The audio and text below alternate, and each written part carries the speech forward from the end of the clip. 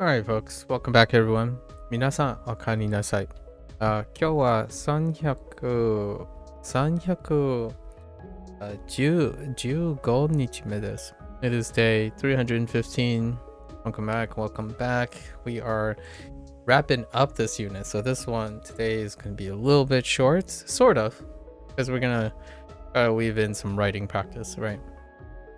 Also, we have two constructs now, so let's work on those constructs. Last time, kinda wrapped my head around the stuff. Also, Bree, what did you have for dinner?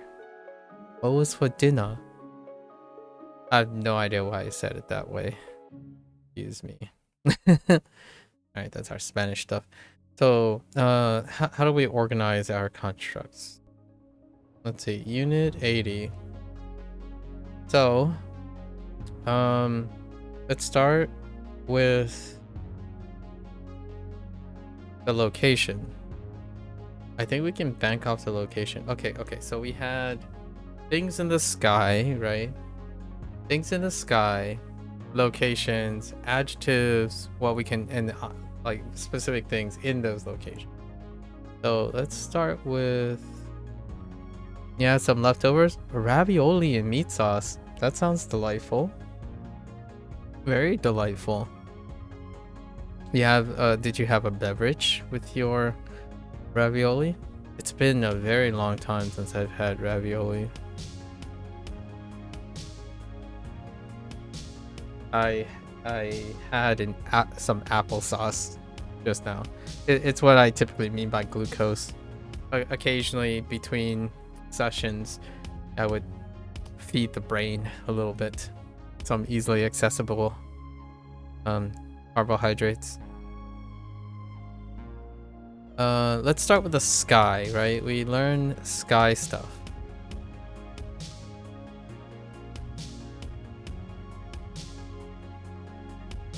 Taiyo wa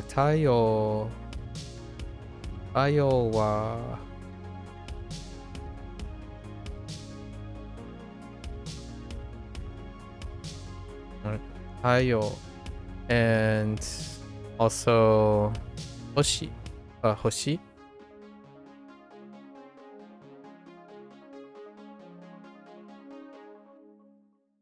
Hoshi, and we're gonna throw in ski. Right. And these things shine, so yeah, hikaru.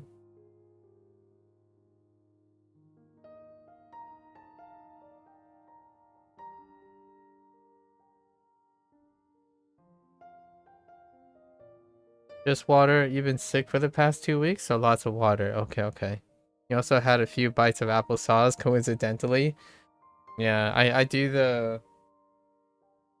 Since I do a bit of running and whatnot, and back in the day, I do events and stuff, I got very used to, like, gel stuff, gel packs and whatnot, so nowadays we just hit up, like, some of the Costco, like, the Kirtland pouches, and slurp some apple juice, get some brain power going.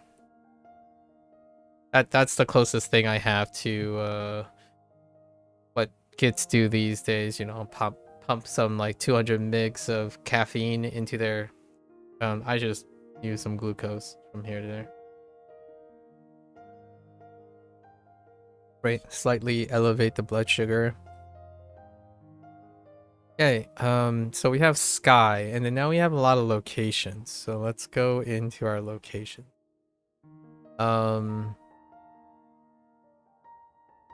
Hamabe, right? Hamabe, the beach.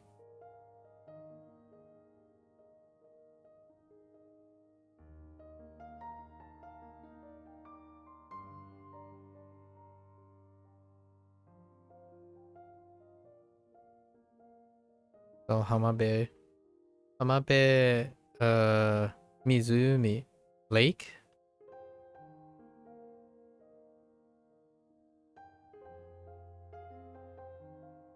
What is next to lake? Moon? You have hypoglycemia, so glucose intake is super important. Oh, okay. Good, good, good. On top of that, very nice.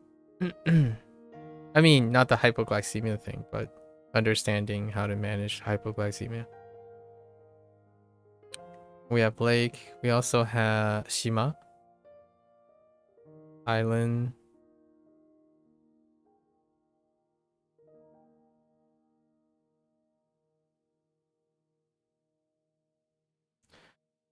Shima, yama, specifically Fujisan.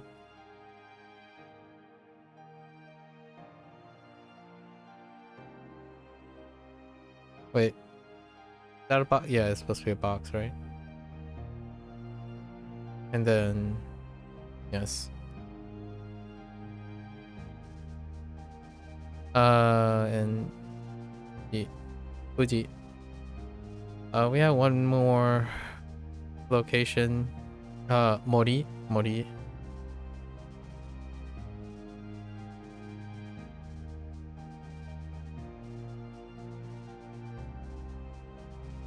Or forest, Mori, or woods, what have you. And okay, now things we find at this location. So what do we have? Lake. So lake, we have tsuri, tsuri, or tsuru, to fish. And tsuri is fishing.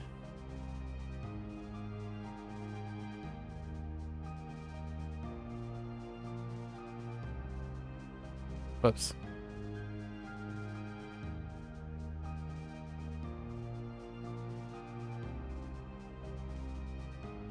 Alright. Leaves. Huh?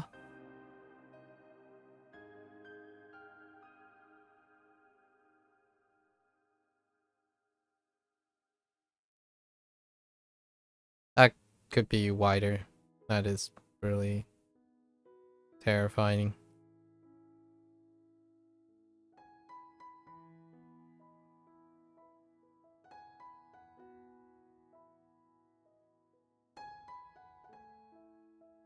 Huh? Yeah, forest, island, yeah, fishing, mountain. Do we have climbing? I don't think we have climbing. A fire, like a campfire? Oh, he? Uh, ice? Maybe like a cold beverage or a freezing lake during the winter. Kori.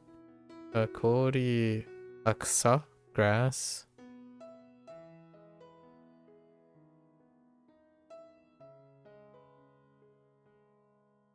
Aksa.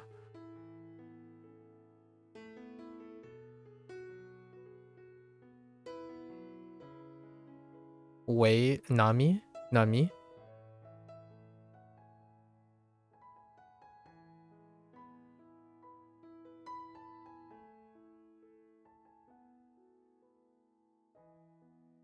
Living things.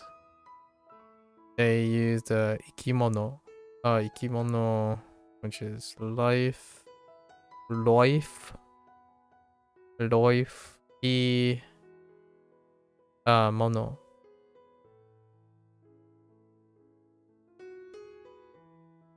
Okay, ikimono. I think that's good. Then we have a bunch of adjectives and functional descriptors in all of this.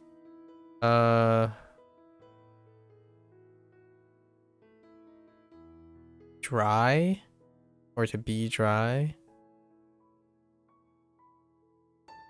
Oh, I think it's actually two crosses. Two crosses.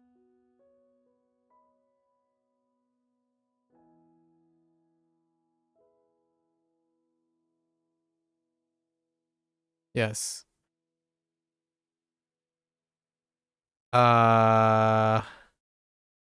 What is this though?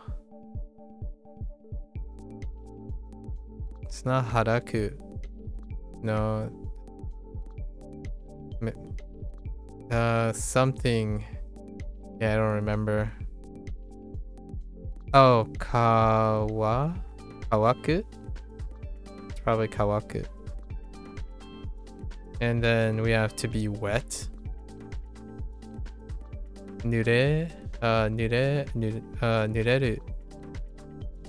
As rain.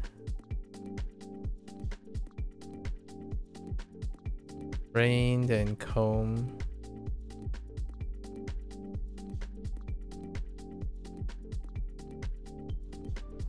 But those are opposite of each other. Then we have shallow and deep.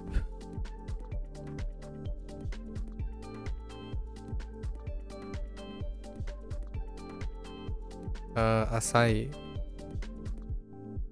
Asai for shallow.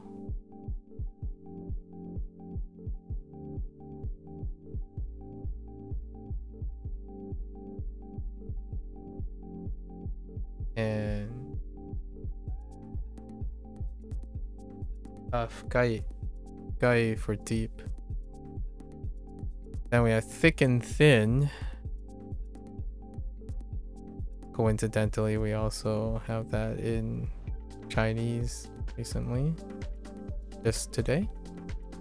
We have atsui. Atsui and osoi. Atsui and osoi.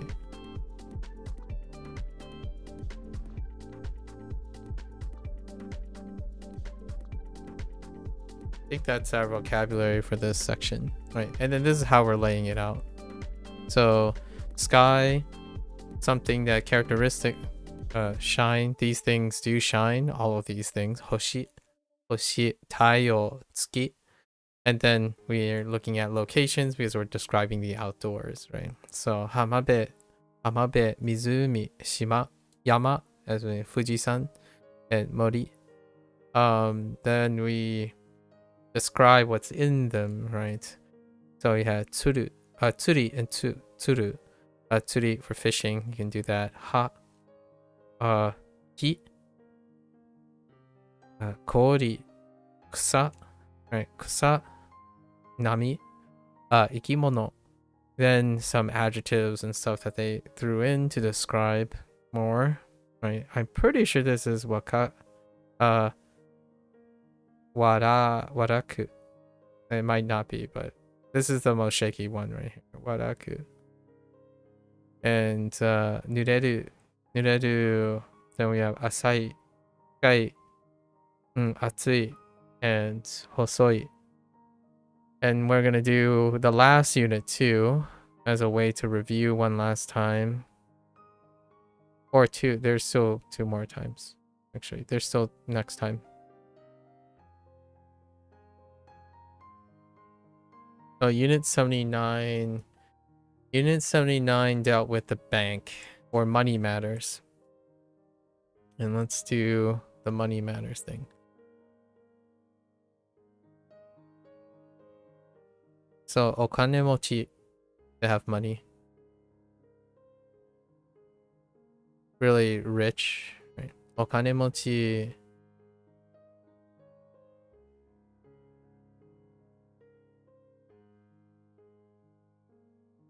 Okanemochi. We're going to the bank. So ginko ne. Ginko ni.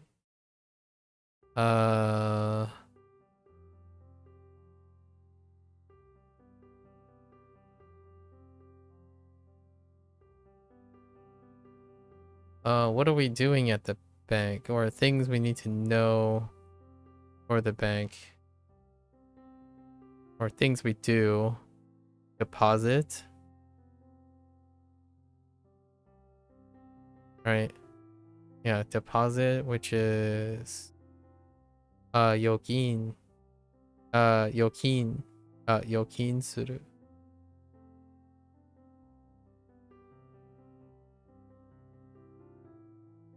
Page.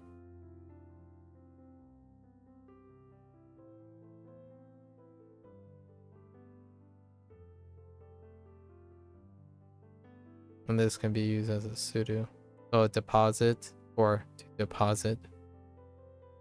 Yokin suru.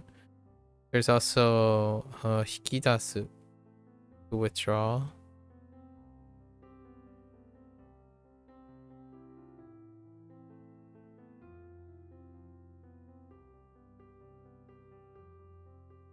So these are paired. Open or close, right? Open and close like an account. Open.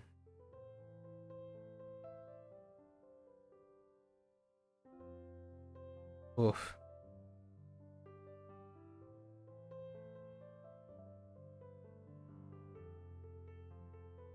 Hiraku. Hiraku and close.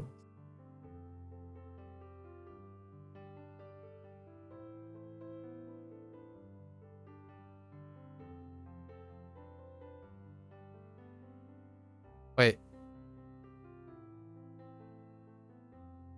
Yes.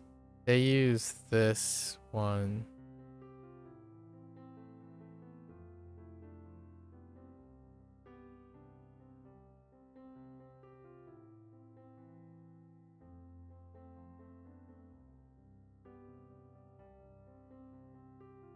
What is that? Soljiru? Oh no. I'll have to... Oh, this one's weak. I'm gonna say it's like Soljiru. Yojiru. No. Soljiru is what sounds okay.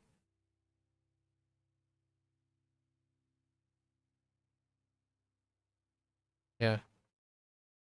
What do we need to do this stuff? Need an account? Koza. Koza. Koza.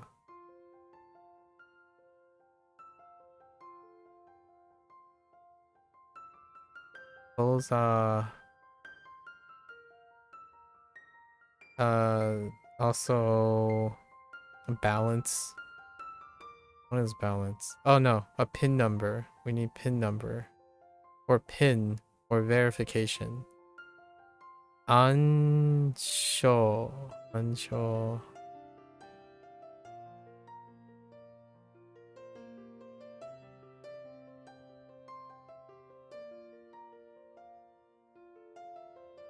I think that's Ansho. Yeah. Ansho. Show is like evidence.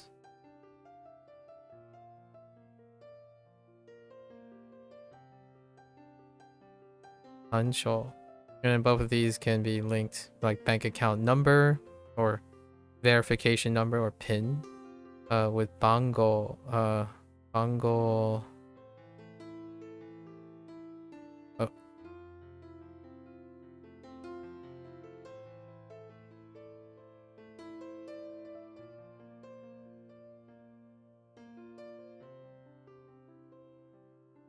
Bango. And with that, we can go and approach using a check. Check and or like a form. Yeah, form.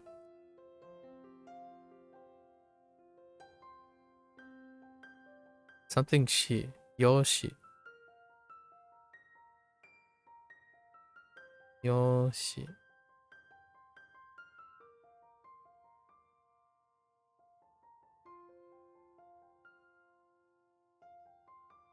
Yoshi. And check. Kokitte. Kokitte.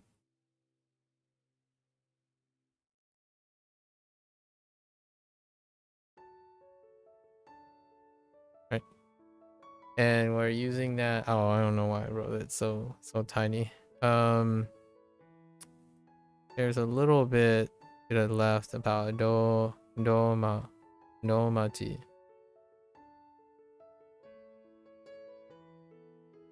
and then we sign and fill. To fill is new, new, enter, kinu.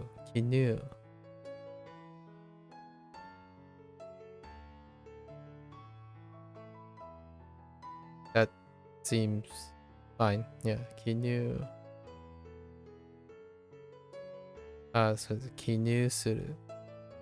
And sign was me, and we're stacking, or placing. So place name, right? Shume, yeah, shume.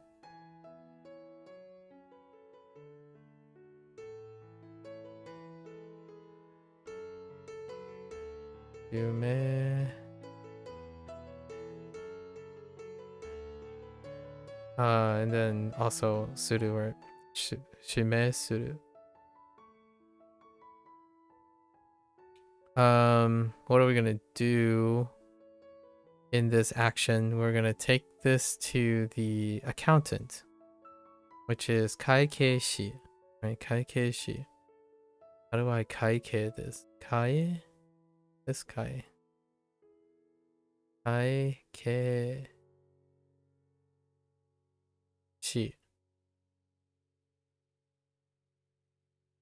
Okay. And what can we do? We can do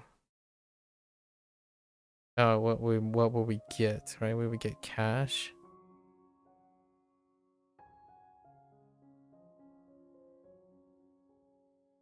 Oh, cash is genkin. Genkin wa.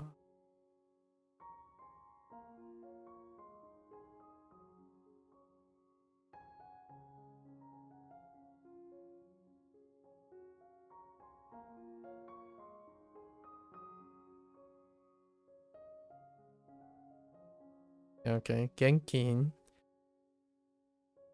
Oh, we can learn about our balance, which is zandaka. Zandaka.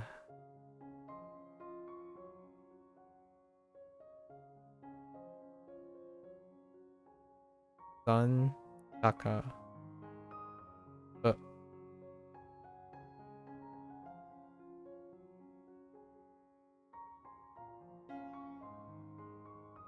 Zandaka. We can exchange. Exchange was like wait. Ryogae. Ryogae. Ryo. Ryogae.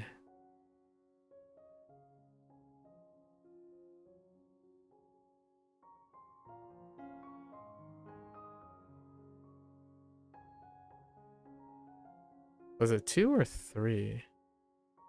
I don't quite remember. But suru. That's in exchange and then to exchange.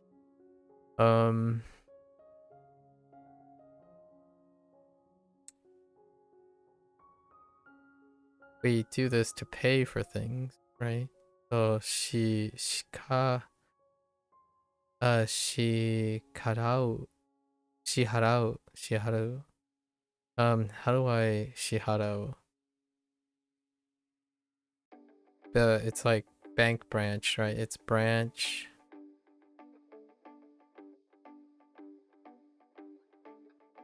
Pay. Yeah. Shiharau. You can pay separately, right? You can do things like pay separately with cash. Betsu betsu.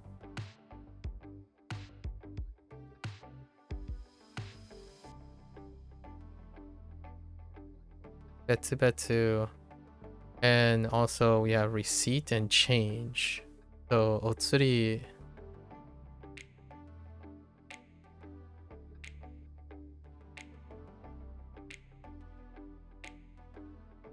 I wonder how fishing is related to change. How did that happen? Otsuri and receipt. Ryoshu sho.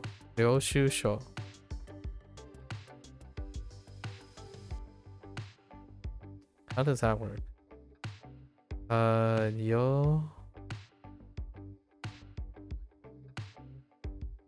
Was that page? I think it was page. Shu is accept. Yoshu and sho is right.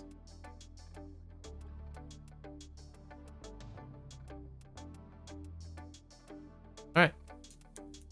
There we have it.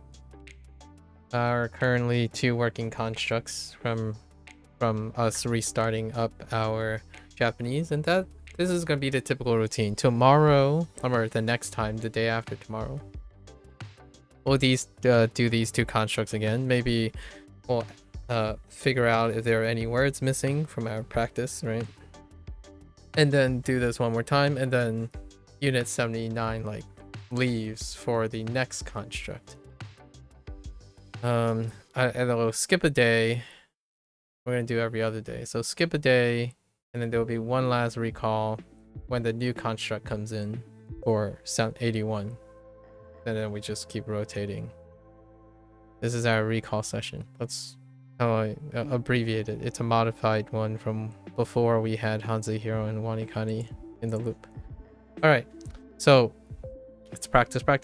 Although these personalized practices have been very humbling and rewarding at the same time. Waruku wa nai desu.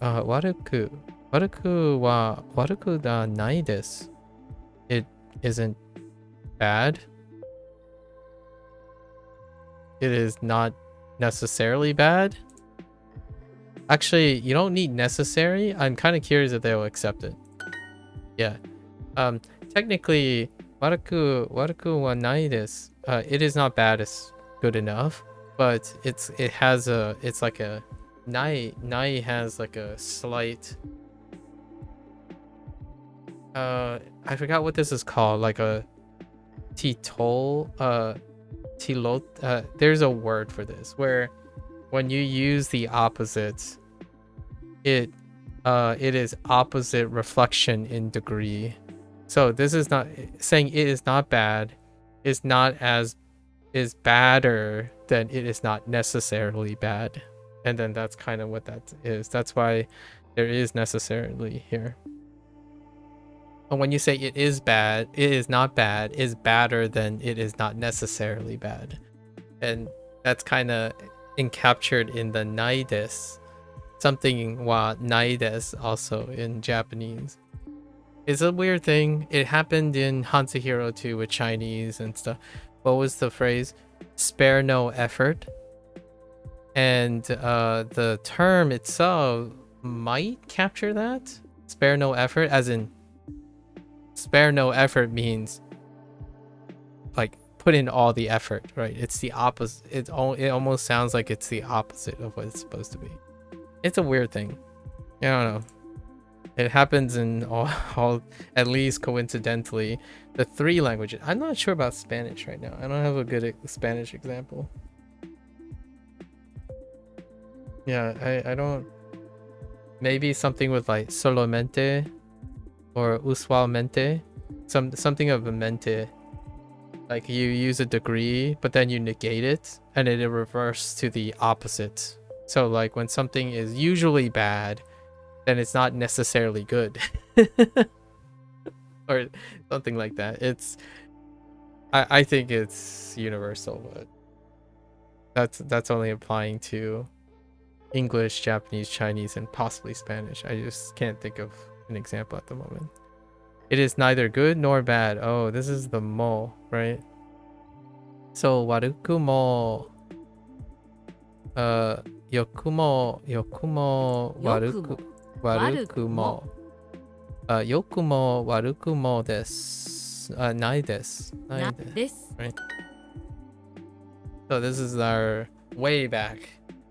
This is like 6 months ago plus back where we did the neither situation. You can use compound moles, and then you can use the ku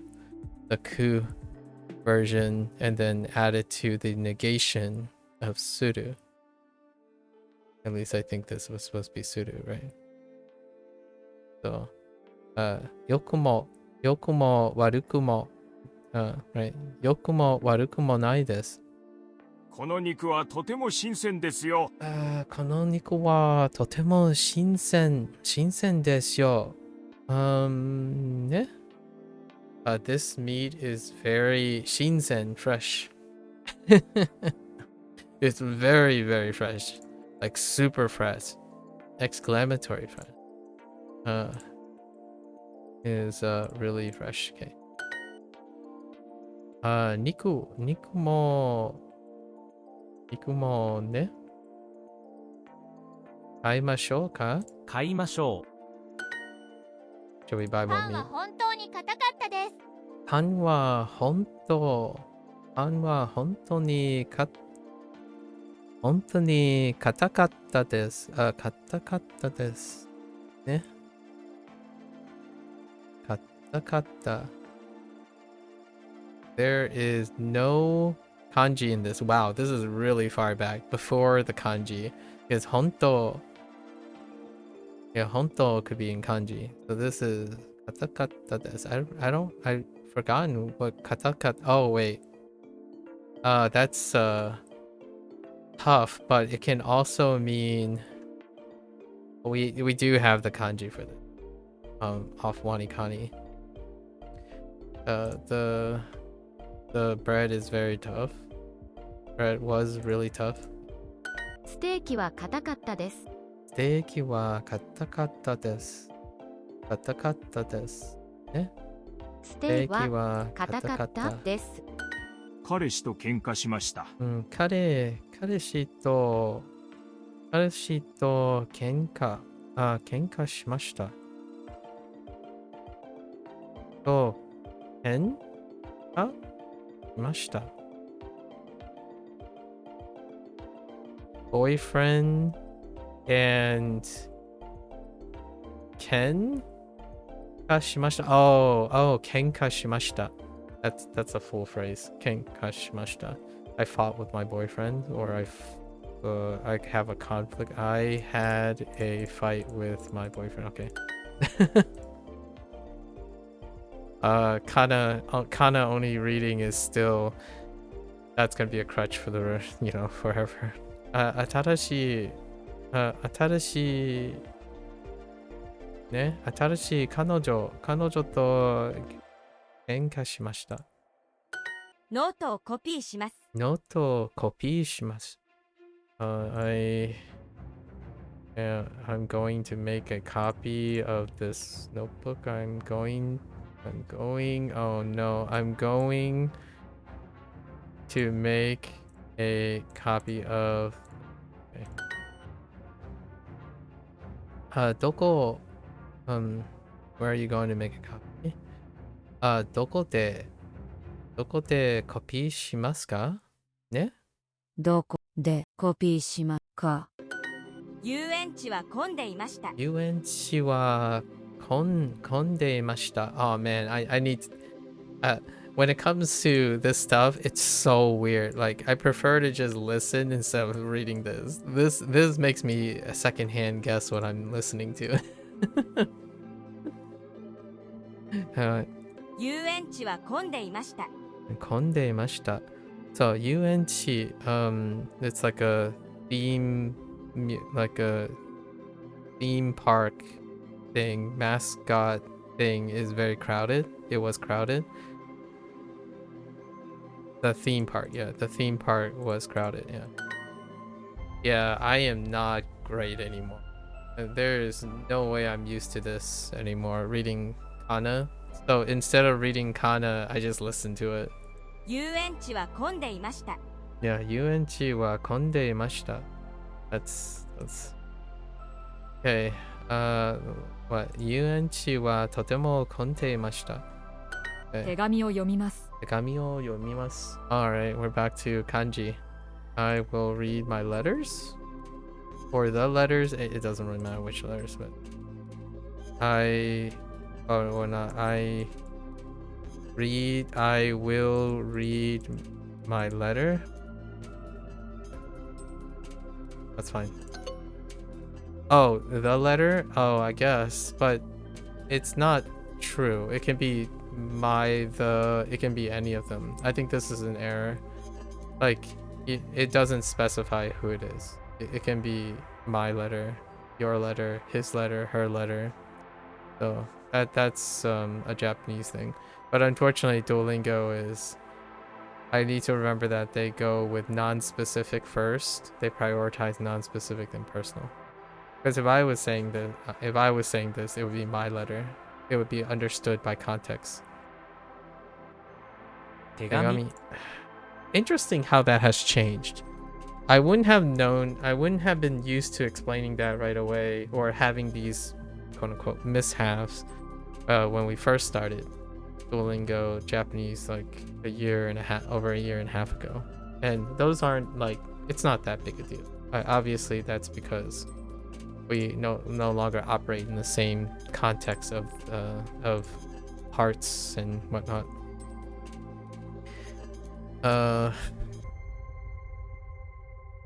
What am I looking at? Sentaku. Ne? Sentaku. 選択 Sentaku. 音楽。音楽 音楽。平日。平日 平日は歌。歌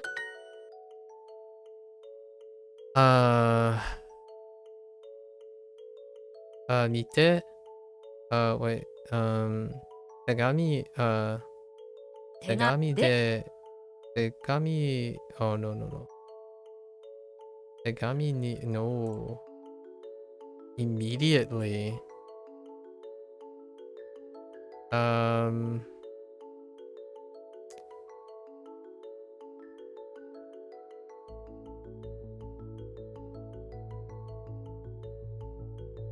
Immediately.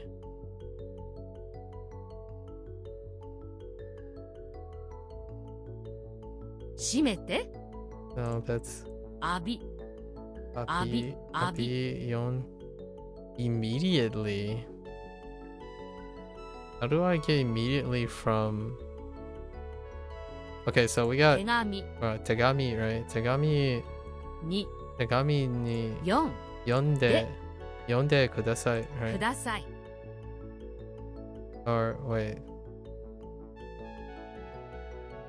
You've heard a lot of people complaining about the new energy instead of hearts on Duo. It's being slowly rolled out and people are saying that they can only do 3 lessons a day before they run out of energy. I have a hot take on that. That's fantastic. That's absolutely fantastic. I think that should be deliberate. But that is against the grain of gamification and people's lack of discipline. For myself, I wouldn't do more than 3 or 4 lessons. You can already tell that I've already split it up habitually into 3 or 4. You're engaging in different types of routines, different outputs and different inputs. When you like quote unquote grind against a specific input, it tends to have diminished return. So active recall is necessary, and taking breaks and moderating and spacing, right? The energy would be a way to encourage mistakes and not discourage mistakes, while also giving a feedback on how long you have invested within the day. So it creates moderation. I think, although, hear me out, it's also a business move of apps to keep apps rolling too. So it's a coincidental thing that I typically favor in terms of design when it comes to learning. In terms of gaming and whatnot, I'm sure people are upset because they don't like the idea of being told how much they can do in the session, and then tack it on, they might sell energy. So as a business move, they could sell energy, which is very reminiscent of mobile app design, where you limit the lessons unless you, and that is viewed as a limit on progress, which then you have to pay money for the convenience, and that's seen as a gamification business move. That's very true. You can interpret it that way. But coincidentally, in terms of learning, understanding how learning process works, and having recall periods and then gestation periods, like maturation of your input, I would do no more than a single set. It would take 3 days to do the sets, but we'll see how that affects my interpretation of it. But generally speaking, you input 10 to 15 new ideas, which is roughly 3 to 4 lessons in the first set, right? I've gone over this in a bit more detail, but the first set is often the exposure. So this is where all your learning is. And then when you get to the second one, this is actually practice. So all these are iteration, these are SRS repetition. This is the repetition part. This is the learn part. So outside of SRS actually. But SRS also has a learning phase. That's the first day, right? Like Wanikani, you would have your exposure and then you would rep. You would rep in days. But if you do these lumped together, then you have one less rep. If you do them all together, this is where the personalized practice is, and then in terms of like Japanese, for example, the layout is personalized practice. Then you have your another rep. You have a short rep, a shortened rep, and then you have a final summary, which is the trophy. This is the current layout for Japanese, not Spanish. Spanish has a little bit more with podcasts and whatnot. When you do this, if you do this all in one day, then that's just one rep. So one of the criticisms of Duolingo is the consequences of the user's behavior, not their design.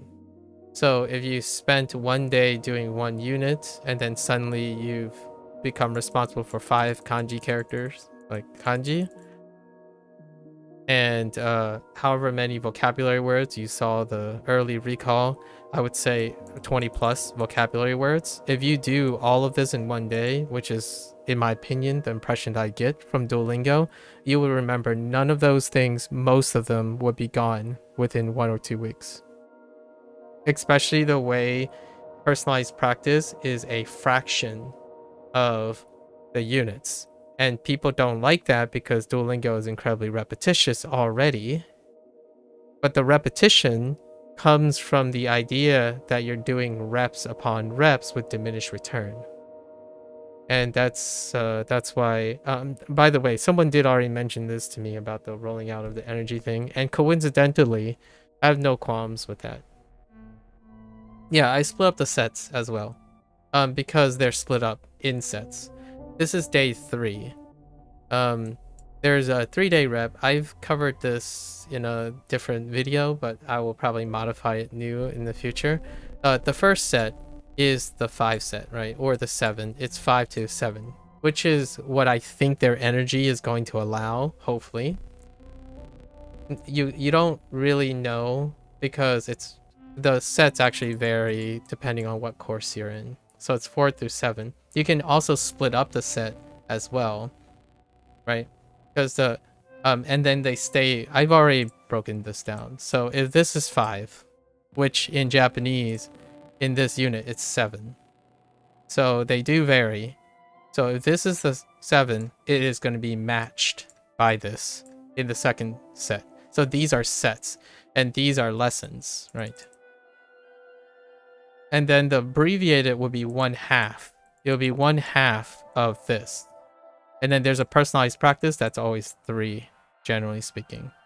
And then there's a trophy, which is 1. This is the bare bones one without using the flagship examples. Flagship examples will have a story here and a potential podcast here on the desktop version.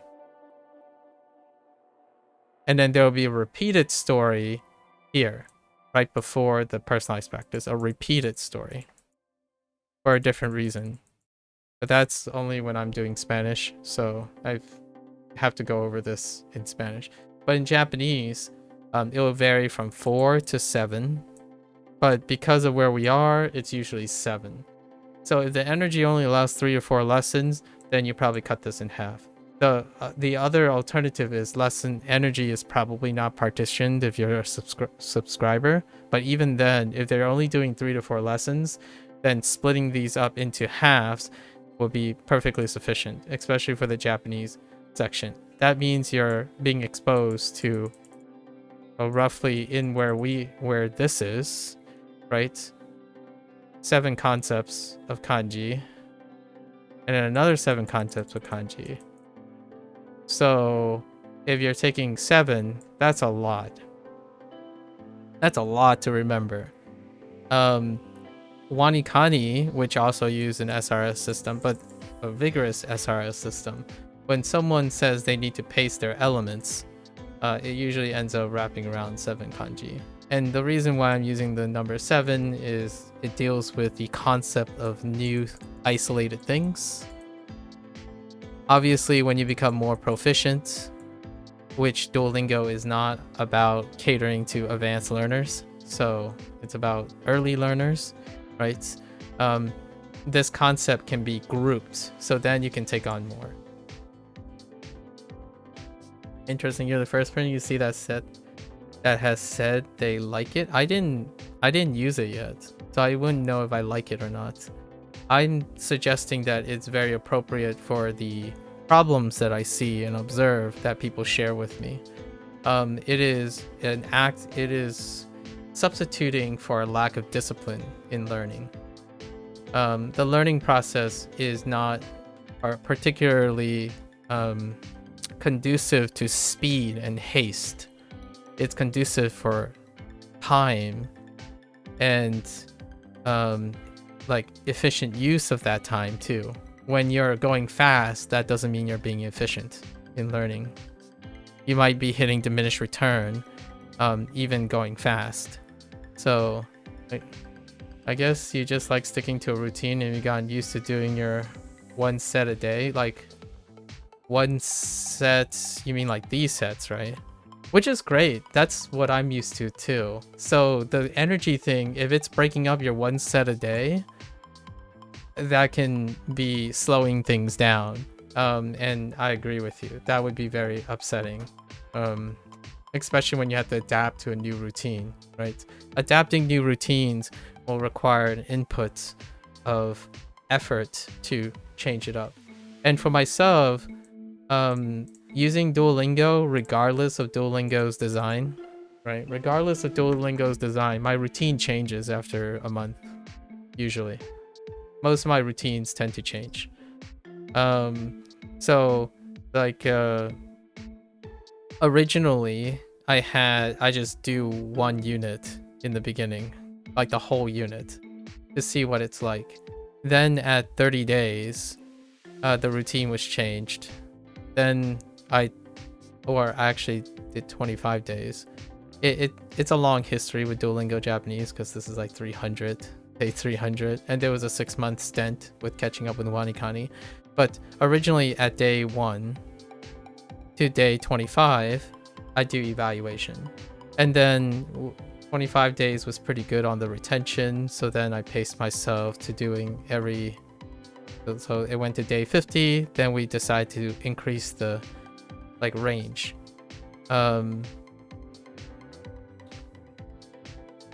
You don't use Duolingo as a main learning source anyways, more supplemental, so I guess changing it up won't be that major of an upset. That's fair. If you think Duolingo is supplemental, it sounds like Duolingo just does something your other things don't do, so I wouldn't call it supplemental, but optional. I feel like your mentality strikes at me as you're saying it's optional as opposed to supplemental. I would say supplemental would mean that it does something your other things do, so maybe some of your other things do the same thing, but it doesn't sound like it does. Like Anki doesn't do the same thing that Duolingo does. Unless you're referring to the content itself, which I can kind of see. That would be something that I'm not referring to here. I'm referring to the process of learning as opposed to the content, right? So the routine that you're changing, the routine that you're talking about is the process of learning, not the content. So it wouldn't be a supplement. It would be an either optional or a complement of a technique. Because as far as I know, it would be very difficult to suggest that Anki functions similarly as Duolingo, for example, or your other type of resources. So since it's optional, it doesn't bother you that much. For myself, my routine is very different. I'm sure it looked very different. There's active recall before Duolingo, and then there's like networking at the end of Duolingo. So you would have recall, active recall, before the whatever the set of the day, which if that's going to be energy, maybe. On the desktop version, they don't get rolled out very quickly, so we're probably going to be on the heart system. I guess you misspoke. It's quite similar to Bushu. There's a lot of overlap, so you can use Duo as a way to get extra vocab things that you're already learning in Bushu. That's fair. That's fair. Then still optional. So because you're talking about the content and not the routine. At least that's what it sounds like. But now that Duolingo is changing in routine, the routine of Duolingo is changing because of energy. It's no longer the same as Bushu, maybe. And then I'm trying to separate the concept of are you addressing the routine as why it's not a big deal, or the content, right? Because in my opinion, it's very important to understand the effort of changing a routine is not the same as the effort in addressing content. Content is viewed as a supplement or a complement that most people think of. Usually they think of it as a supplement. Routine often is complement, and they usually are either optional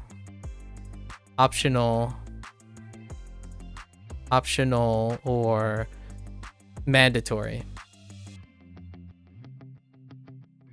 So like SRS would be a routine. Your favorite immersion or something like easy listening would be a routine. And like graded readers would be a routine. While their content is supplemental, it's the same. The content is Japanese, or like the content is whatever language you're looking at. So that makes sense. That if you're looking at the content that Bushu covers and Duolingo covers, they're all supplement to each other, right? Like anything that's giving you information on a target language, if their content is overlapping, it would all be supplemental outside of your main source. Your main source would be whatever you choose to get most of the content from. But it isn't your, it's harder for me to understand if it is your main routine. Routines are different from the content that it is being addressed. Like my routine with Duolingo is not strictly based on Duolingo. The thing that I did before I started the session is part of something that I believe does not exist in Duolingo, but it exists somewhere else. So I've adapted that routine across the board. I try to take routines that I have from Wanikani, adapt it to Duolingo, or take Duolingo's routine and then embellish and complement the routine. So now my stuff are indeed supplementary to each other. Wanikani's routine and Duolingo's routine may serve similar routines. So adjusting my routines become less of a problem because overall you have all the routines covered, so it doesn't take too much time to adjust to them. So whatever changes Duolingo will have, I can adjust my routine to it. The content doesn't change. The content not change at all. Despite energy or hearts or how fast or slow you go, the content would never change, right? Because it's quantifiably supplemental. I think that's a topic that I get a lot of traction when I'm talking to other people on how they interact or interpret what is important and not important. Yeah, some, like grammar, for example. I would say explicit grammar doesn't exist in Duolingo, so you can complement the lack of explicit grammar with another source. And then when two sources cover the same grammar, one being SRS, like for example Anki, and then one being a graded reader or a textbook, they're supplement to each other because they have overlapping things. All of them are overlapping in their content. It's an interesting thing. I'm being a little bit pedantic here, so no need to really take it take it with a grain of salt, I would say. It's how I like to differentiate. I'm a very much an avid person who loves talking about the nuances of learning. Not necessarily language learning, though. These concepts are part of learning in general. I wouldn't be so interested in teaching people and communicating and expressing without an investment in the process of learning. So I look forward to seeing how it affects my routine, the energy thing, because you said 3 or 4 lessons a day, and that's a little bit smaller than I would have liked. I wanted it to reach like, basically they would say, oh, you can only complete one node, right? One node, give or take whatever, just once you complete the node in a progress track. So I was hoping that since each course has different amount of nodes, right? Or what I mean is they have different amount of lessons in each node. It would be like 1 node a day, regardless of what it is, which I can work with. The reason why 1 node a day would be interesting would be it would normalize all the courses, because all the courses have different numbers of lessons in each node. So you can you could normalize and standardize the length. But the another downside is then the personalized practice would be a shortened node, and this would then make them into 5 days, which is fairly reasonable. At minimum, you would be spending 5 days on a unit. Interesting. The routine is what you're mainly referring to, because the learning content itself isn't changing. Your daily routine for Duolingo specifically is currently doing 1 set a day on Duo.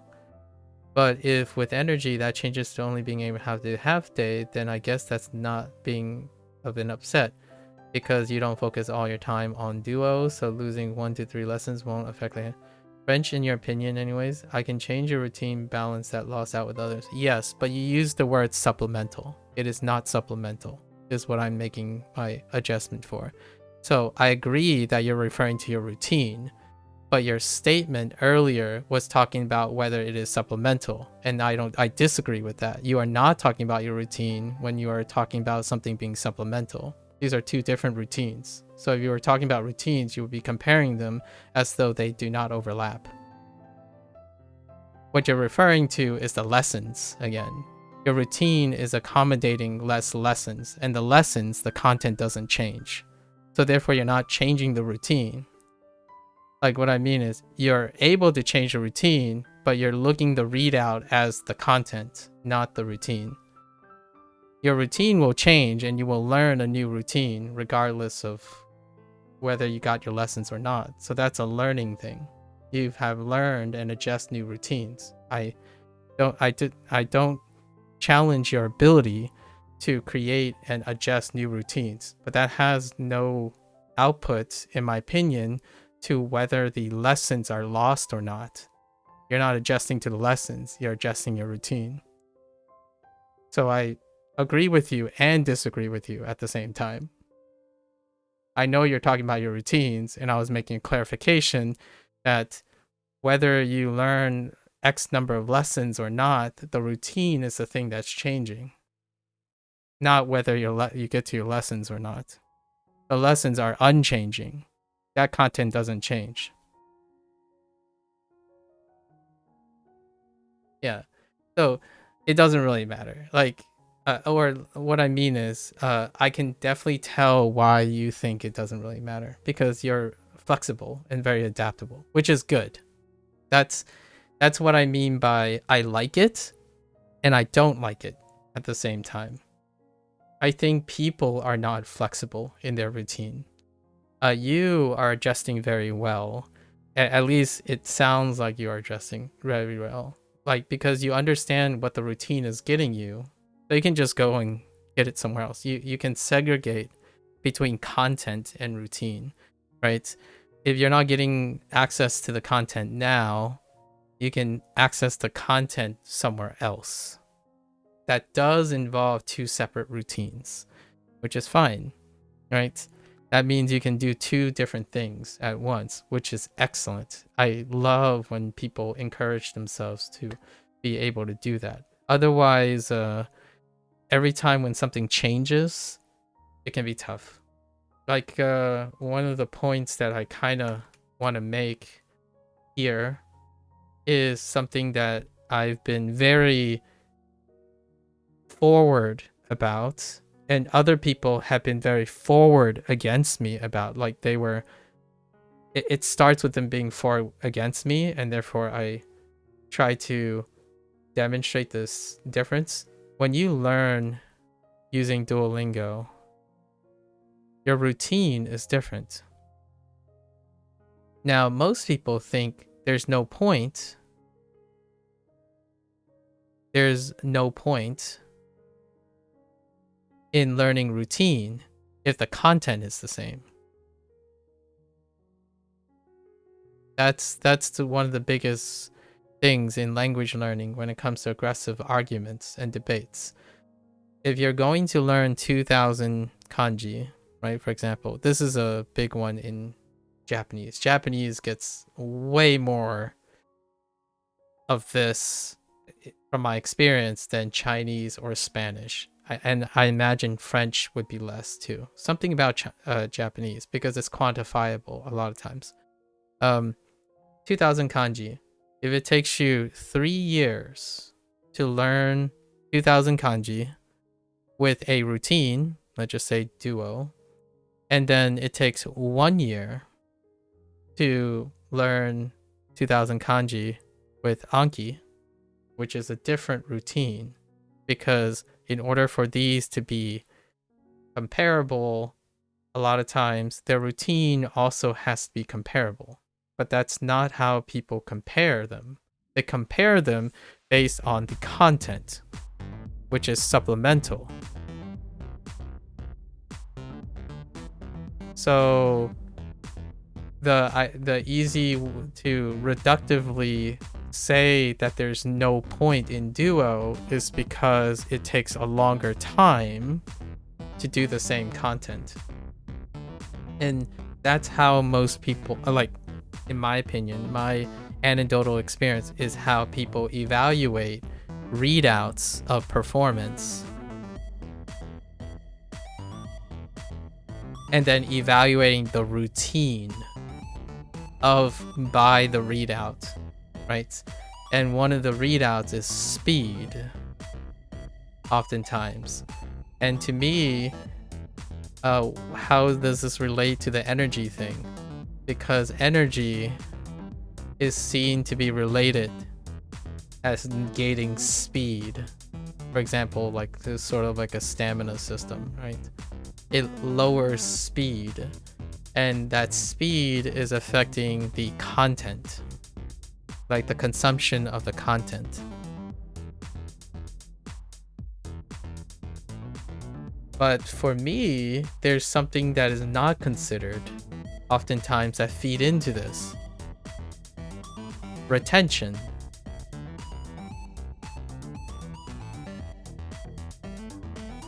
Retention over time, right? Which is also dealing with speed to some extent. I think the closest analogy to speed when it comes to like physics or chemistry is displacement. Or maybe velocity. No. Displacement is a better example. So where like if you're 0 and 100, right? And you're doing something with great speed. So if you're doing with great speed, what happens is, say, over a 1 week period, someone gets to 100 items. But over a 1 month period, someone gets to 50 items, right? 50 items. However, when you think of retention, across this 1 week, how much of the 100 items do you retain? If you go 100 and you retain 10, then you're actually going back and you're at 10. You know, and at 1 month, if you're retaining 50, then at 1 month, you're going to get 50.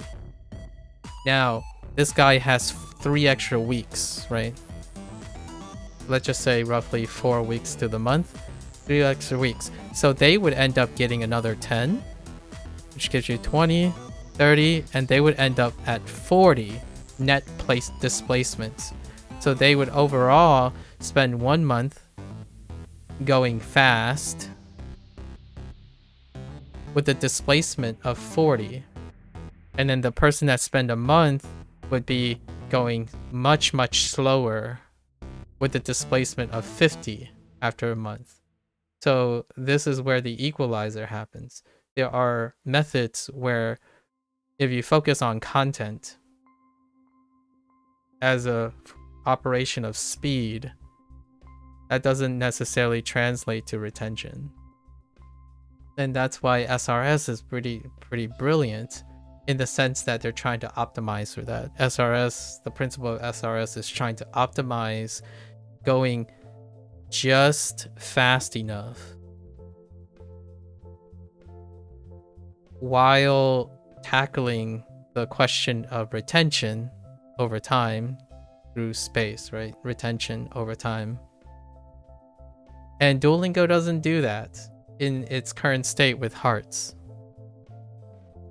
Right? Hearts functionally does not do that. It punishes for mistakes and it gets people to stop based on their attention, you know, when attention is gone. So if you run out of hearts, like, oh, yep, I'm done for the day. My attention must have lapsed, so I must have reached a point of exhaustion. Which is a surrogate readout for you're studying too much, quote unquote, studying too much or doing too much, right? But it's a lot more nebulous. It's a lot more nebulous than using an energy system to force a routine with time, with time as the factor. But their energy system, while it's a time in quotations, it's more of attempts, right? So it's a completion now. Now it's based on completion, which is interesting because that's how formal education works. Which I don't know if that's a great coincidence or not, but what is a very trendy thing that kids these days or adults these days talk about formal education? It's old, it's archaic. I want a more dynamic way of spacing out so I'm not wasting my time. Well, the original system, in my opinion, of Duolingo, there is, quote unquote, a diminished return that is arguably even less spaced than formal education. Formal education, you go to a class, 15 minutes, you go out, you do homework, which is spaced from your formal education, go back to the class, right?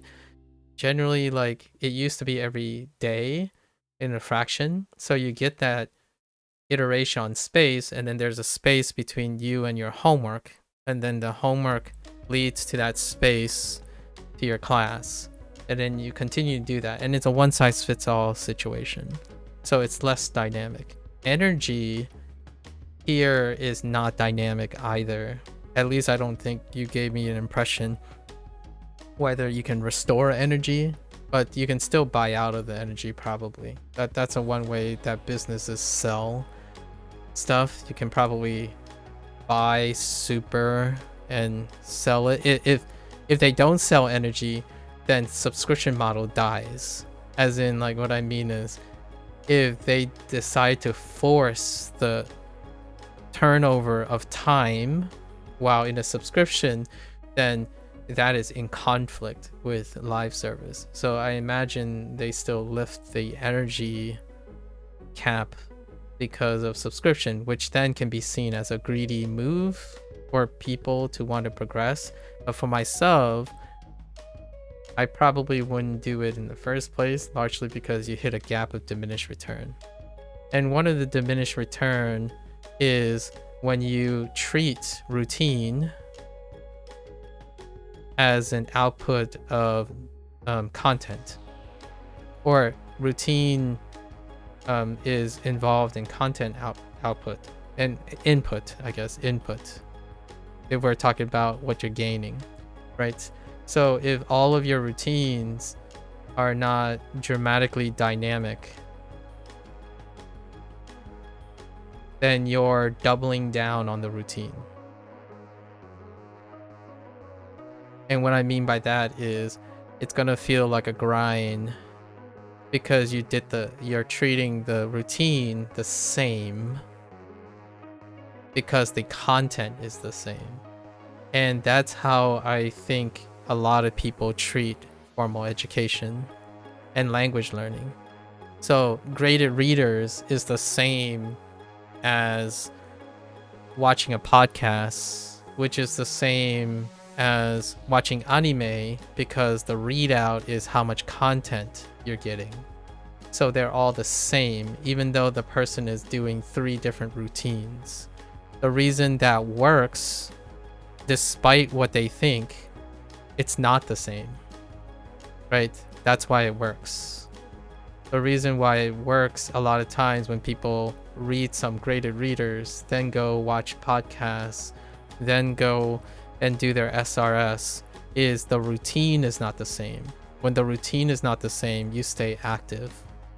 Your attention stays active, or more likely to stay active, than doing the same routine. If 2 things are truly supplemental to each other in terms of their routine, then it will feel the same, and you would become more passive because you're doing the same thing, the same thing, but they're not truly the same. However, this is where the problem, or like the issue that I often see happen. People are thinking all the routines are the same, so there's no point in having the same things.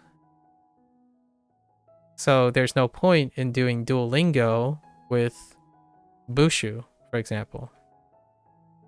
Now, if they are the same, I agree.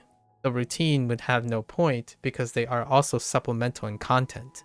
So their routine and their content are the same, then there is absolutely a problem with passive compliance. Like, you become complacent, right? Like using Wanikani and Anki at the same time, where the person made the Anki experience exactly like the Wanikani experience. Then you're equivocating the routine and the content at the same time, and that leads to burnout. Burnout is when happens when you have diminished return. you get to the point of diminished return because you have no discipline to understand that it is the routine, a combination of routine and different content that creates someone to be intuitively active. You either complement with routines or complement with content or both at the same time to keep active. And also not recognizing that means that you eliminate potential other routines and then you run out of routines to use. So for example, someone who believes that Anki is the only thing you need because it's the best. Anki is the only thing you need. Now, my understanding, how does someone get to this comment? Like, how do they confidently know that Anki is the only thing you need? They believe that content is the same, but the routine is not. So you can split your content. You can split the content or even have redundant content, supplementary content, if the routines are different. And one of them is you learn something, right? You learn something in Anki, then you go to your graded reader and you see that same thing occur. That's two different routines with the same content. So the content is supplementary to each other, but the routines are complementary to each other. You have two different routines, and those routines embellish the way you encounter the content. So in order to make things more memorable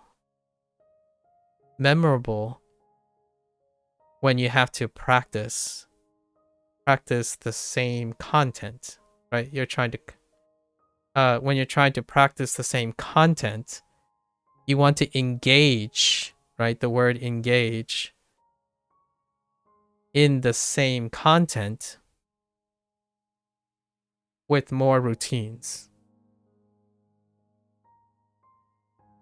So that works well because, in my opinion, that explains all the arguments that people have. That's so far that I've read. And they are not arguing against each other. That's one of the really funny aspects of language learning that I've learned so far. People are arguing against each other, but they're not arguing about the same thing. Like, it's all of the above. Like, person A is right. Person B is also right. But they're not arguing against each other. They believe A is counter to B, but it's actually a separation, a routine, the learning process, the process, and goals. Goals is the content. The process is the routine. So how many routines do you have to keep yourself at a high retention, a high engagement? You need enough different routines that you can engage in the same content to remember it for life, forever, or however long you want. So if it means like you learn it first in Anki and then you decide to go practice it with your significant other, that is a different routine that engages in the same content. And then when you go and to your journal, you'll write in your journal that I learned this today. And then you go to your spreadsheet and you categorize your thing and create a web. And then you go and draw a picture with the things you learn. That's like 4 separate routines with the same content. And you yourself have to determine how many routines do you need in order to consistently engage in the same content effortlessly so that they can be retained for the rest of your life. It's kind of like the use it or lose it situation, but it's not specifically thinking about it as an endpoint, but a forever point. So for me, this is one of the biggest crutches between people when they're language learning.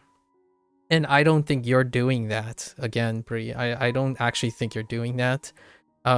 This is the stuff that I see can be a little tricky over time because people feel like they're limited in their ability to remember things. while I don't necessarily think they're limited in their ability to do things, it's more like they are refractory to juggling many different techniques because they don't believe there's a point to it, because the content is all that matters, right?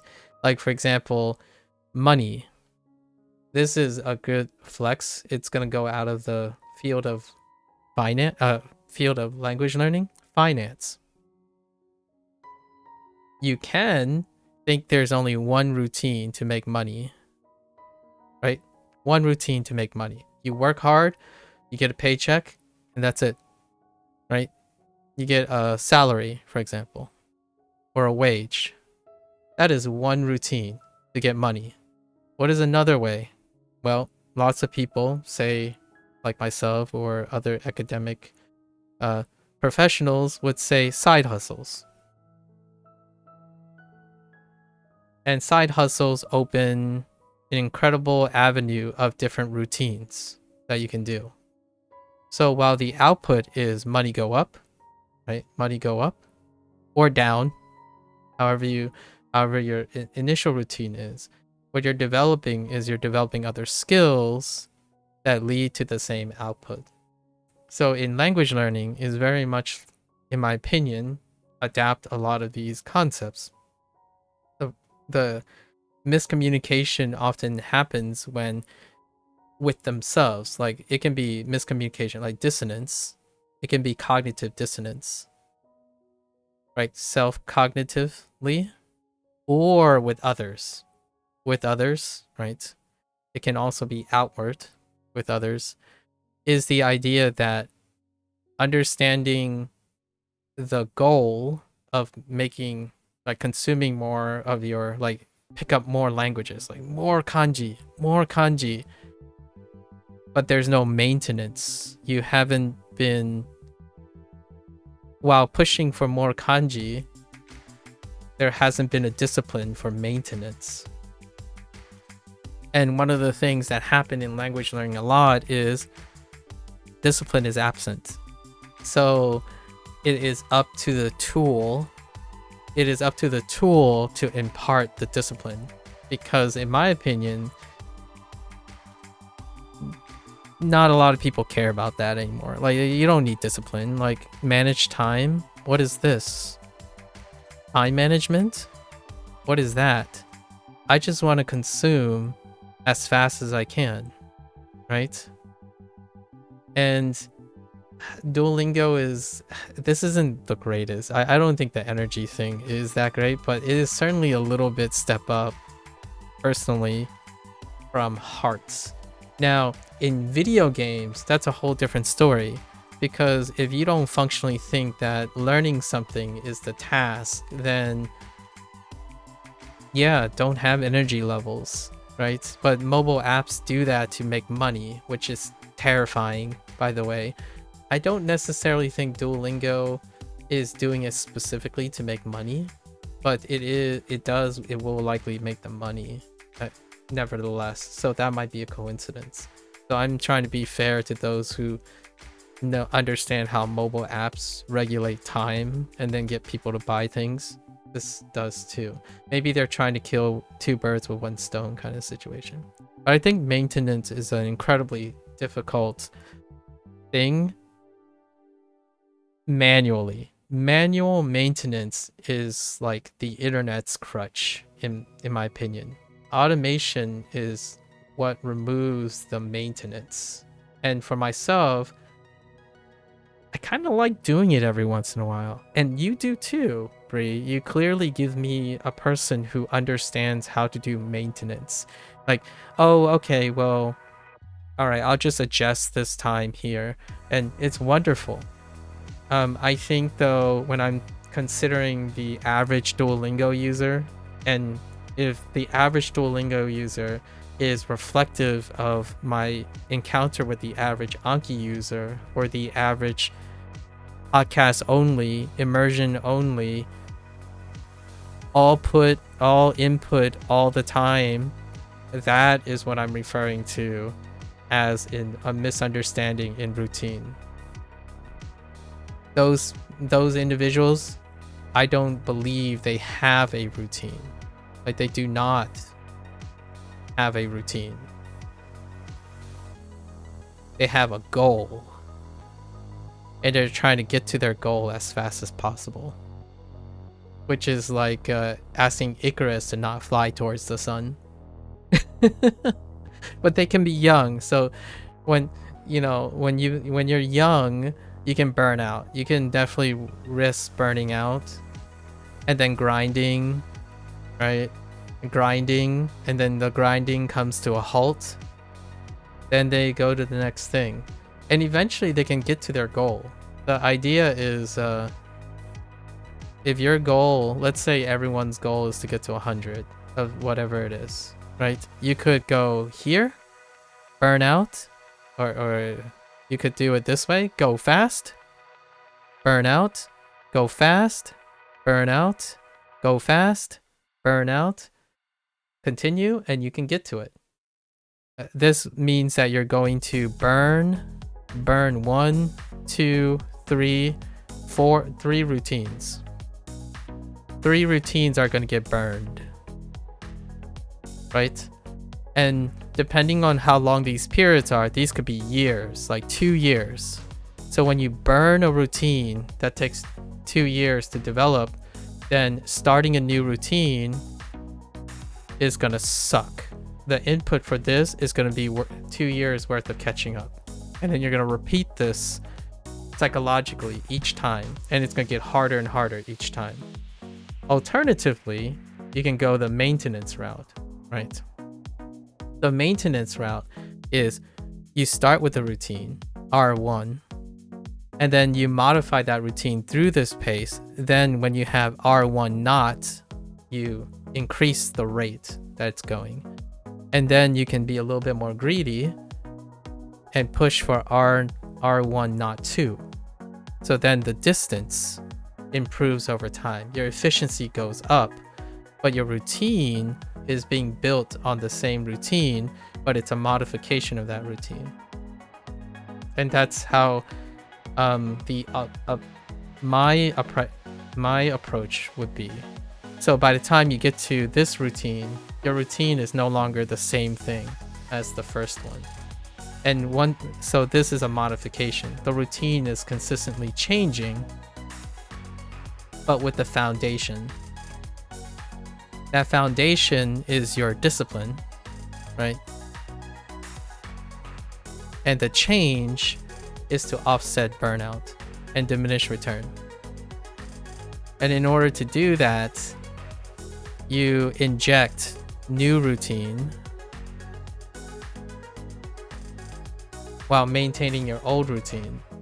So soon in the year 3, I will no longer be using only Duolingo. And if Duolingo expires, I will take Duolingo's routine and I will slam it into Wanikani, and then Wanikani will be the embodiment of those 2 routines, R1 not, and then I would add a new routine, which we'll just call it R2.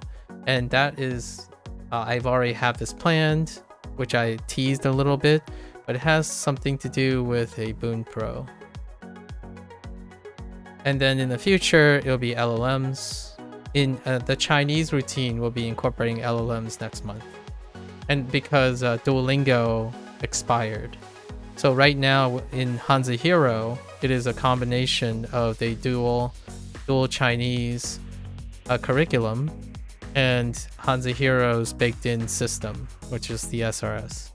However, now that this is being I took whatever aspect that I liked about my routine here that I've been developing for 200 days, which went through its own R1, R not references, right? So I took the most refined version and I added it to this, whatever works compatible.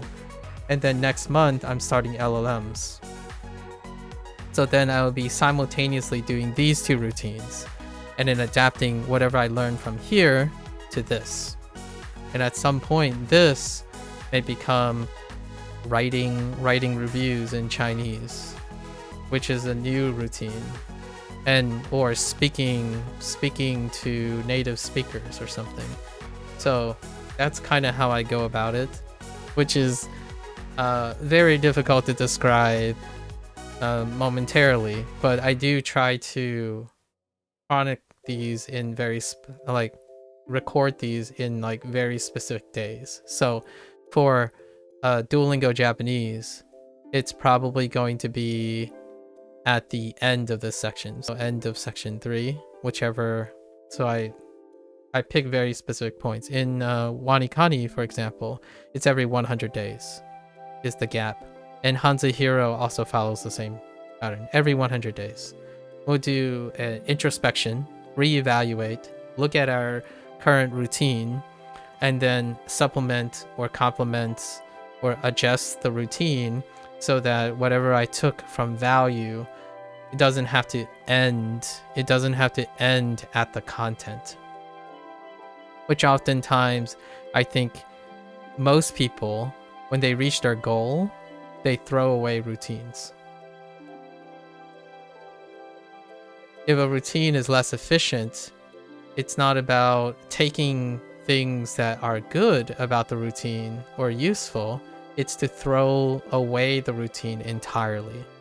So to me, when you throw away whole things, it also demonstrates to me that there's a lack of critical thinking and problem solving. Like they're not involved in consolidating. What's a great example of consolidating? Diversification in investments. So oftentimes if I took like the average American, right, when it comes to finance, so the average finance in the United States, there usually not a lack of diversification. The idea is you stay on a thing because it makes the most money, sort of, or it makes money, not really most. You believe it's the most money because it already makes money. But the safest and most rigorous and consistent way is constant diversification. So when you diversify, you're investing. Oftentimes when someone says you stick to a routine, for example, stick to a routine like put your money in the bank, that's savings. That's the act of saving, not investment, right? So if we're talking about why those are important words, language learning, if you're doing it as a hobby is an investment. It's rarely a savings. Savings impart need. It requires an act of need or an obligation. And treating it like a savings or a need, then yes, that would lead to things that are a consequence of needs.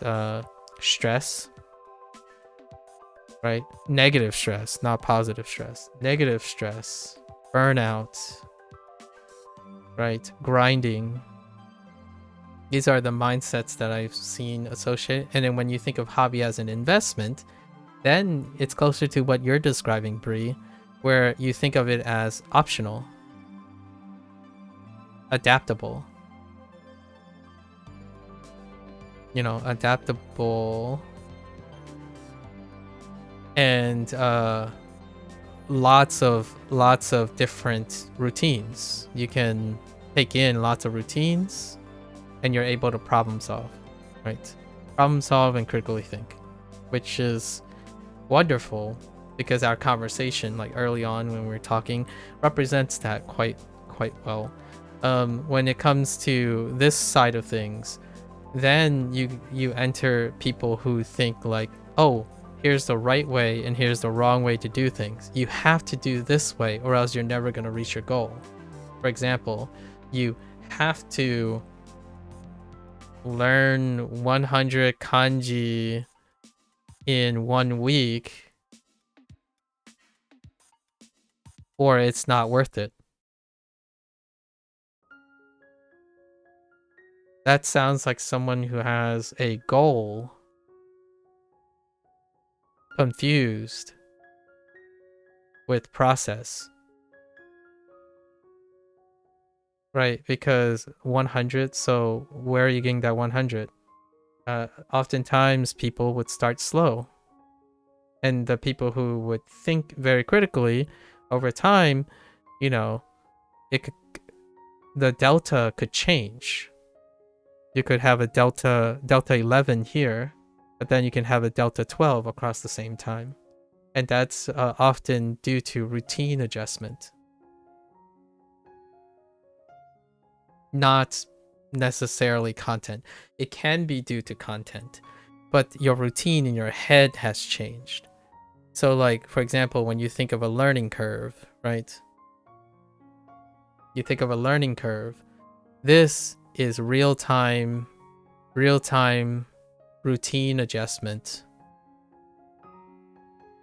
in your head. Now, what is real-time routine adjustment? Intuition for most people. So when you build out like a foundational routine, then it takes off, right? It takes off. But you could see it as you're not doing anything different. You could have done, but something is different in your head. You're making connections and association. The foundations are producing a higher and more efficient routine in your head. You can also adjust that and expand that to literal routines. How flexible you are when it comes to adapting to different changes depends on how much exposure you have to different routines. And if you're not an analytical person, if you don't like doing what I'm doing now, the idea is you encourage someone. You continue to encourage that person. Are you an intuition person? Encourage them to keep on adapting and seeing things from a different perspective and whatnot. And eventually, yeah, nothing really phases you.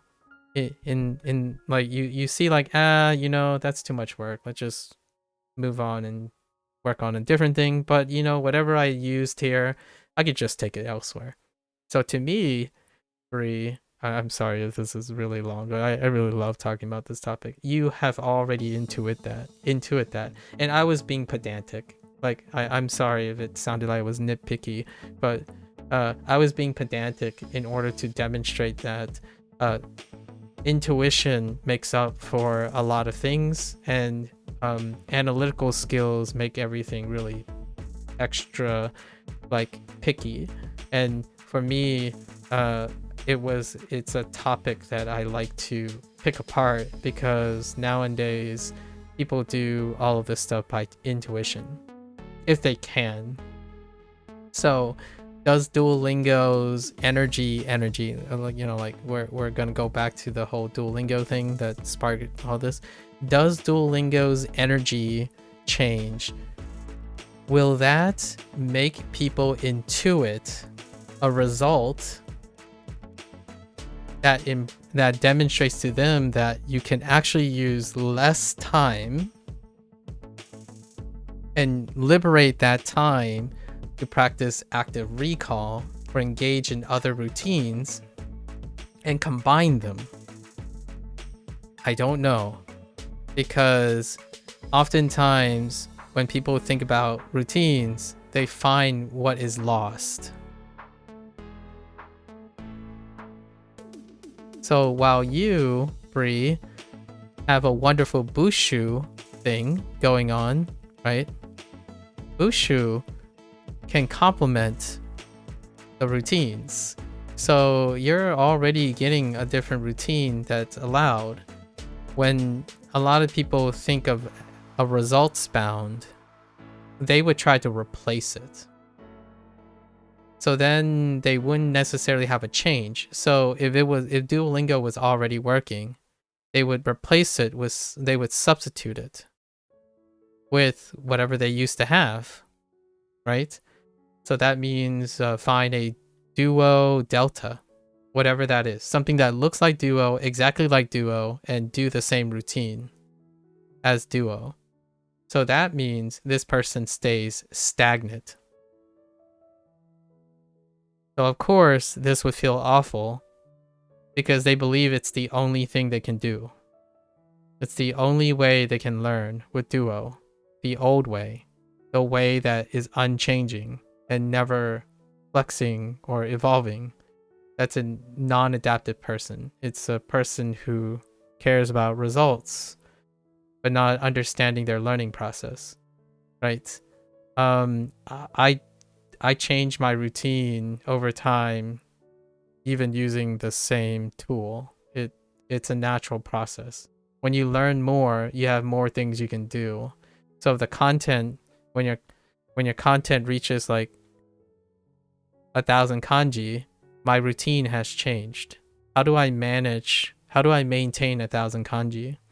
It's like when you start a business and you have 100 customers, you can stay and continuously do the same routine to maintain those 100 customers, but you want more money. So somebody comes along and now it naturally expanded to 100,000 customers, and your thought is, I'm just going to do the same routine. Well, yes, you're likely just going to really be capped and learn the same, like get the same amount of money. And now there's a problem that you don't control for, which is, well, your 100,000 customer is going to dwindle back down to 100 because your routine is not adjusting to it. So that's kind of one of those things that the internet has done really, really well when it comes to telling you what the goal is, but not adjusting what the process is to get the results. It's really interesting. Like, I love talking about this. Sorry. I really had to delve into it. Anyways. Sorry, Jazz and Bree. But I really appreciate the share that gave me the opportunity to talk about this stuff. I genuinely do believe that's how people operate. I can't tell you how many times someone told me, man, yeah, grind the good grind. I wouldn't be able to do the same thing for like 9 hours straight, or do something for a whole year consistently.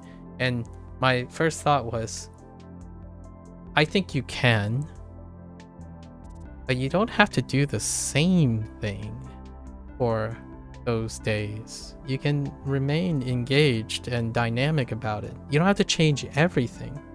Change enough of things. Then your routine habitually becomes systematically, constantly inching better. So if you gain 1% a day,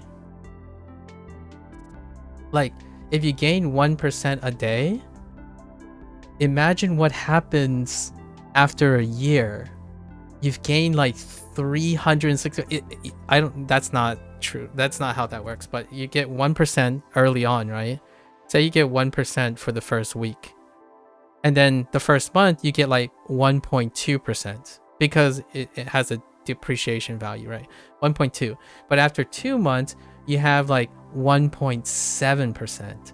What happens over time is it adds up. And that's something that a lot of people talk about when it comes to habit formation, or maybe like life refinement, like life skill development. But habit formation is a great one. You take one of your habits and you're greedy about it. You go down and you look, oh, this habit takes up 50% of my time. Like, well, how do I get this habit to be 0.1% more efficient, or like the way to achieve it? And then if you can achieve that on a daily basis, then by the time you get to 365 days, you got like 36%. That's wild, by the way, if you're able to do that. Like become additively more efficient. Usually it's really nice on some of your first changes, and then it starts dipping, but you're still improving over time. So my study habits over the years, or my learning habits, I genuinely don't know if I've ever sat down and tried to ask myself, can I keep coming up with new ways until I run out of ways? I genuinely find it unfathomable to not find a way to learn something. So, and I'm shy of 40 years old, so I think anyone can do it. You don't have to be incredibly intuitive. I actually, the hardest things I've ever seen people do is doing the same thing for months on end. Like when someone tells me, oh, I have to do my Anki, and I watch them use their Anki, okay. Then I check back every like 3 months. Recently, I'm watching this particular person because they're doing coincidentally what I'm doing, where I actually interacted with this person briefly, but I notice I tend to track people because I'm very curious. I hope they're having a good time. So this person started doing the things, and I'm observing what they're doing on day 1 and day 2, and then I wait a couple months. I actually wait a couple months and check back and see what they're doing, and it is incredibly impressive to me that they're able to do the exact routine after 3 months. For me, I don't even know what that's like anymore, because if I had to do a routine for 3 months straight without any alterations or like transformative process in integrating the new information, I would quit. I would burn out. It would get dull, it would get uninteresting, and I would know, for me personally, I'm not talking about other people, just myself, I would know that I'm learning less day after day after a certain amount of period of time without complementing and continuously being interested in my own learning process. The thing gets dull. Like when I work at a job, this is me personally, I love science. I worked in science. The reason why science doesn't get dull is you do a lot of things, but those things constantly change. There's a foundation and bedrock of things, but they have to be turned, twisted, conformed, creatively jerry-rigged to solve things you cannot solve, or like no one wanted to solve, right? So there's always a constant element of not doing the same thing while doing the same thing. So in this way, I'm trying to build language learning the same way that I've fallen in love with science. Now, I did burn out in science. I don't work in science anymore. I did burn out, and it was because of a consistent thing that I did not address. And that was my diet, my sleep, and the way I was handling my like emotional social life. I failed to maintain those things. So those things then eroded my academic side of things. And all those systems require this progressive maintenance, because there are systems that you can't choose to just toss out whenever you want. Life skills, you cannot simply say, I'm gonna switch it up later on. Like, for example, I'm gonna switch up my diet. Now I just want to be healthy now. Like, you know, I'm gonna change my life. Cold turkey. I'm gonna start on this new fad diet, and it's going to be maintained from day 1. It is incredibly impressive when someone achieves that, because it doesn't happen very often. Statistically, you are more likely to fail. Adjusting a current diet and slowly making progress towards a transition point to a new diet, and then finally getting to that point and still continue to improve that diet, is a life skills ability. It requires routine. Crash course people, they're more about crash course, like crash diets and whatnot. That's the idea.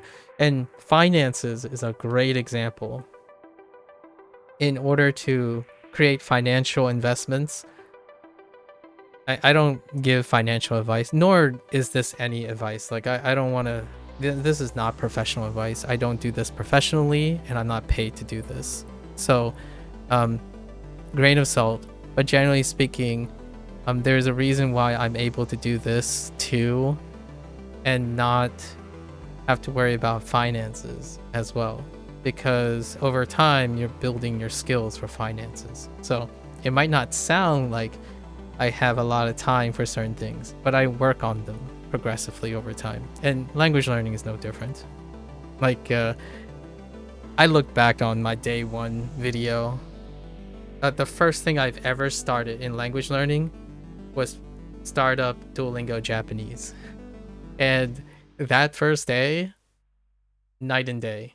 Even the things that I talk about and the routines, how I'm speaking out loud, communicating with other people, explaining certain concepts, those were non-existent on day one. And now they're effortless. I do this day in and day out, but not consistently the same way. I'm trying to do it slightly better in specific time frames. I technically do the same thing for like maybe 2 weeks, 3 weeks, sometimes a month. And then I know that around that time, I'm going to get diminished return. It's going to feel like I'm trudging along. Progress is going to... So I continue to push to a different way. Not push harder into the same thing, but innovate. Innovate or iterate, which have you. Actually, way too scientific. You like coming up with productive systems. I don't think about how scientifically effective a productive system is. I just like ideas. Some things work, for some don't work with others. That's fine. That's very in line with the people I'm talking about. You might be thinking you're not considering scientific effective a productive system is, but you just said some things work and some things don't. That is in my opinion, that tells me you are, like, I'm not saying, I'm not gonna try to gaslight you on this. When you say some things work and some things don't, that is viewing things as a efficacy. When I look at things, some things work better, perhaps, or less than others, but they have properties that you can take that work to combine them. To me, I don't see a thing that don't work or do work. I see things that work to some extent and don't work to some extent. And all of them can be, quote unquote, analytically and or intuitively combined using problem-solving skills. You framed it in a way that it either don't or do, which that is an efficacy thing, right? It's based on how productive the system is. Like, how do you determine what works and what doesn't work? I'm looking at things, whether how well they work and how well they don't work, but all of the stuff works. The idea is to take that information and make something that works from all of those things, or anything. You mix and match and refine things, so there aren't habitually things that don't work. Like, for example, when someone comes up to me and say, Duolingo doesn't work, it doesn't teach you anything. Yes, it does. It does teach you something, and therefore it invalidates your productive efficacy way of evaluating output, not based on the process, but based on a goal. If something doesn't work, why does it exist? For example, right? And you can make an argument, well, people are just dumb and they just don't understand. I'm like, I think the person that is making that reductive argument is the one that potentially don't understand. I mean, I'm not suggesting that both. It could be both. It could be neither, right? Or anything in between. But I think your statement illustrates my point about that. So you're saying you're doing one thing, and I like to think that you're kind of thinking you do one thing and you're doing another thing. And that's perfectly fine as long as you find, however, your mindset, like Bree, maybe the expression is lost in translation. Like I'm misunderstanding what you're saying because it is kind of difficult for me to understand. I guess at this point in time, you don't note down every single minute of your improvement. You don't have to. You're way too present in the moment to even remember noting percentages or exact hours. You don't have to. The whole point of my discussion was that you don't do that. You're prescribing to, like, if what you just described is you are inferring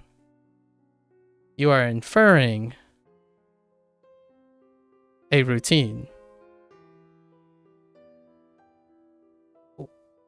That routine could include every single minute,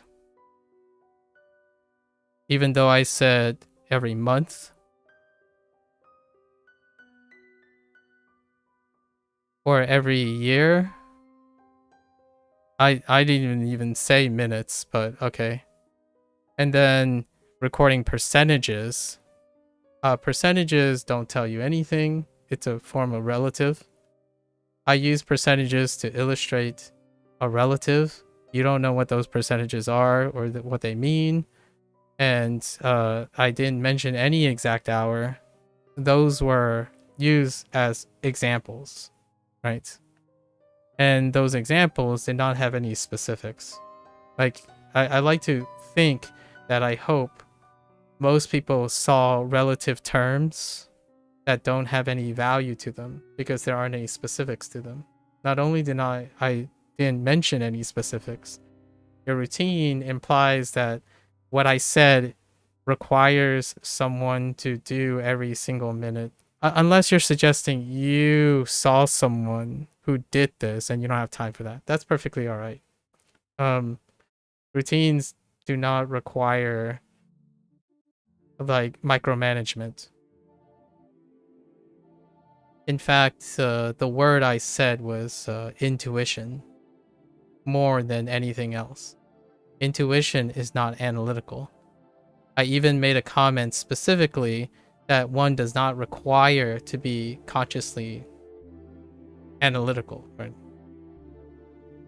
There may be reasons why you don't like Pomodoro too much. Timers make you too self-aware. That's fair. I don't have a timer on mine either. Or actually, here's one. Here's one to demonstrate that you and I might be on the same page about this. People constantly talk about speedrunning.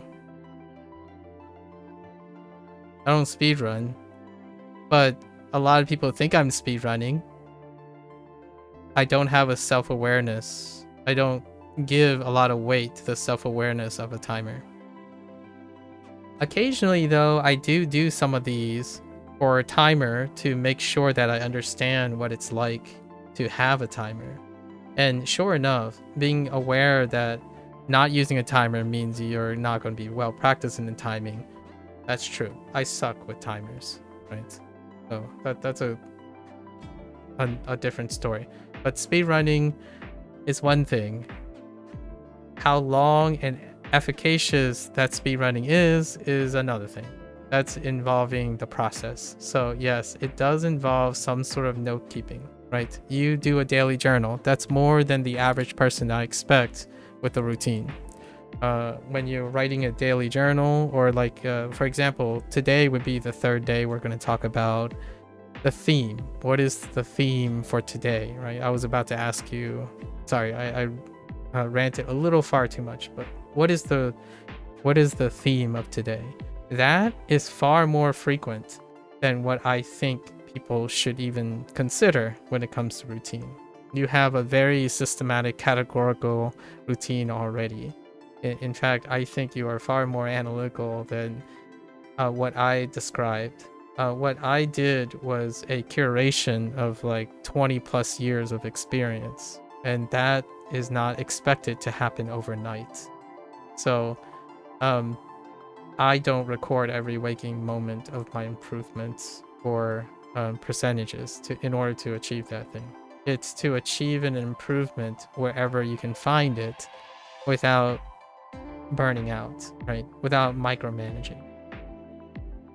And that doesn't have an answer. It doesn't have specifics. So there's no way I can describe what that's like for you, Jazz, or what that's like for you, Bree. Like, there's no way I would be confident enough to know what that looks like. But having a really good friend, maybe some siblings, and other people that love doing the same thing you are, can create that wonderful dynamic to get feedback. I operate largely on my own feedback while analytically looking at other people's things, like other people's behavior. But generally speaking, it's been a very long time since I've been around other academic individuals. Like doing science, every day you're building an argument, building evidence and an argument against your most stringent peers. And that's kind of what makes it not effortless at first. Routine makes things effortless, in my opinion. They are more likely to make things effortless. So what seems like every waking minute might be catharsis in the future. Not that I'm suggesting or advocating that someone micromanage every waking minute of their lives, but I could see it being possible for someone who does it very automatically. Timers make you alert that you have to be in the next bit in 3 or 2 or 1 minute. If you were to be in the productive zone, you're happy doing work than having to be fast about it. That's fair enough. Fair enough. It's been a while since I've done something with a deadline. My self-imposed deadlines are monthly. So, like, for example, I have projects this month, and actually most of them are flexible, but I do, at some point when it comes closer to a deadline, I must complete it. So, like, Claire Obscura's review was at the very last day of May. I gave myself the entire May window. Originally, it was planned to be spread out across 18 days. It ended up being 26 days. So that's kind of a mix. It's both. Having a bit of a timer, but also not having a bit of a timer, as opposed to all or none, right? This works, that doesn't work. This is too much, that's not too much. Adjustments. A lot of adaptivity. It doesn't make for the best productivity, nor does it make for the worst productivity. However, the human condition, in my opinion, what is default about this is it gives you the power, at least some semblance of comfortable, consistent reliance. Like, when someone says, hey, can you do this? Like, well, yes, I can. And then when the person starts imposing how, when, where, then I start thinking. I start churning, like, okay, all right, so that means I can only do like some of these things. Yeah, this stuff works and stuff. And that's kind of how I view other people. When someone asks me, I have a problem, like, tell me the details of the problem, we'll narrow it down, right? You start with a pool of hundreds of thousands of possible working solutions, and then you gather more and more information about the person's goals or what they want to achieve, and then you start narrowing it down. But the pool has to be in excess. It has to be more than just one method. So once it crosses a specific threshold, that's the exact number thing, I put an arbitrary method, right? Like, how many approaches can someone take before they emotionally give up on improving their diet? So the moment they tell me a lot of deal breakers that narrows the possibilities down to like less than 10 methods or 10 routines, then I would start to worry. Like, can I get them to include more possibilities? Because I would think a person is able to do or tackle and test for themselves more than 10 potential alterations to their routine for their diet, right? If they focus on a singular, most greatest diet ideal and bank everything on that, that is exactly what I'm saying about language learning when I was talking about diversification and as a form of investment, forward investment versus savings. So you bank everything on a specific method, it can work like gangbusters if it is indeed the best method. So it is so the things that I'm talking about is neither the best nor the worst, but they are the consistent. It produces consistence. You can be incredibly productive one day, then you can crash out. That's idealism. So that's how the internet, in my opinion, rolls. You work with idealism. This is the best method, so this one works. This is less than best, so it doesn't work. Nothing in between. And then if this one doesn't work, then the next best is the best one. Again, not anything that's less than the best. Right? Sure. And you'll get there. I drew that like really like 5 steps forward, 4 steps back. 5 steps forward, 4 steps back. You'll still get to your goal. Emotionally, that can wreck people, depending on who you are, obviously. If you don't see that as an attractive way of approaching a goal, there are alternatives. And that gives you catharsis, in my opinion. It lets someone feel less anxious when they understand that there are more than one way to get to a goal. And in order to actually realize that, in my opinion, like actualize that, not analytically, but intuitively, realize there are more ways to get to the goal and you know what they are and you are okay with it, it provides academic solace, like mental, emotional, academic solace. Like, well, I feel like we're gonna start here. It doesn't matter where we start actually, but I'm feeling this. We're gonna vibe this out. We're gonna vibe to this one. The idea is you're always sitting on a bit of confidence. It's different from arrogance because you don't know how well it's gonna work. You just know that it's sufficient to work. You can overcome sufficiency. You'll make it work. Not the best, not the worst. Arrogance and confidence, in my opinion, is born out of idealism. Those people would say, this is gonna work the best. I always do the best. I'm always right. The things I choose never fail. That is, in my opinion, probably the antithesis of what I'm saying. I know that in the process of doing something, some things aren't going to work as well as I planned, and there are things that are going to work maybe even better than I planned, and some are exactly as I expected. But whatever that didn't work very well, I'll take the things that did work to some extent, add it to the things that work really well, and then add it to the things that worked meh, right? And then overall in the process, you'll have something that works. Not the most ideal, but also not the worst. And to me, that creates incredible emotional consistency. There are people, I feel, that think they do this. And then they spend every waking hour trudging and focus on all the things that they did wrong, waste their time, things that they threw out, or things that they should have done. If I were to do it all over again, they were going to do this way because now I know better. That's not the same person I'm talking about. I do not do that. So when oftentimes, right off the bat, one of the most common questions that people ask me when it comes to after like 300 days of language learning is, if you were to do it all over again, what are things you would change? Or what is the thing you most regret about starting with Duolingo? Like, well, I don't think about that, but I could tell you things that maybe were slower or faster in terms of like number, and then you can interpret it on your own.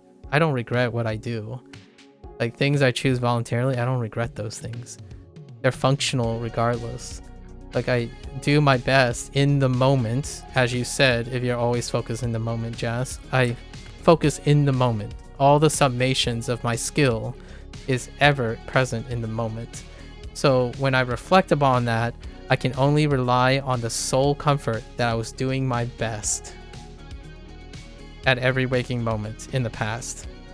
But my best is never going to be the best that I currently am at, because I have already profit from the present. So my future self is going to be better than my present self.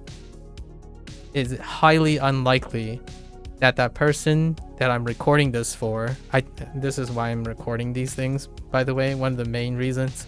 The person I'm recording for, that I'm talking to right now, that me, 1 year down the line, he's going to be better than me right this moment. But I don't focus on how good he's going to be down the line, which most people do.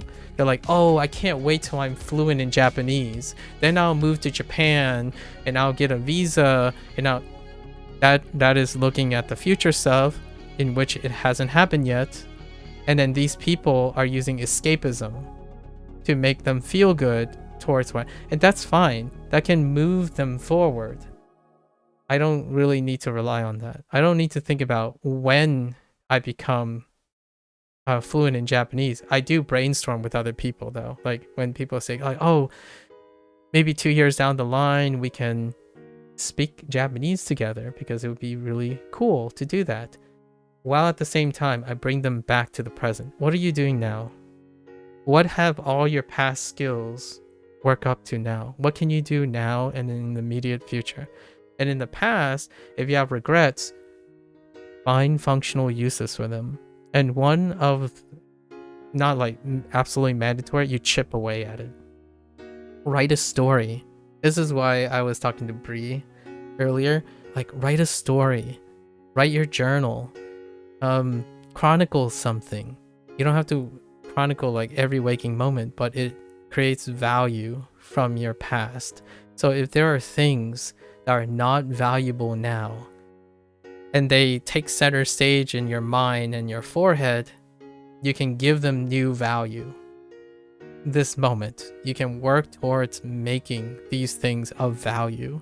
And the moment they become valuable again, they're no longer points of regret, or they are unlikely to be points of regret, because they are functionally gaining new life once again. I think it took me about 30 years. 30 years before I've come to monetize, quote unquote, figuratively, monetize and reevaluate all the things that led me up to my 30-year-old self. And since then, most of my actions, the way I can help people, are rarely ever looking at regrets or things in retrospection that's constantly negative. So I no longer project that anymore as well. Like most of the stuff that I talk about, when people say, oh yeah, like my childhood really sucked, it's like, yeah, my childhood pretty much was like that, you know, discrimination, racism. We didn't have much money, but my father saved up all that money to give me a Genesis when I was 5 years old. And then someone would say like, oh, I'm sorry you feel like, I hope that like your better days. Like, no, I don't feel sorry about that. Like I wanted to share with you what it is that led me to the person you see today. I want to tell you that it is important that I had those experiences. And let me tell you and explain to you, or like try at least express to you, how these things that are seemingly incredibly negative and possibly a point of empathy can also be your source of strength and your source of introspection. So when that person thinks like they don't have a lot of money, what can you do with all the money that you currently have, right? Thinking about what you could have, which you can't have right now, and all the things that led up to your current position that prevents you from having the things in the future. I don't think it's manageable without a balance of what you can do in the present and how to make things valuable that you already have in the past. So many of those things, like your stories, I love hearing people's stories. Like when someone says they just recently complete a marathon, and then someone said like, back in the day, I couldn't even breathe when I was running. It's like, now you run a marathon. Tell your story about how you couldn't breathe, because your marathon proves that you can. And that, in my opinion, is exceptional when someone writes a story about themselves. Like, you hear these things like, oh, I don't like this part of myself, in the past, like, oh, I used to do that, like, but the key word is I used to do this, and now I no longer do this. But let me share with you what I used to do and show you or explain to you how, because I did that, it made me want to change. It made me want to improve on those things. And now I can share the existing story. I was, a recluse, very isolated. Perhaps if I was born in this world of the internet, I would convince myself I was an introverted, lazy, non-productive, and like eccentric that doesn't belong in the public eye. Like in this day and age, like if I could probably convince myself that was my 16-year-old self. All those things, they don't necessarily exist anymore. Oh, they, in their original form, they still exist with me today. Like all that stuff is important to me, but they're no longer in the same context. Like I understand what it's like to be an arrogant, pragmatic, cold-hearted, calculating person. That person is still there. But because I keep that close to my heart, I also can appreciate what it's like to be compassionate, smile, encourage people to do more, right? And you can too. And that is one of the glorious things about retrospection. And I love when people have stories like, oh man, I used to never be able to do this. And then it becomes their like swan song or something. Absolutely electric. Sorry. Okay. Now we're done. We're done. we're definitely done. But thanks again for the opportunity. I hope that didn't make anyone feel like too uncomfortable. If I sound really cheesy and I'm like pouring in on the you can do it thing, it's deliberate. And I won't. I know I keep saying sorry, but it's more like sorry in the sense that I really appreciate the time. If anyone watches this in the future and it affects them, I'm sorry for taking up so much time. But if it becomes something, thank you for the privilege, right? Thank you for the privilege of sparing some time for some words. I do aggressively push for this assertive, proactive lifestyle. I think people need to hear that more often. It's not about the best ways and all the worries of whether it works out. Is, do you have enough sufficient confidence that you can make it work? Because idealism needs to be balanced out with what would we call it? Realism, right? Realism, and believe in your ingenuity. It's wild to think there are times when, or it's a little bit wild nowadays, that the default answer is either you can do it or you cannot do it, as opposed to, do you want to do it or do you not? When someone says, do you think you're able to learn French? Yes, of course. Do I want to learn French? Convince me. That's it. So when I understand there are like physical limitations to this and whatnot, but you can moderate it to a point where it is possible. You can't walk 10 steps today. Can you walk 9? 8. Right? Maybe there's a different way to measure movement, right? Ingenuity. Okay, all right. So I have no idea how to do this sentence. Okay.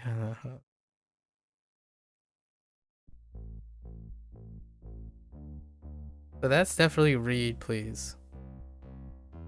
And then には oh, maybe it's yeah. Sugu? Is this sugu for immediate?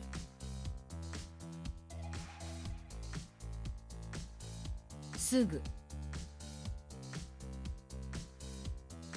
Maybe like に this? 手紙はすぐに like in immediate like next or something. I don't know if it's sugu. すぐに読んで read command ください please. Okay. All right. So sugu. I don't. Does it always sugu? Okay. All right. 手紙を読みます。手紙を読みます。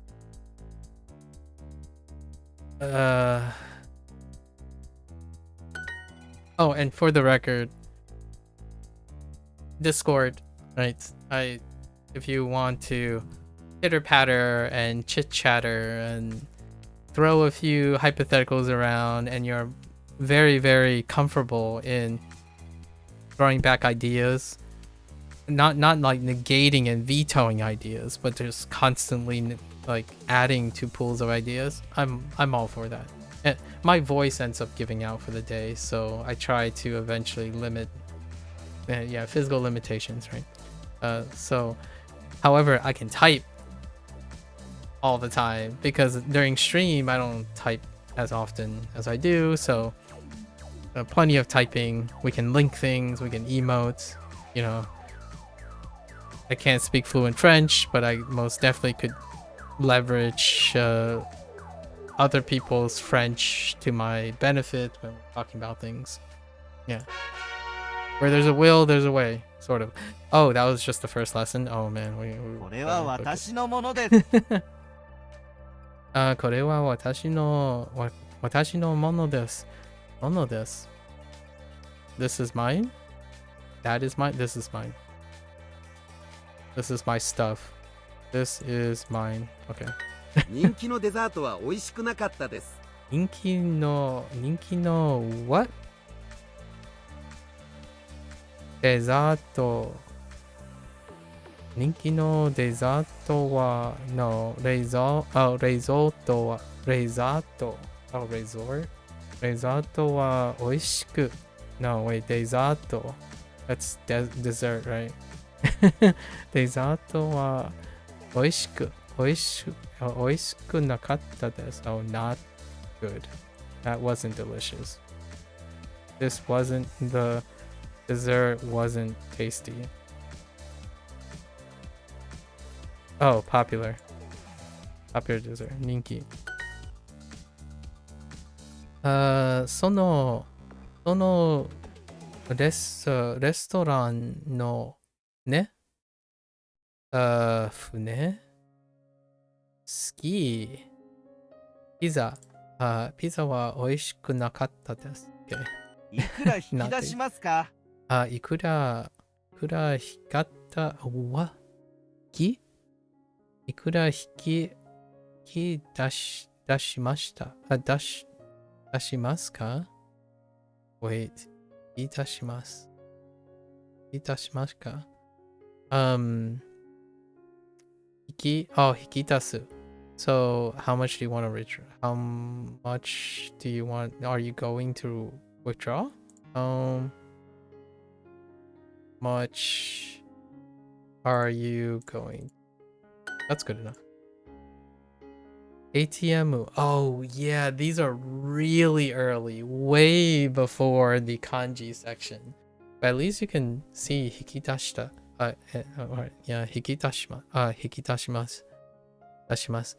ATM で、ね ?ATM で、2万円を引き出します。コンビニはまだ開いていますか？コンビニはまだ、まだねwhat is, コンビニはまだ開いていますか？開いていますかいや、開いていますか開いていますかis the convenience store open again? Or already? Or still? まだ still. Is the still open? 近くね近くの close コンビニは今開いています。Okay. Yeah, it's open now.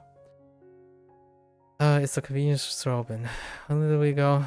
コンビニはまだ open.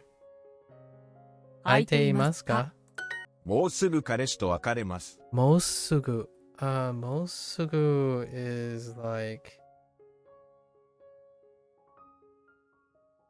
soon or like immediate or right next. Okay. もうすぐ彼氏と別れます。I'm gonna break up with my boyfriend soon. I will break up with my boyfriend soon. Okay. もうすぐ彼氏と別れます。アプリで新しい彼氏を探します。I'll look for a new boyfriend on an app. For sure is ほとんど. No, it's not ほとんど. 必ずね。いや、必ず。彼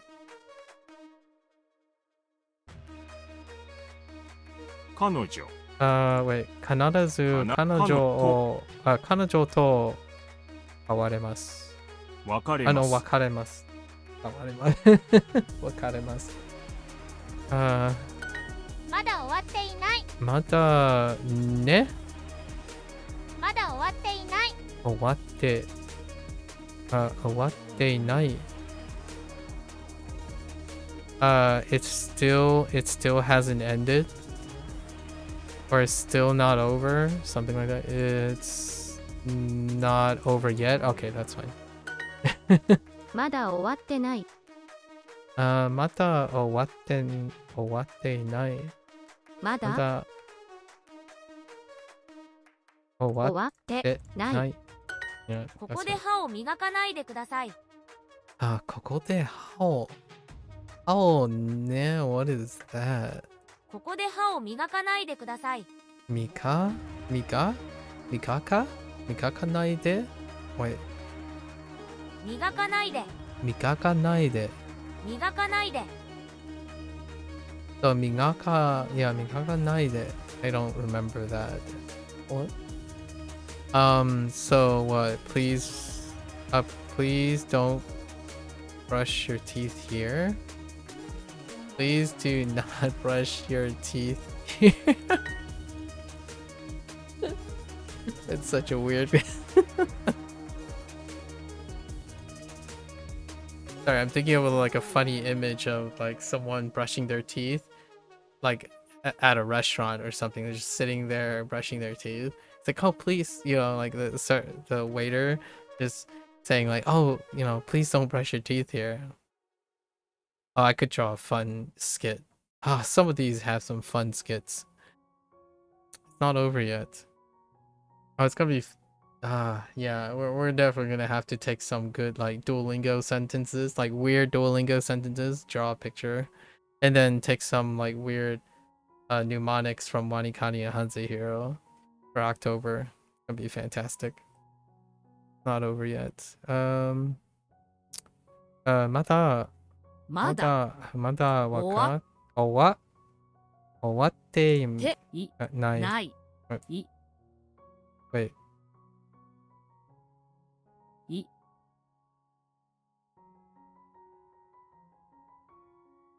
い Something is missing. まだ終わっていない。Yes. I'm like, that doesn't sound right. 終わってない。What is going on? Alright. はい、どうぞ。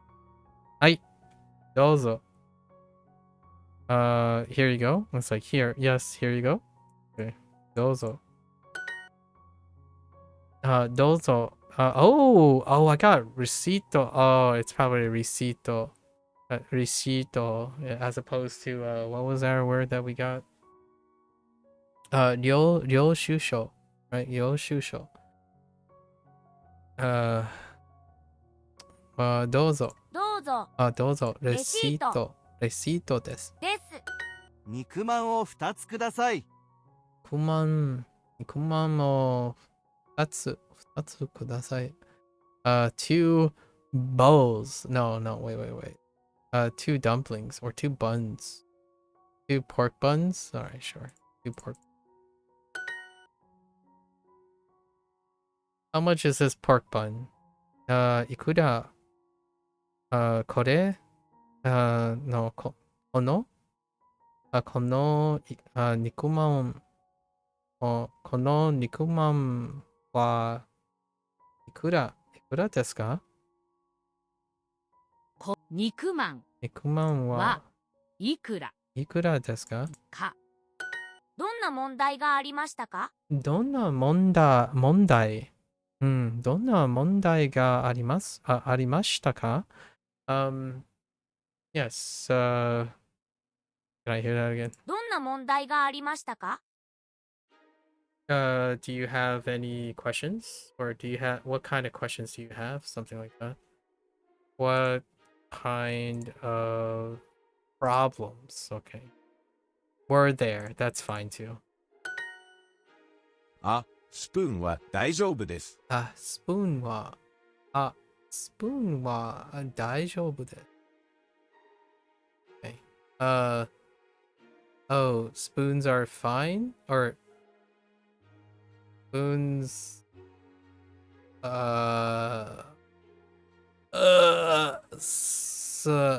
wait. I don't need a spoon? Okay. That's fine too. Not enough context for this. This is whatever they end up hiring because spoon wa daijoubu desu. It could be like, oh, it's okay. No, like spoon is okay, or no spoon is okay. Like there's a lot of there's just so much. What kind of problems were there? What was it? Donna? Did they use Donna? Donna. どんな問題がありますか？ありましたか？ Are we doing? Oh yeah. ありか Past tense. Were there? 近所の人ね？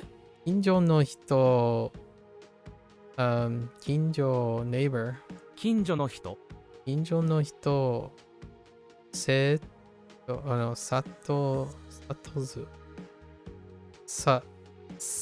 イズ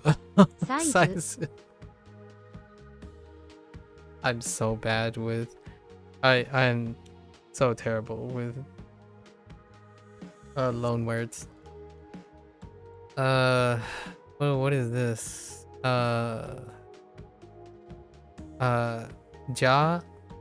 Jagaimo. Oh, potato. じゃがいも Jagaimo. レシピ。スプーン6月でした。6月でした。It was June. 6月に遊園地に行きました。とても暑い日でした。そして午後は雨でした。傘はありませんでした。最悪でした。It was very rainy. Okay. 6月。勉強。西。Whoops.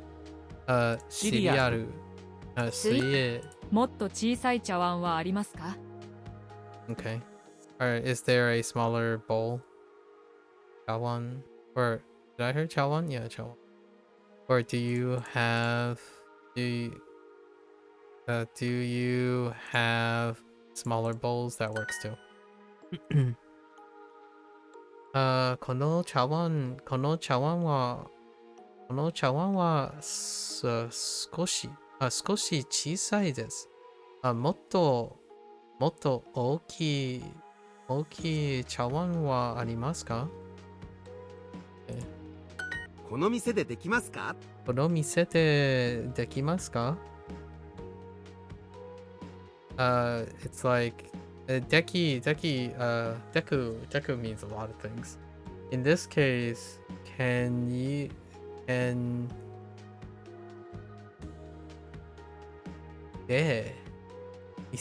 この店でam I able to do this at the store? At the store? Can I do this at convenient or a store? Can I do it at this convenience store? 大学の隣のコンビニでできます。Okay. 大学のコンビニの大学の隣のコンビニでできます。隣のコンビニでできます。大学の隣のコンビニでできます。Yeah. The 隣 next to the convenience store next to the college or the university. Oh, it's after midnight. I was having too much fun. Alright, sorry. Alright. 昼ご飯を食べませんか？昼ご飯を食べませんか？ Would you like to eat lunch? ね?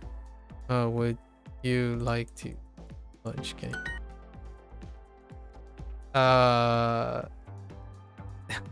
Are you hungry? 大丈夫ですか？大丈夫ですか? No, I'm kidding. But technically, if someone was talking about, like, if they kept talking about food, if you say 大丈夫ですか? 大丈夫ですか? It could be interpreted as are you hungry? Like, are you okay? But really it was implying that it's like, are you hungry? Because we can go and eat, you know. It's not really, it's a really big flex from are you okay? Let's see, onnaka, it's like onnaka ga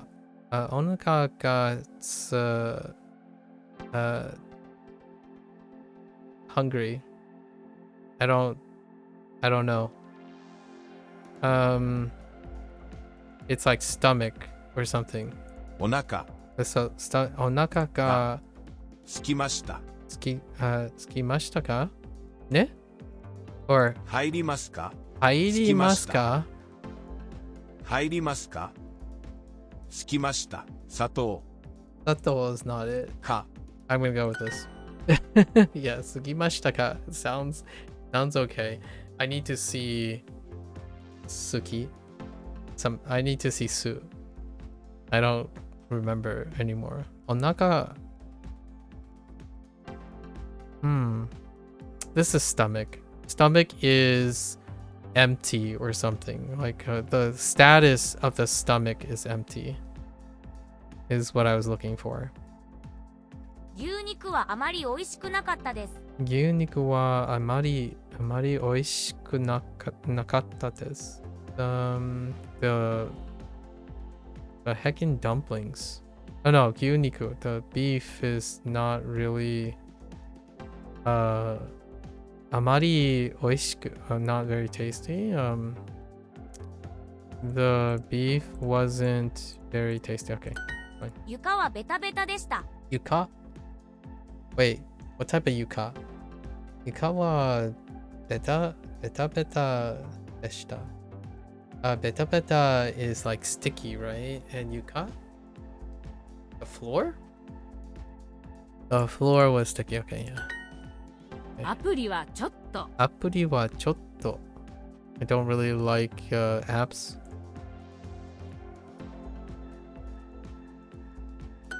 きっと素敵な人を見つけます。と素敵な人を見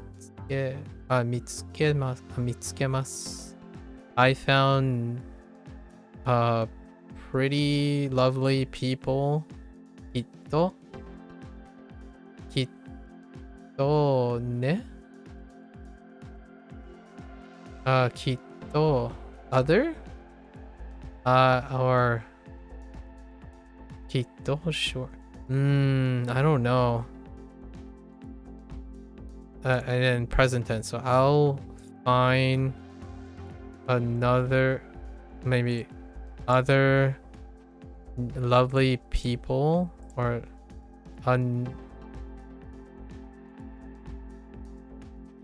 I'll find oh sure. Wait. きっと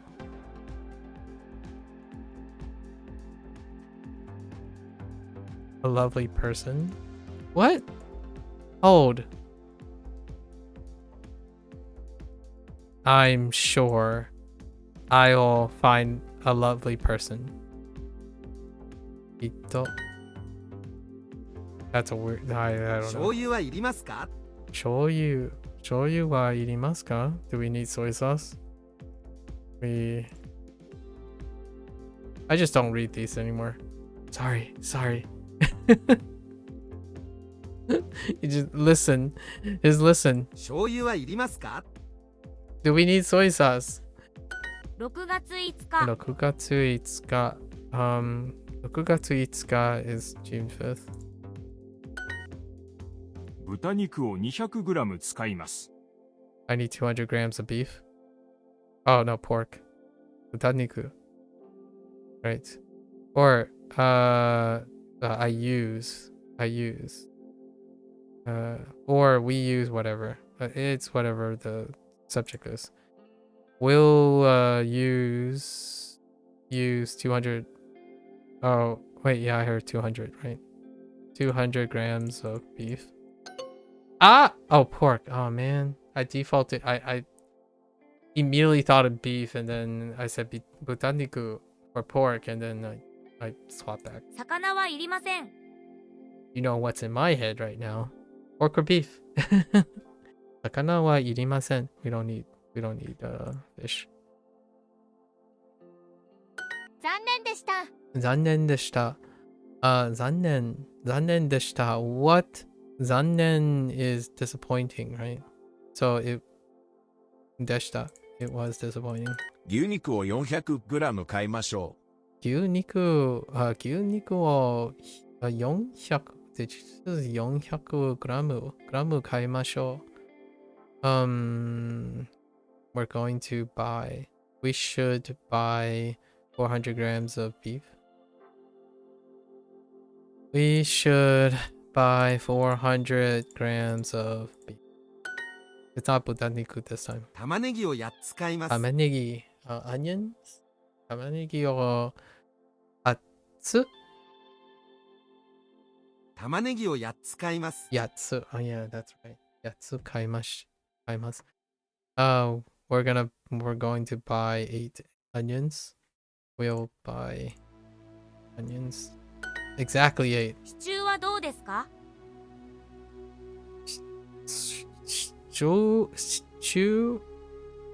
Stew. Oh, stew. Stew はどうですか? How was the stew? How about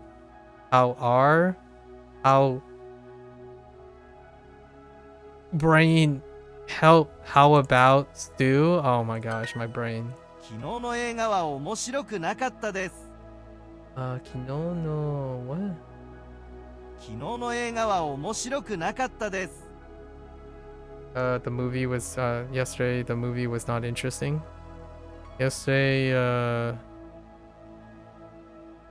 Yesterday's movie short wasn't interesting. 7日に彼氏とデートに行きましたか？ Did you go on a date yesterday? Did you go on a date on in July? Did you go on a date on July? Wait, oh no, on the 7th. Did you go on a date on the 7th with a boyfriend? Something. Oh, I missed something. 7日に彼氏とデートに行きましたか？ No, yeah. Did you go with your boyfriend on a date on the 7th? So wordy. いつ彼氏と別れますか？いつ彼氏と別れますか? Okay. Yeah. How do I screw this up? Oh no. That's just asking when. When are you breaking up with your boyfriend? When are you going, oh my gosh, to break up with your boyfriend? I think it takes longer just to find the choices. カレーを作りませんか？カレーを作りませんか？作りませんか? Do you wanna would you like to make curry? Oh, or cook curry, that's fine.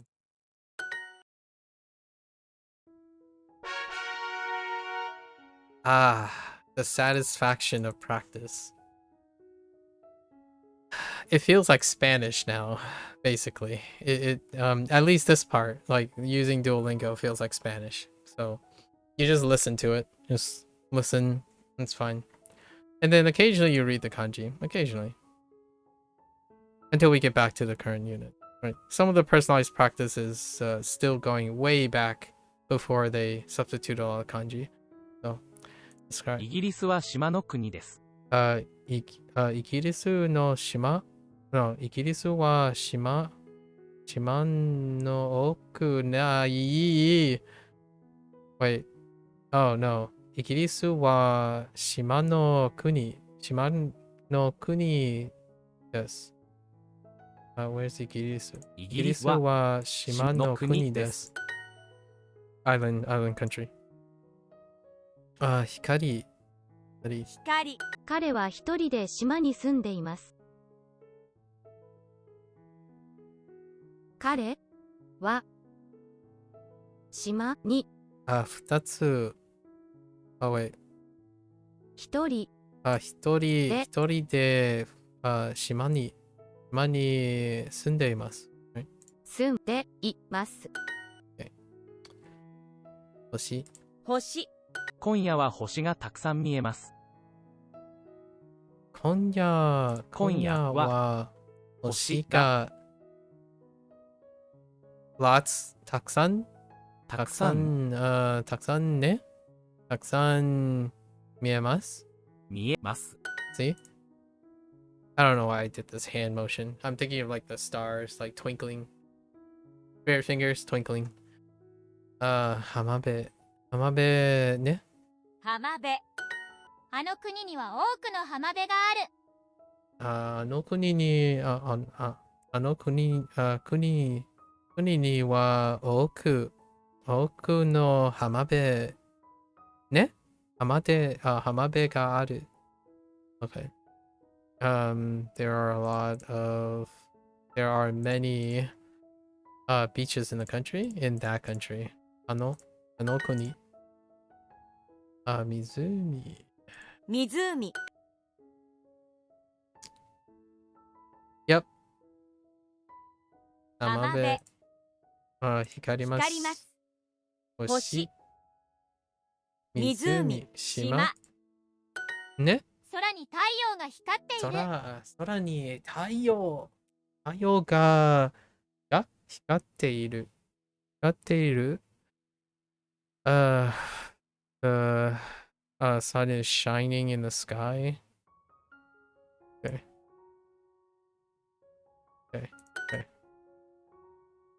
太陽光ります。星。両替。両替. Oh, there is only 2 strokes. Okay.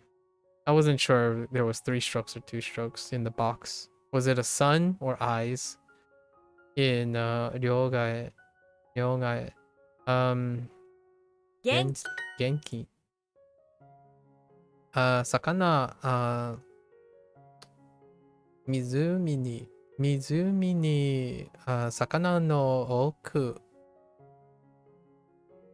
奥の魚がいるね。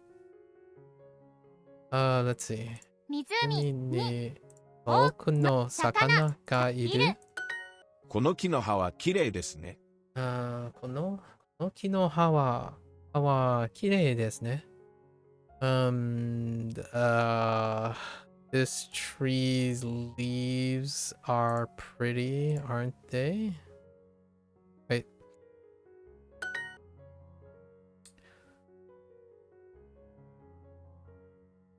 Here. ここ。ここの空気はとても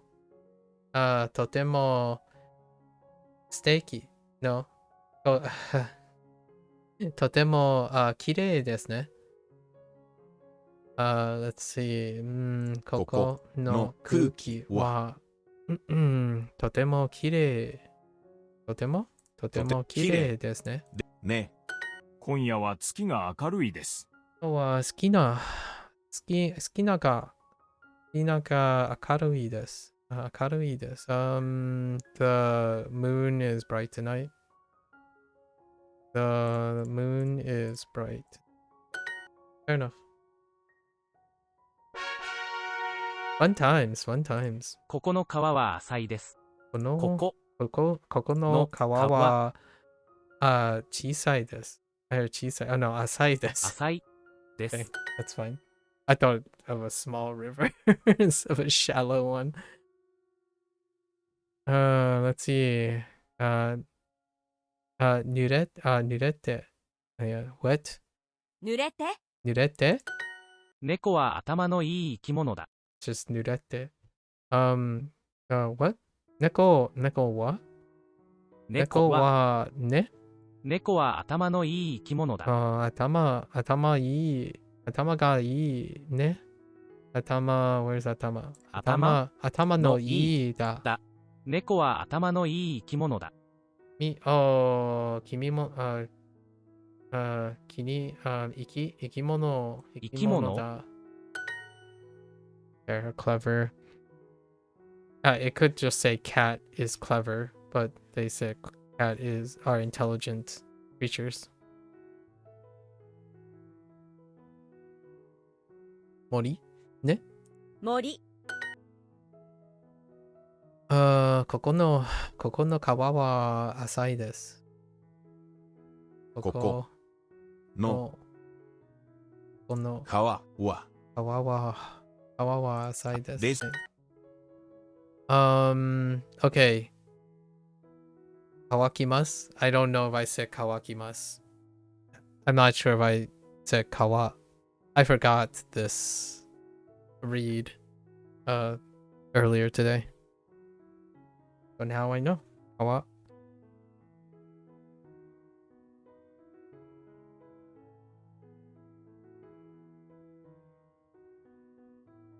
乾きます。乾きます。島。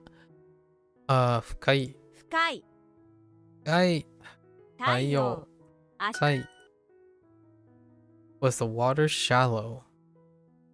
水はね。水は浅いですかね。水は浅い。Oh, was. 浅かったです。あさったです。か No, forgot is a question. 深い。what was this? 捕獲ね。No, kawaku. Oh no, I did mess up. I said waka as opposed to kawaku. 乾く I clearly, when I said wakaku, I was like, no, that's definitely what I said earlier. So it's kawaku. Kawaku. 浅い So there's kawakimasu 乾きます and hikarimasu. この池は泳ぐには浅すぎます この池は泳ぐには浅すぎます。So this pond is too shallow to swim in. This pond is too shallow to swim in. Okay.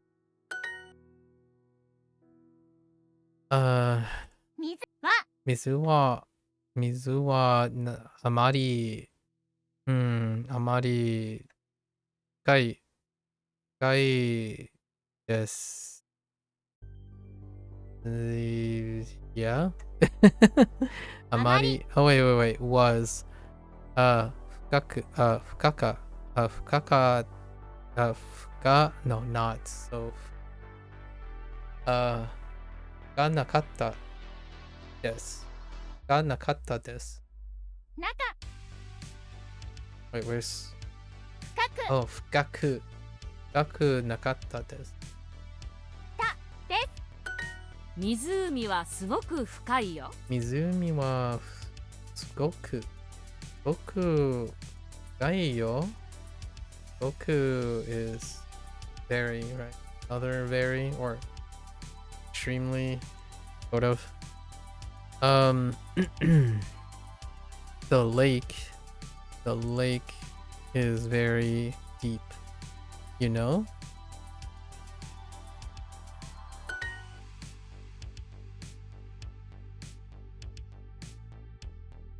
私のシャツシャツまだ熱い wait what was dry it's わかね若くのいいadjective wait 若ない若い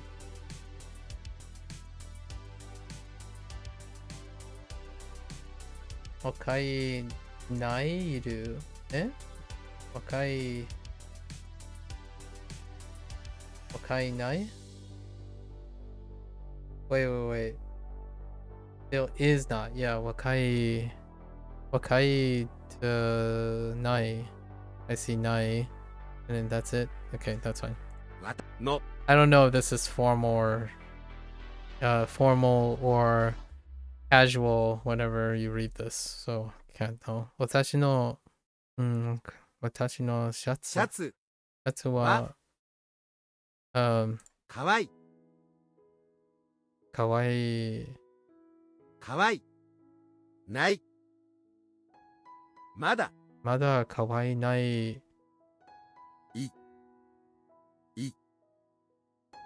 いてwait I don't know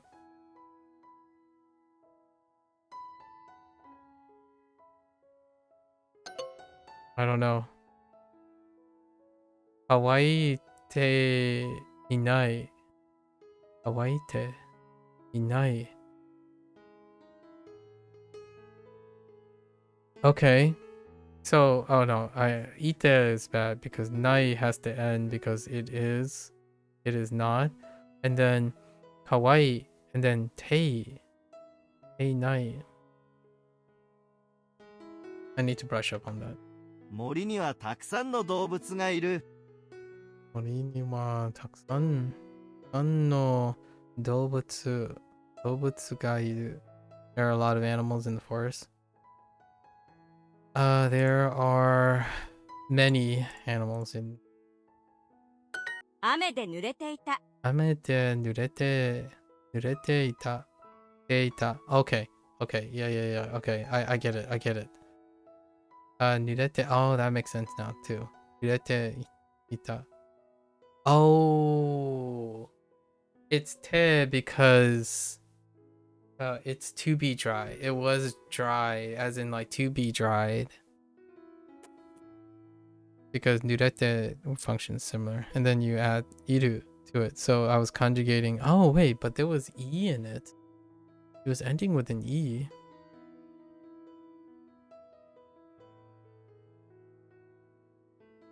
Hmm.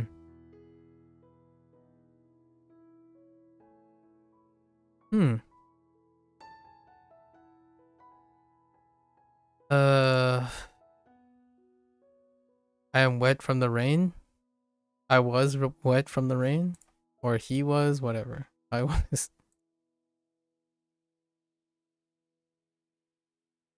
Has Duolingo help with real life conversational scenarios? Well, considering that Duolingo doesn't have real life conversational scenarios, I suppose whenever there is a real life conversational scenario, it's interesting. Real life. So you mean like people you bumped out in IRL? I don't go outside lately, so, and I don't live in a place where people converse in real life, so no. Just curious because you're also self-learning Japanese as well. Yeah.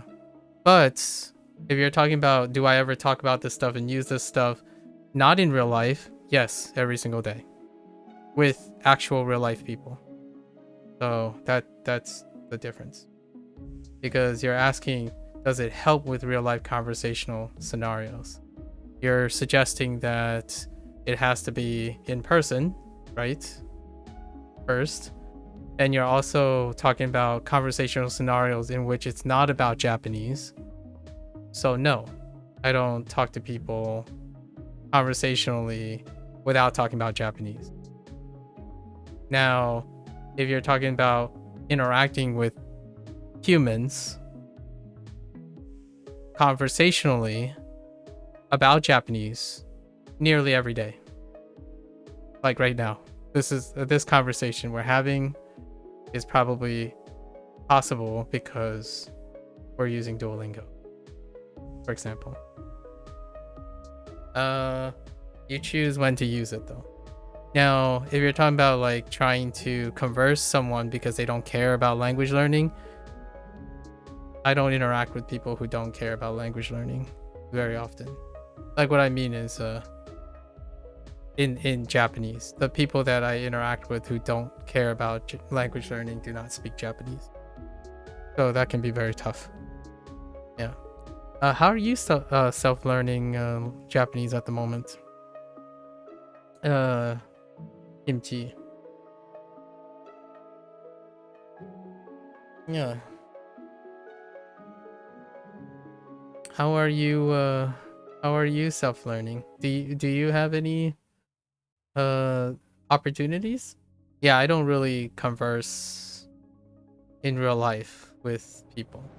I live in the United States. Most people are not Japanese speakers, or specifically we're talking about Japanese, but in terms of Spanish, yeah, I mean, but I knew Spanish conversationally before I started using Duolingo Spanish, so that might not be the greatest.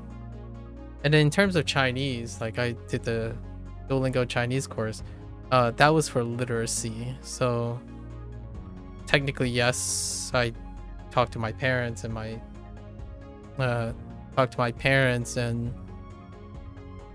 extended family using Mandarin sometimes. Use Renshu and Boonpro on the phone, meeting with a language exchange student weekly. Oh, that's nice. Language exchange student, huh? And does this language exchange student exchange languages with you? So are they learning English in the process? Are they interested in language learning? Is that what the language exchange student is for? Renshu, yeah, the browser, yeah, I'm aware. Oh wait, Renshu on the phone. Oh, that's interesting. the browser I'm more familiar with, I suppose. Yeah. So are they exchanging English with you? I typically don't interact with other people who aren't interested in language and cultural exchange. That's probably my one little thing that might be right off the bat very different as a selection factor. So language exchange students sounds amazing. It sounds quite a very, very neat opportunity. Yeah, we trade languages, English for him and Japanese for you, 1 hour session, 30 minutes. That's fantastic. Is that just something you have available to you because your environment allows it? Or are you like going out of your way when you're saying self-learning Japanese? You had to reach out? And was that like, is there a story behind that? That's pretty cute. I think that's awesome that you're doing exchange. But you think geographically you have advantage since you live in Hong Kong. Oh. And this person doesn't live in Hong Kong? And you live in Hong Kong. Do you Cantonese at all? Are you you're probably multilingual already, yeah. But they study here. Oh yeah, I see what you mean. Interesting. That's awesome. That's such a great opportunity. I would probably engage in a foreign language exchange thing if I were close to a university. Unfortunately, I'm not close to a university anymore. Back in the day though, it was largely the opportunity was available there for sure. I was speaking a different type of language, a different type of English back in the day, academic science English. So didn't really leave a lot of room for exploring alternative languages. Are you in study right now? Do you happen to be a student as well? Or are you using this opportunity to go to a nearby place? I've met another person from Hong Kong. I haven't heard from the little goober in some time now. Do you happen to also be exposed to Cantonese? Or Mandarin? 你说的普通话吗？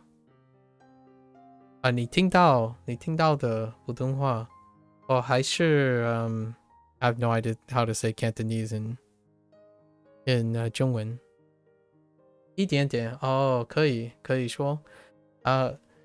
我不说太多的中文。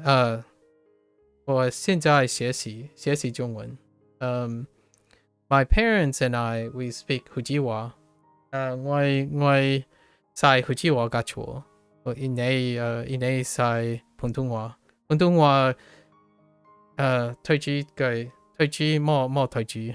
When I was raised in the United States, I was not educated in Mandarin. So right now I'm also trying to study Mandarin while linking it with Japanese. So we have kind of like a staggered relationship. And production is because I'm a heritage speaker, so most of the stuff that I talk about is converting simultaneous at the same time from English, Fujianese, and Mandarin all at the same time in order to get the production. Yeah. Like, you know what I mean by, you hear it so often and then you're like, can I reply in English? Like, they would say all this stuff, it's like, yeah. And then I was like, oh, okay. And like, oh, you speak English. I'm like, no. You can keep speaking. As long as you can understand that I'm saying yes and no and stuff, we're good. That's so right now, that's how I feel about Japanese too. Like, I've been listening to Japanese for a very long time, but it's awesome to finally like put words and stuff to like put words and writing to all the stuff. So, but I suck at like production is mid, very mid. But I've been sticking it in every once in a while. I do the Fujo Glish, Chinglish, Spanglish deal, you know. You know, hablo un poco español, porque los estudiantes, hay los estudiantes de español en mi former universidad, right? So you can kind of put some words here and throw in some words here, and that's how I generally learn. So when you were talking about the exchange student, that's pretty cool. I actually find it really fun to like constantly go back and forth. I know you might be doing it like at blocks, but it's also really fun when the other person is also interested in acquiring words. So my parents, that's how they acquire English words from time to time. It's usually, if you listen to me and my parents, there would be like an English word and it would like frame around it. Like, oh, Jane, 我定那讲考 school 啦，但讲那考一零那看 doctor 啦都you probably have already surmised due to school, doctor, you're probably going to get the idea of what I was saying. I basically just said, I'm going to school, then I'm going to stop by the hospital to pick up the medicine, like to see the doctor to get the medicine, right? But you can hear that the doctor is inserted and school is inserted. Not that you can't say those things, but sometimes my parents have already assimilated specific words.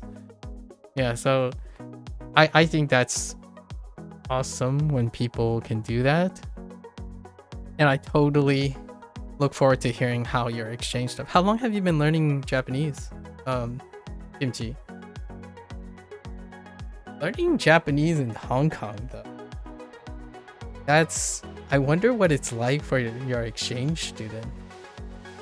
2 months, 2 months only? How's it going? What may I ask?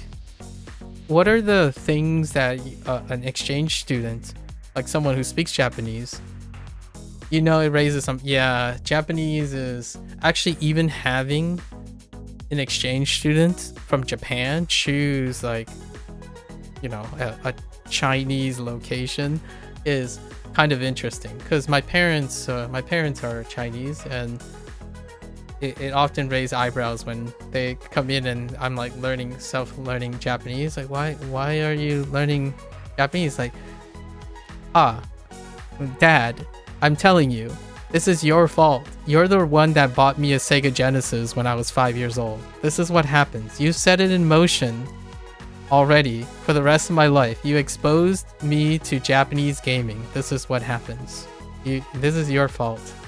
I'm kidding, of course. I don't say that to my father, but the irony is there, where he produced the catalyst that exposed me to Japanese for the rest of my life. So hard to deny that. May I ask, what are the kind of the first things that an exchange student tells you about Japanese? You're probably one of the few that I've encountered. I don't encounter a lot of people, but nah, you're currently a tax-paying citizen spending time to just learn. Oh, okay. I dig that. I like how you're saying a tax-paying citizen, so you strike me as someone who is visiting Hong Kong, but not sure if you're going to stay there. You sound, when you say tax-paying citizen, that sounds very Americana. You don't happen to be American, do you? Are you? Are you studying abroad right now? Or have you transplanted? The whole a tax-paying citizen, or UK even. UK? It's either UK or, like, when you say tax-paying, I often feels like, man, that's something that's difficult to encompass unless you're from UK or American, but maybe Canada, maybe. Like that phrase is awfully very specific. But maybe not, right? UK has a lot of exchange relations with Hong Kong, so unless you acquired it from online, which is very reasonable. I just like how peculiar your phrasing was. Unless that's does Hong Kong think about taxes a lot? But your language partner vehemently told you to understand that anime conversation is not IRL, so you nipped that in the bud really fast? Oh, okay. Fair enough. And does your language partner also watch anime? From there, he just drilled you with katakana and hiragana? Oh, okay. Not at all? So how does he know?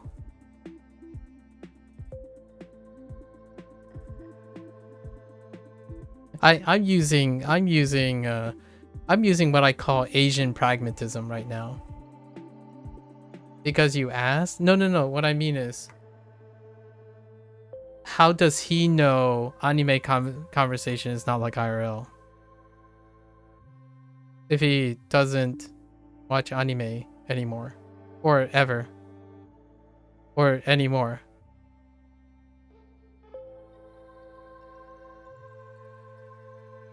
You see what I mean? Because, hear me out. I'm just saying about learning. Knowing what it is not is also very informative. So, if that person says good question, didn't really question it, I know here the reason is there are lots of people who learn tangentially off of what it's not. So like if it's still, I think it's still true, because the stuff that I hear in interviews, and I watch interviews a lot. I watch like people interview in Japanese and they speak in Japanese and English when they interview and do things like that. And it doesn't occur, for sure. I get that. However, it is kind of funny. I ask because is it from experience or are they assuming? Because there is always a chance that anime conversation has changed in the last couple of years, you know, or however long he's been living. Like, for example, I would say, really hot take here, internet conversation is not the same as IRL conversation, period. I would say that.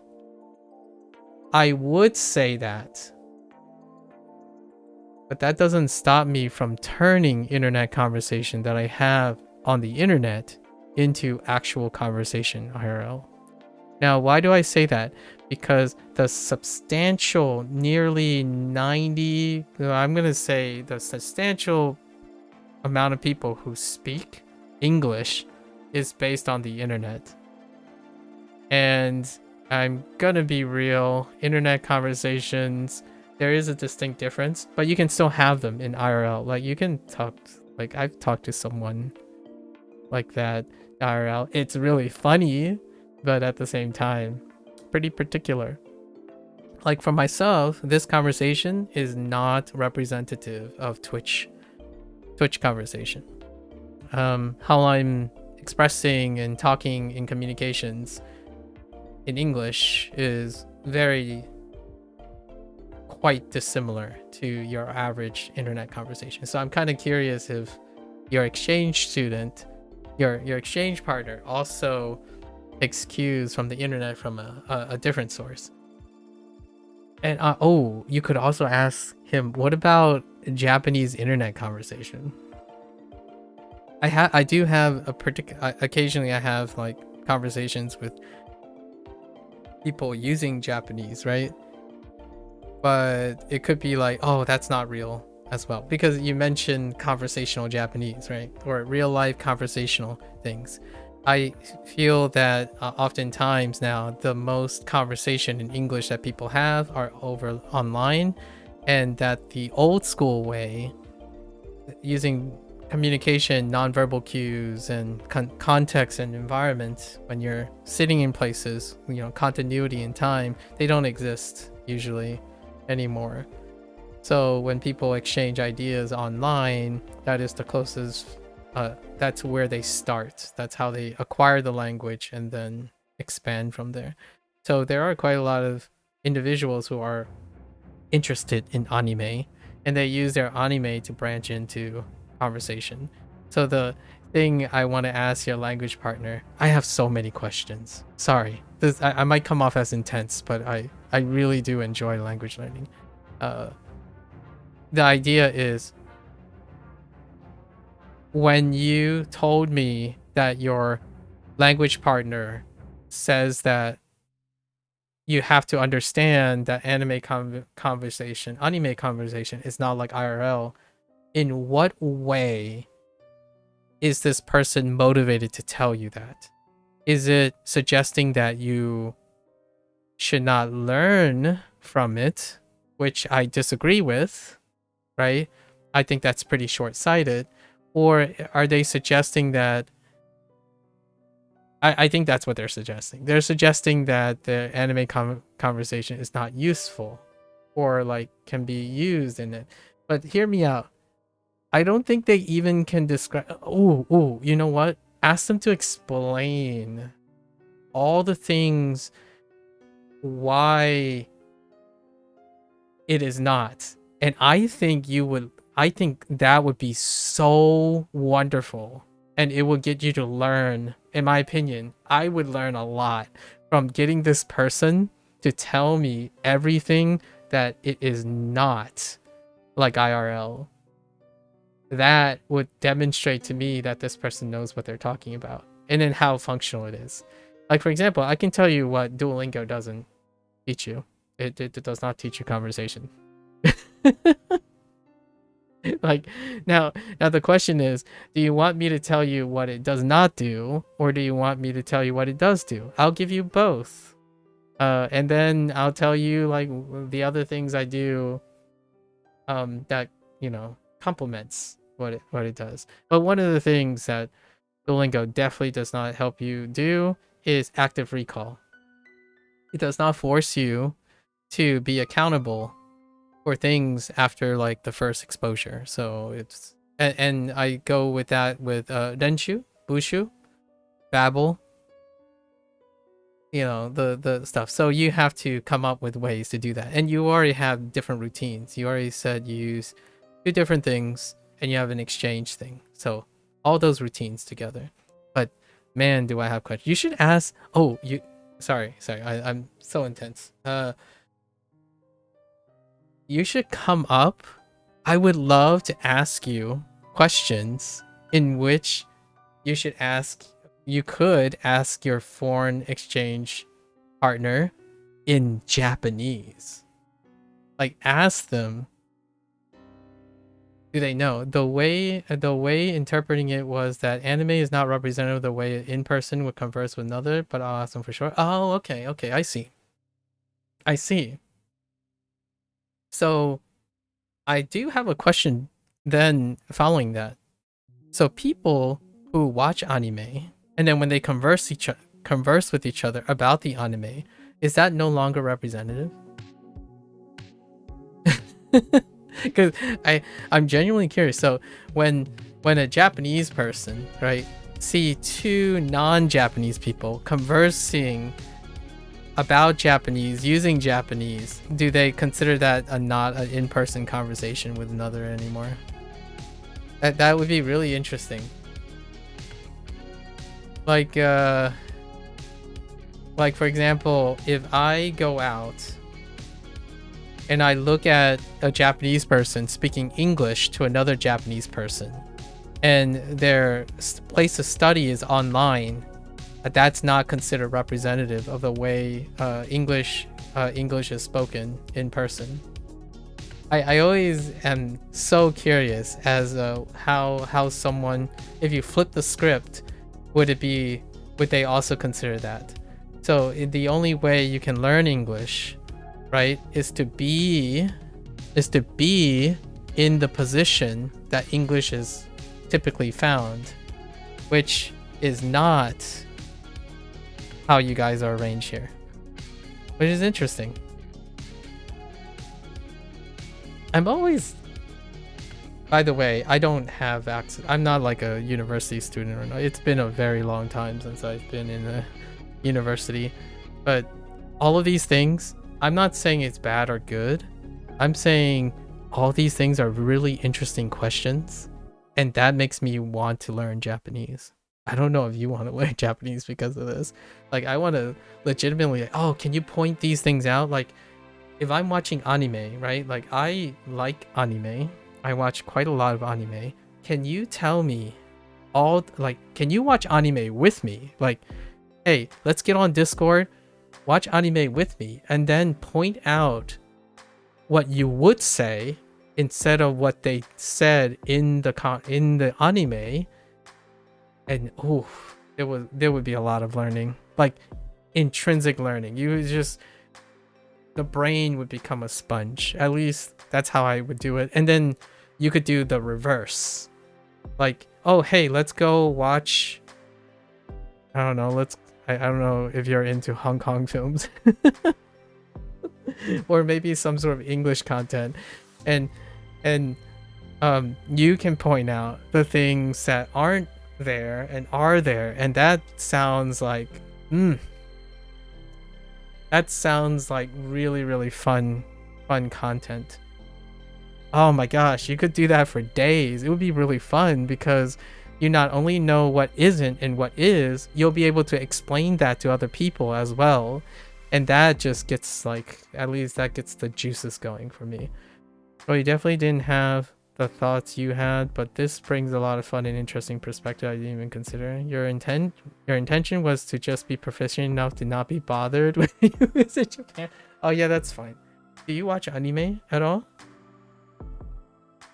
I clearly, it's not clear if your friend watches anime, but I would like to think that they watch anime and therefore that's why they know it's not representative of the way. I agree, by the way.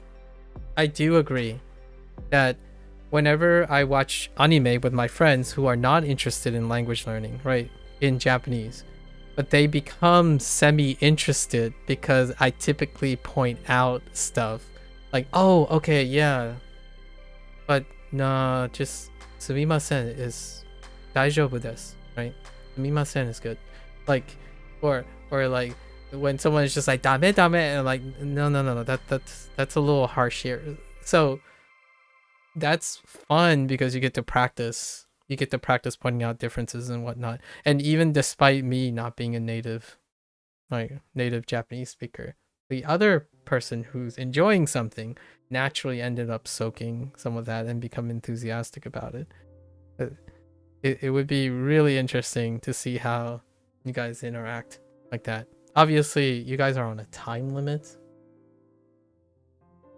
The two of you are practically friends at this point. Right? Not recently, but you have in the past.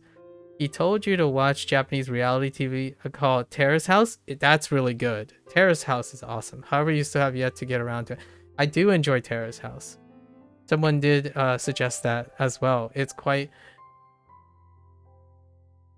I think if you watch Terrace House with that person and then show them like an English version, it's not that. If you know what I mean. Like there's a cultural riff in terms. It's kind of like all right, so now let's go to British reality television. Like, no, they don't act that way. So I don't know. What I'm just suggest Love Island. Just mind blow. Or suggest like something, oh dear me, American reality television, like suggest something like The Bachelor. Like no. But it would be funny to point these things out. Oh man, yes, such a wonderful. Sorry, if you're not excited about this. I hope you're getting excited about this, because I think the more excited people are about language learning and the things they're doing, you're gonna learn. It's effortless. That's pretty sweet. How long is your little arrange? How long is your arrangement? I've interacted with foreign exchange students before, but it was not for language exchange. It was foreign exchange. Foreign exchange was the interaction. It's only been 3 weeks. I'm just curious. Are you Hong Kong native then? Or are you someone, because I'm often curious if this is in a dual situation or negative Korean. Ooh. And you speak Korean? Listen, Terrace House is nothing like Korean reality television. I'm kidding, I'm kidding. But okay, I'm sorry. I'm not unfortunately I'm not good at Korean, but it goes without saying that I am very much into Korean media as well. So basically what I'm saying is I have a complete misrepresentation of who you are. And you're going to like it. I'm kidding. You can feel free to point out some fun little things. Or the right one. Haha. So when I think of Korean chefs, I think of what is that? I think of Kitchen Wars. Give me the Skippy. What do you think? How do you feel? Have you seen Kitchen Wars? Or is that what it's called? No. Culinary Wars. It's called Culinary Wars or something like that recently. If I had to think about it, is that how you cook too? Like, is that what it's like to cook in Korean? I'm kidding. Or, you know, Old Boy.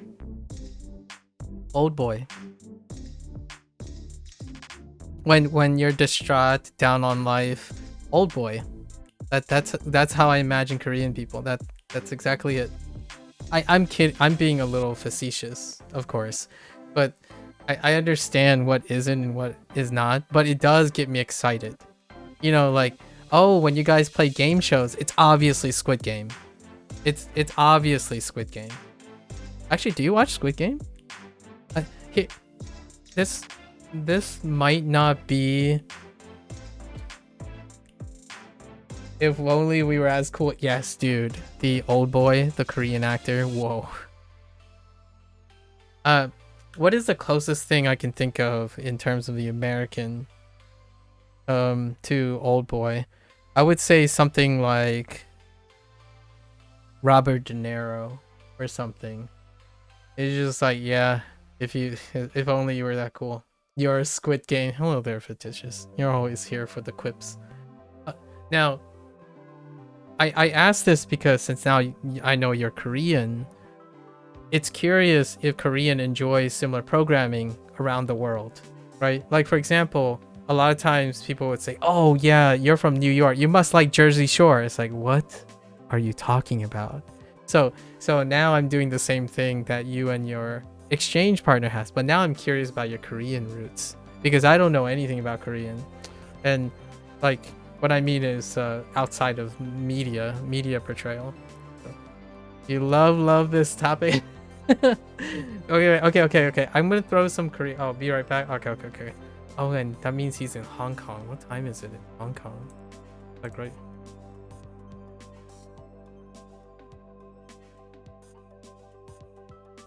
In the afternoon, 1 p.m. in the afternoon. Huh. Did you know all Hawaiians know each other? Listen, let's not get started on Hawaiian. It's like, obviously, fictitious. All my representation of Hawaiian culture is from Like a Dragon 8. You have to know that, right? Now, no matter what, the world through the Hawaiian lens is obviously portrayed by Like a Dragon 8. So if you don't adhere to those, you're the person that's out of touch with your own culture, okay? I'm just saying, representation. Yeah, kimchi. Oh, that makes sense with the kimchi. I was like, kimchi, but learning Japanese. I'm like, isn't that Korean? But I didn't want to jump the gun because a lot of times kimchi can be referred to as like diaspora. There was a chance that kimchi was diaspora, so I was curious if they were Korean American or not. Because Korean American is really, it's far more common than Japanese American, or like British American or colonial, like. But the way he said taxpayer money, that's so good. Korean though. And here I thought other countries were a little bit more like into their tax-paying dearly, as opposed to alluding to taxpayer money in the same, like, facetiously or jokingly to, or like British and Americans. Interesting. Oh, I need to go through Korean. What do we? What have I seen recently that was Korean? I'm totally getting sidetracked.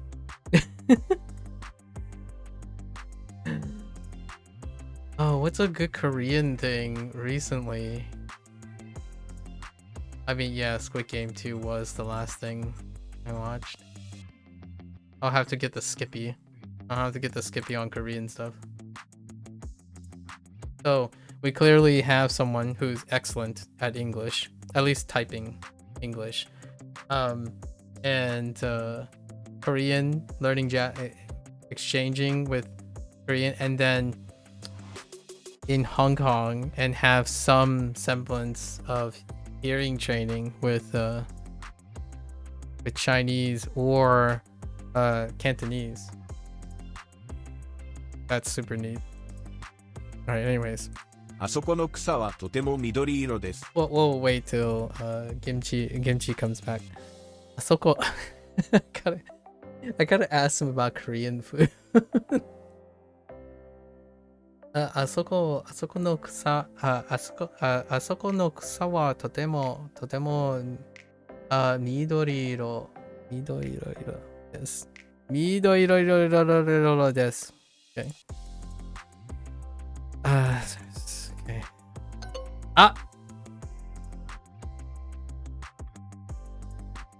Oh, I did it again. It's Asoko. Not... Who needs demonstratives anyways? What? No. 私のシャツね?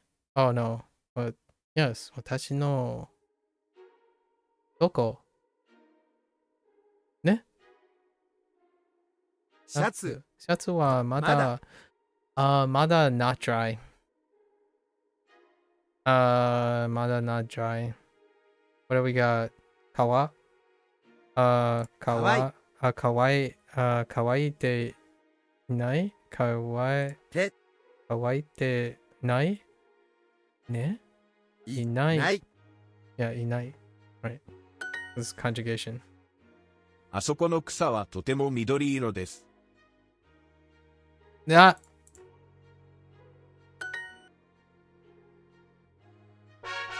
I hope I didn't interrupt his lunch. You know what? That's also a great question. Do they eat lunch at 1 p.m.? Like, I know humans can still be humans, but times have changed. So you never know. Like, Koreans who happen to be living in Hong Kong likes to eat lunch at 3 p.m. Who knows? You know, the sky's the limit. It's fun to ask simple questions, honestly. Makes people unintentionally making people pay attention to the things in their lives. Oh, I'm totally this time frame is pretty good too, because what, it's exactly 24 hours apart? Yeah, it's exactly 24 hours apart from here to Hong Kong at the moment. So if it's 1 a.m. now, it's 1 p.m. over there, I think. えい Oh, wait. 氷。氷動物は火が怖い。動物ね。動物は。By the way, are you having lunch? And also, for the record, I didn't want to presume, but the kimchi really gave away Korean. But I wasn't sure if there's a possibility that you were Korean American.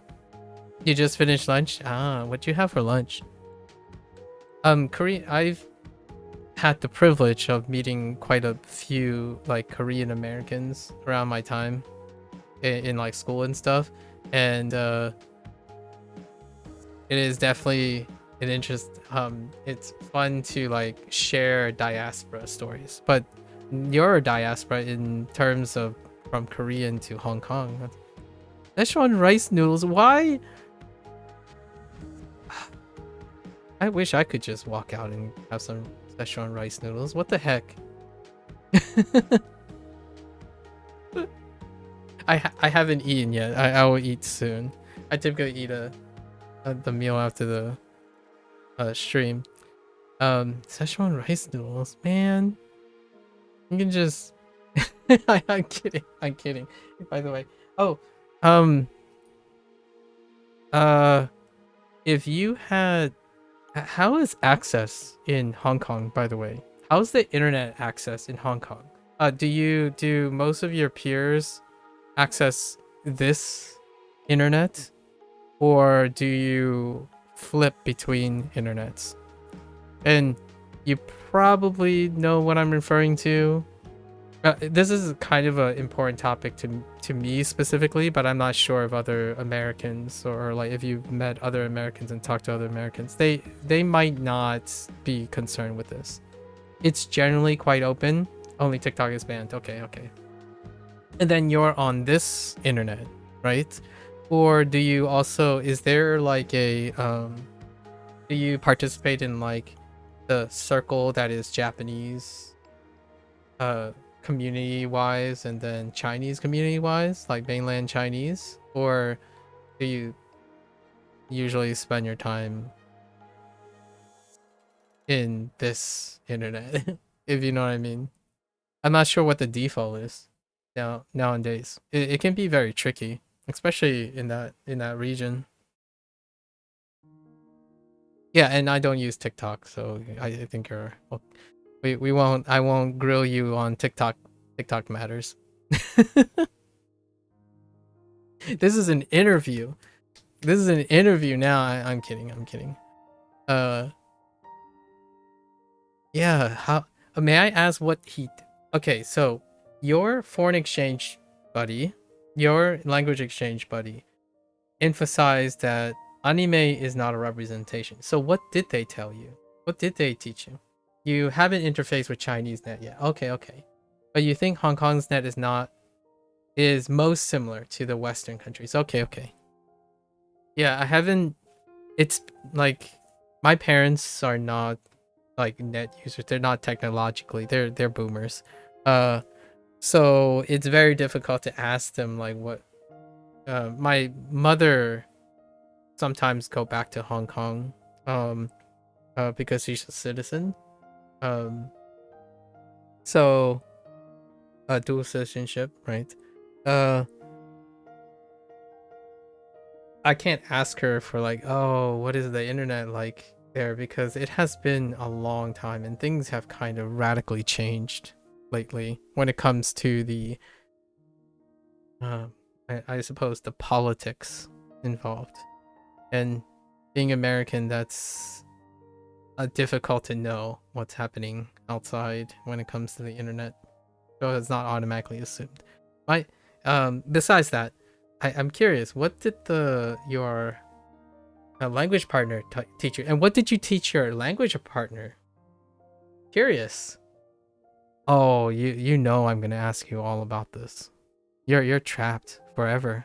I'm gonna steal your kimchi and your rice noodles. You're never gonna know. I mean, one day you're just gonna go into your fridge and all of it's gonna be gone. I'm kidding. I'm kidding. Like what did you guys exchange since it's only been 2 months? I've been kind of like dabbling and doing many things over a year and a half now. So it's been some time. I think it's been incredibly wonderful experience, regardless of like where the experience is coming from. Anime, manga, vlogs. I spend most of my time listening to interviews. So like Takashi. I'm not sure if you're on YouTube for this type of thing, but Takashi is fantastic.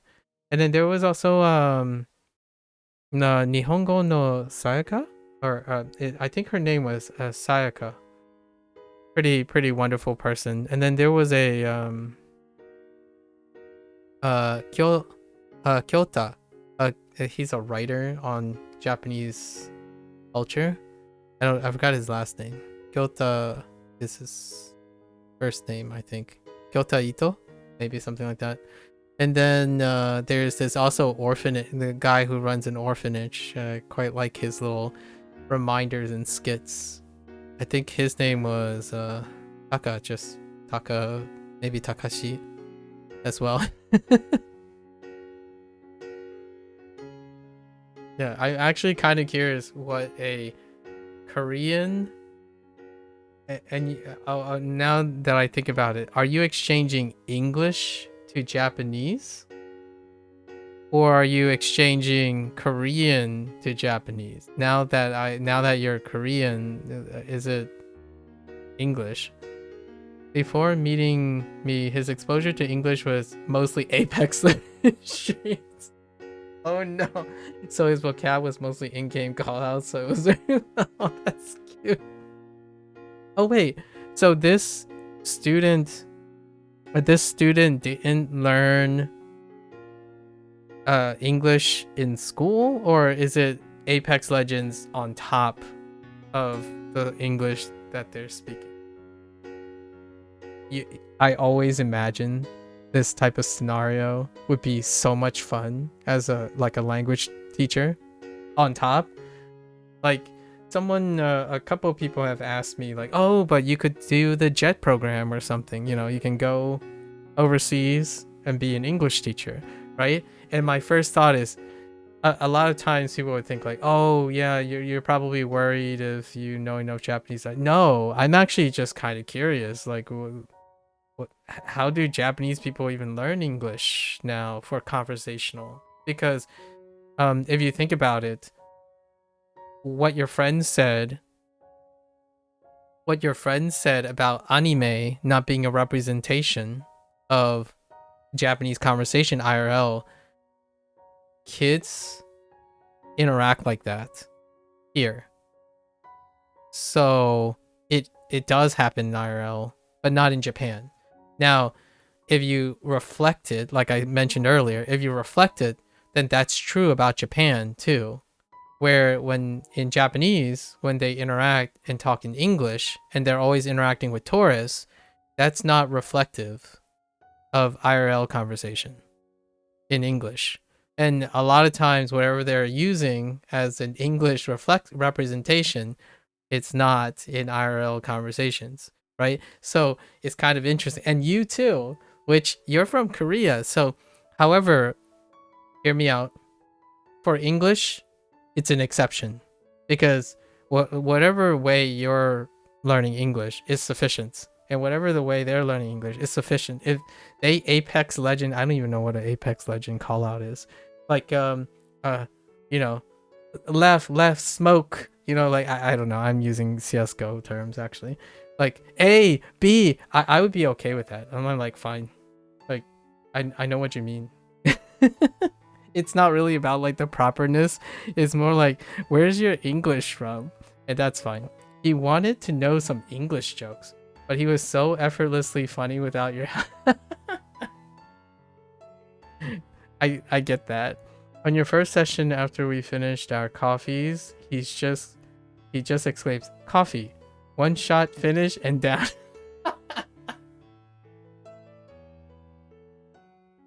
Yo, that is a beautiful friendship waiting to happen. That's I would totally run with that. You know what? I think that's funnier than IRL conversations.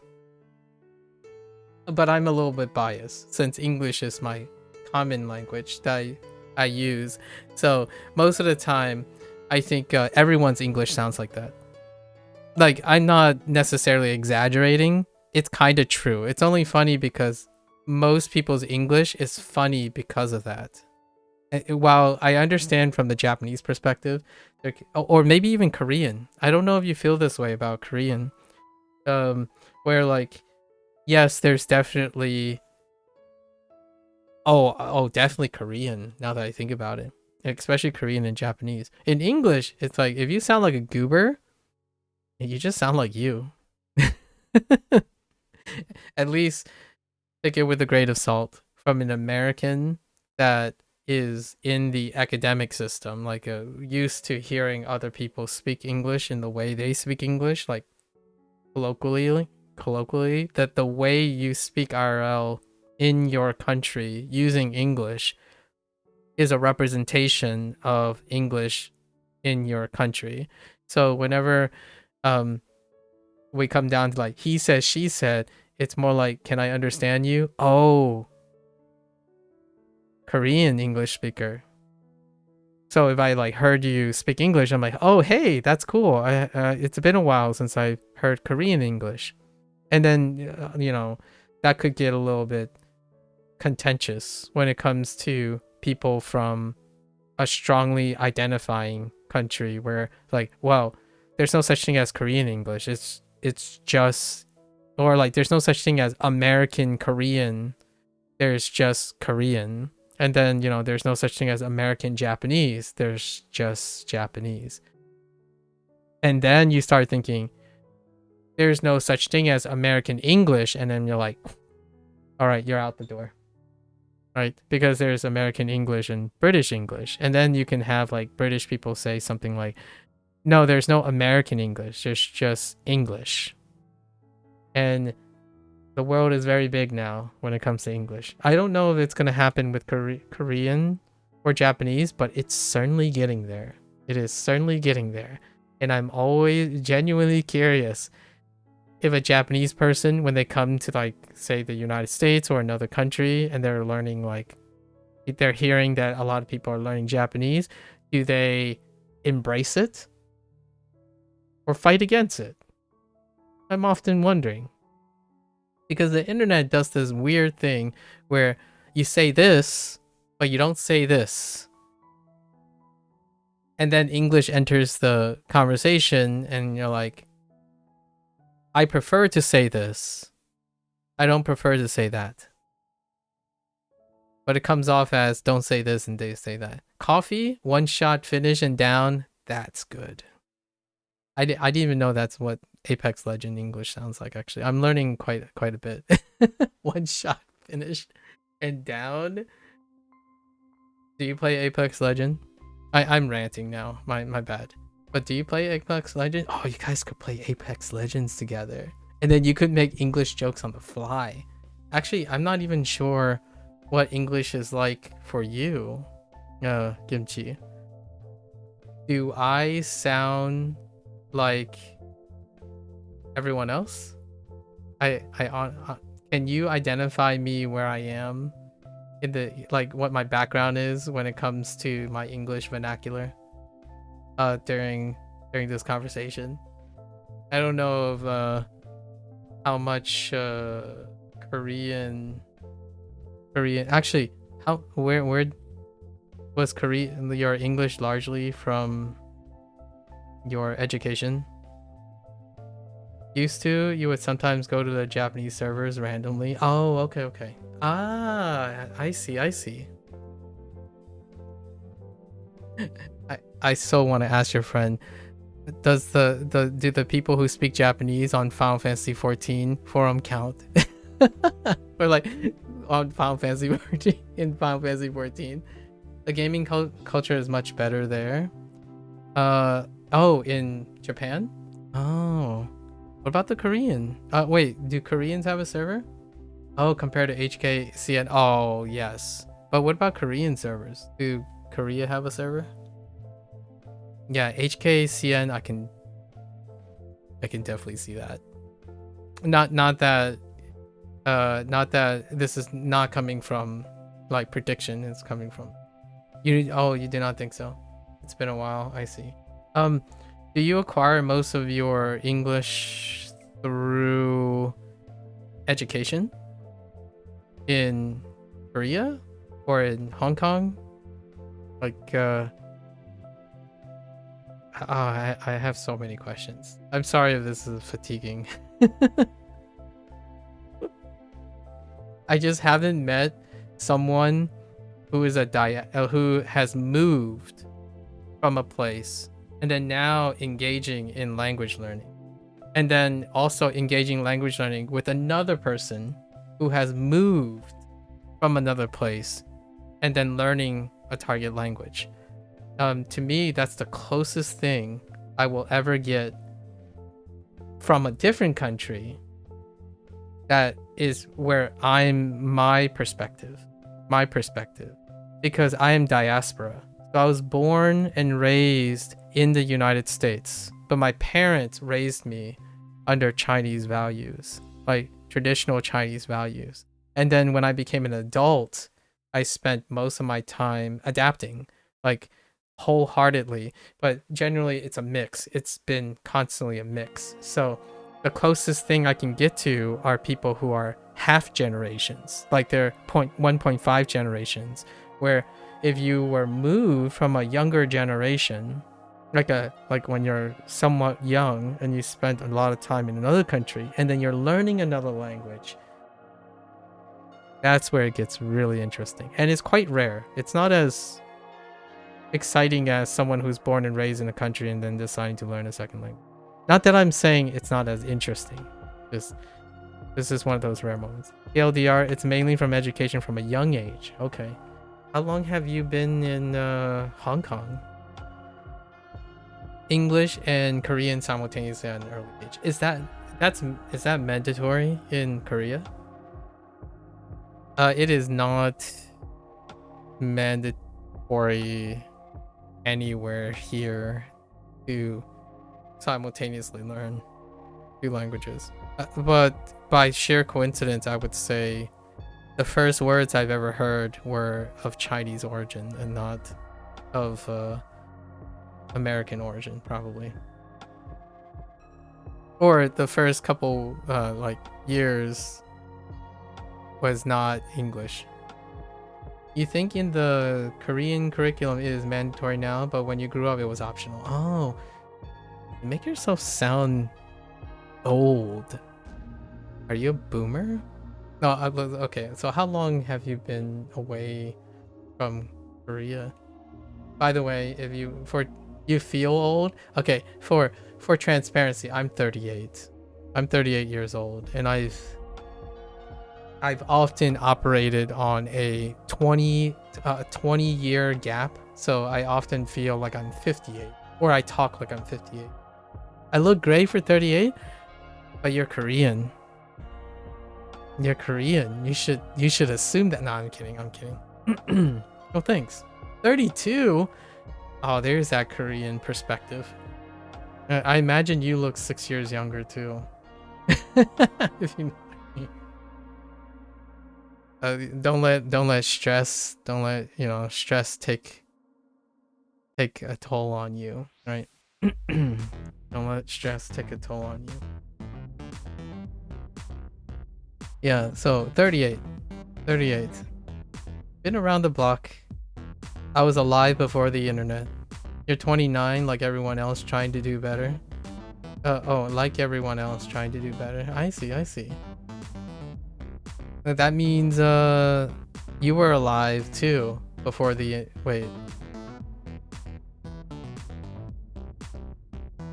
Hold up.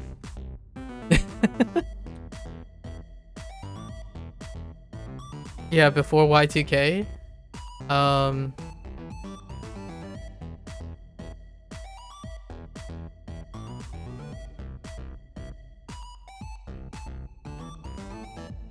When was the modern? We'll use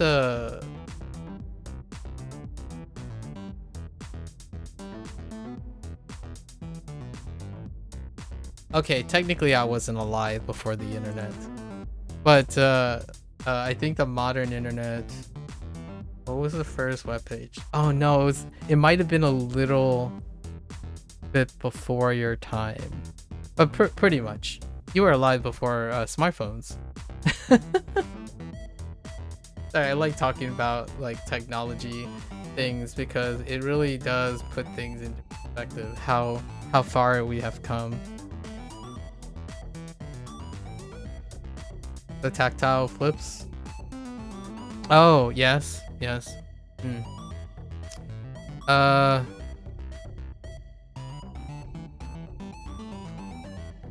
So I haven't taken points. So now you just reside in Hong Kong, as opposed to, or are you like studying, or you're temporarily in Hong Kong, or like Hong Kong is your new home? I really do want to visit Hong Kong actually. My mother goes back every once in a while to check on like government paper things. You work here currently? Ooh, may I ask, what do you do for a living? Or what do you do as a current profession? So you did mention taxpayer dollars and then interacting with exchange. Oh, is your exchange partner the same year as you? Or like, are they just happen to be going to school where you happen? You're in the tech industry. Oh, of course you're in the tech industry. I'm kidding. He's much younger than you are. Yeah, okay. Oh, that would explain. Oh, I wonder how that power dynamic works. Like, for example, it is very different knowing that someone is older than me. And yes, I know in the Western, like if you're thinking about the Western world and culture, that would be like, oh no, it's more about meritocracy.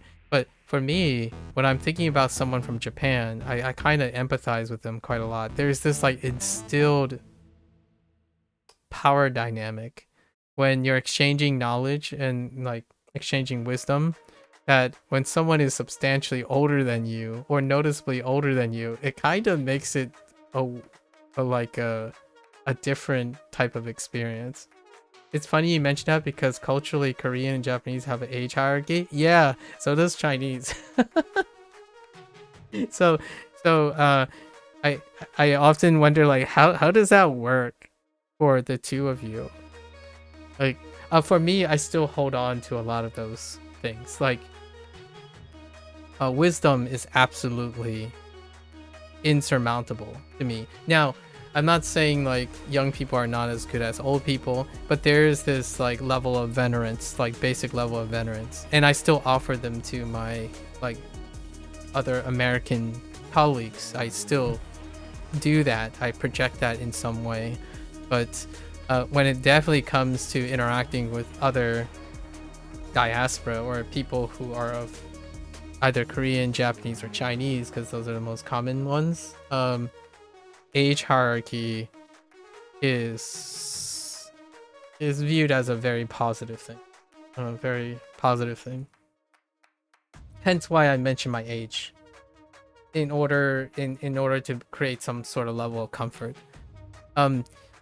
When you are around Americans, age might be interpreted very differently. My intent is not to reveal, or like not to negotiate like some sort of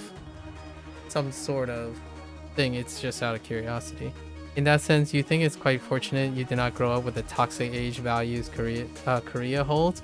Interesting.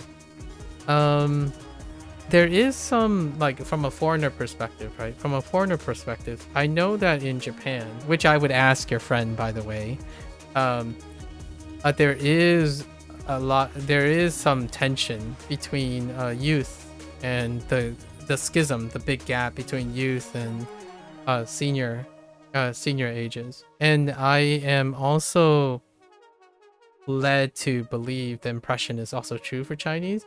But for myself, as a like a diaspora or a foreigner outside of that, I often use it as a way to tell me to get, it's a green light for me to try to pull wisdom from someone. So not so much the toxic age part, like a value system, but more like, oh man, now I got a lot of questions for you. The younger generation careers are quite open, but you know for a fact that there has been a lot of clashes in the workforce. That's understandable. Anecdotes from your friends who work in Korea at the moment. Yeah. Yep. There is a little of the age hierarchy before my time. So before my parents' time when it comes to the American culture, but that has faded so much. Like even during my parents' time, that like veterans and the clashes are of a different nature now, but it's still there in some ways. But I have my own like combination of values. I think someone who lived a very long time have so much that I can I can take from them. So that's the only thing I was referring to, where like, tell me your story's life. Like that was not good English. I English good, by the way, sometimes. Just tell me something. Like I like sitting down listening to people's stories, especially those who have not saying you don't because you're younger or anything like that. Just tell me your stories too. But there's just exponential as people live longer. And I hope that people who live longer have more and more exponential stories. But yes, it does create a big clash between youth and old. I believe in Japan it exists too at the moment. Like the trends for more open thoughts in Japan. But Japan is less like a little bit more open, I would say, than Korea. That's my impression that I get. In China, my parents give me the impression that it's fairly closed as well. And then, you know, the government also has exceptional control over how youth interacts, right? In fact, maybe almost a government-wide, like local, regional control over how youth goes. And then I'm from the United States. You can use your imagination what that's like. I think whatever you see is not that far exaggerated. Youth, I would argue, is the social norm is freely argumentative. I grew up under a household in which I share this a lot with other like Western country people. Like my aspect of what makes the Chinese household like the East meets West kind of thing is that your parents are always right. Period. Don't do anything. Don't do it. That's not that's not it. Your parents is always 100% right. Do not that is unacceptable. However, smiles and nods, yes, you smile and nod. Like they do everything. They try to do everything. You're gonna learn to appreciate it later on. And then of course, growing up in the United States, it looks very different. It looks very different from my colleagues and stuff. And I kind of like that too. Now, as an, you know, adult and condition, I have conversations with my parents. You know what I mean? Like you discuss things with your parents, not necessarily negotiating business, but you're just like, so yeah, what do you think of the weather? I don't know. I honestly do not have casual conversations with my father until like I was 30 years old. Like in the recent years, I have the most number of casual conversations. But it is a mutual thing. My parents have gotten used to chit chat and whatnot because they spent more than half their life now in the United States, and I have become somewhat Americanized. So now you have this thing where I don't think a lot of people resonate with, where yes, certainly you have chit chat, but it's not of the nature of like questioning morals or ethics or things that would make you act in a way that your parents would not imagine you acting. So nowadays it's like that.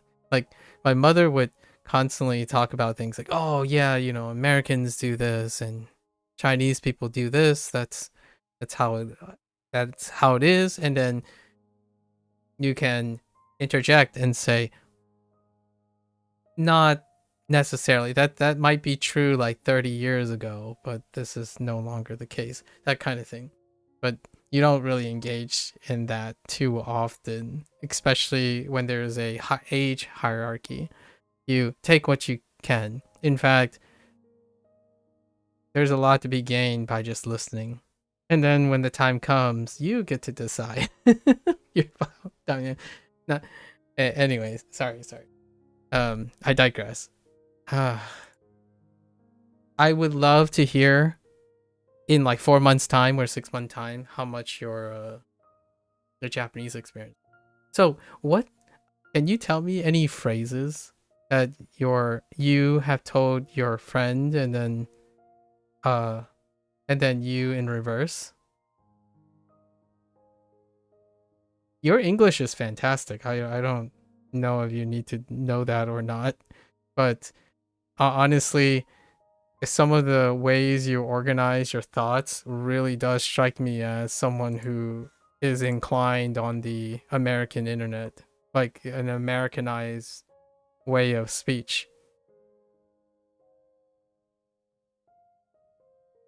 Like when you say the younger generation Koreans are quite open, but I know, and then you add for a fact that there has been a lot of crashes in the workforce. Like just the idea of interjecting and adding for a fact is interesting. That has those are the few things that show up that might be a little different from like what I see as normal, quote unquote, normal and colloquial, and then maybe something that is from your background.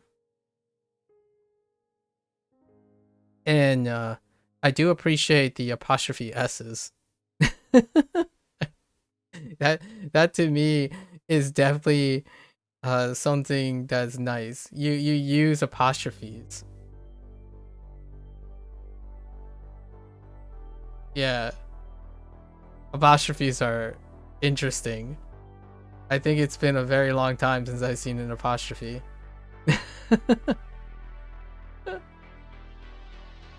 You share some Japanese memes with him. NSFW vocab, of course, but it broke the ice. Oh, okay. Wow, you really just went for it. Wait, is this student acting with Japanese decorum? Or did you just go like, yo, this is how Korean move to Hong Kong goes. We go deep. Here's some memes and some NSFW vocab. Done. Like when I think about it, I'm like, whoa. You practically like reached fourth base with the person already. What the heck? You didn't start with hello. Oh, first 5 minutes was super formal, but you seemed tense. Oh, okay. So you just went for it. Okay. I didn't know if that works or not. I literally have not had like IRL mandatory things. The closest I've gotten is I've met a couple Japanese natives online, as in this environment, this specific environment, and they were either students or like maybe university students, but the way they talk, it's very difficult to break the ice because it would require multiple meetings and whatnot, and that's very difficult in terms of the platform. like on Twitch and stuff, because if you don't break the ice like in a proactive way, then you may not ever hear them again. And that's usually, you know, I'm not sure if it's the same in Korea, but pleasantries are a tough ice to break.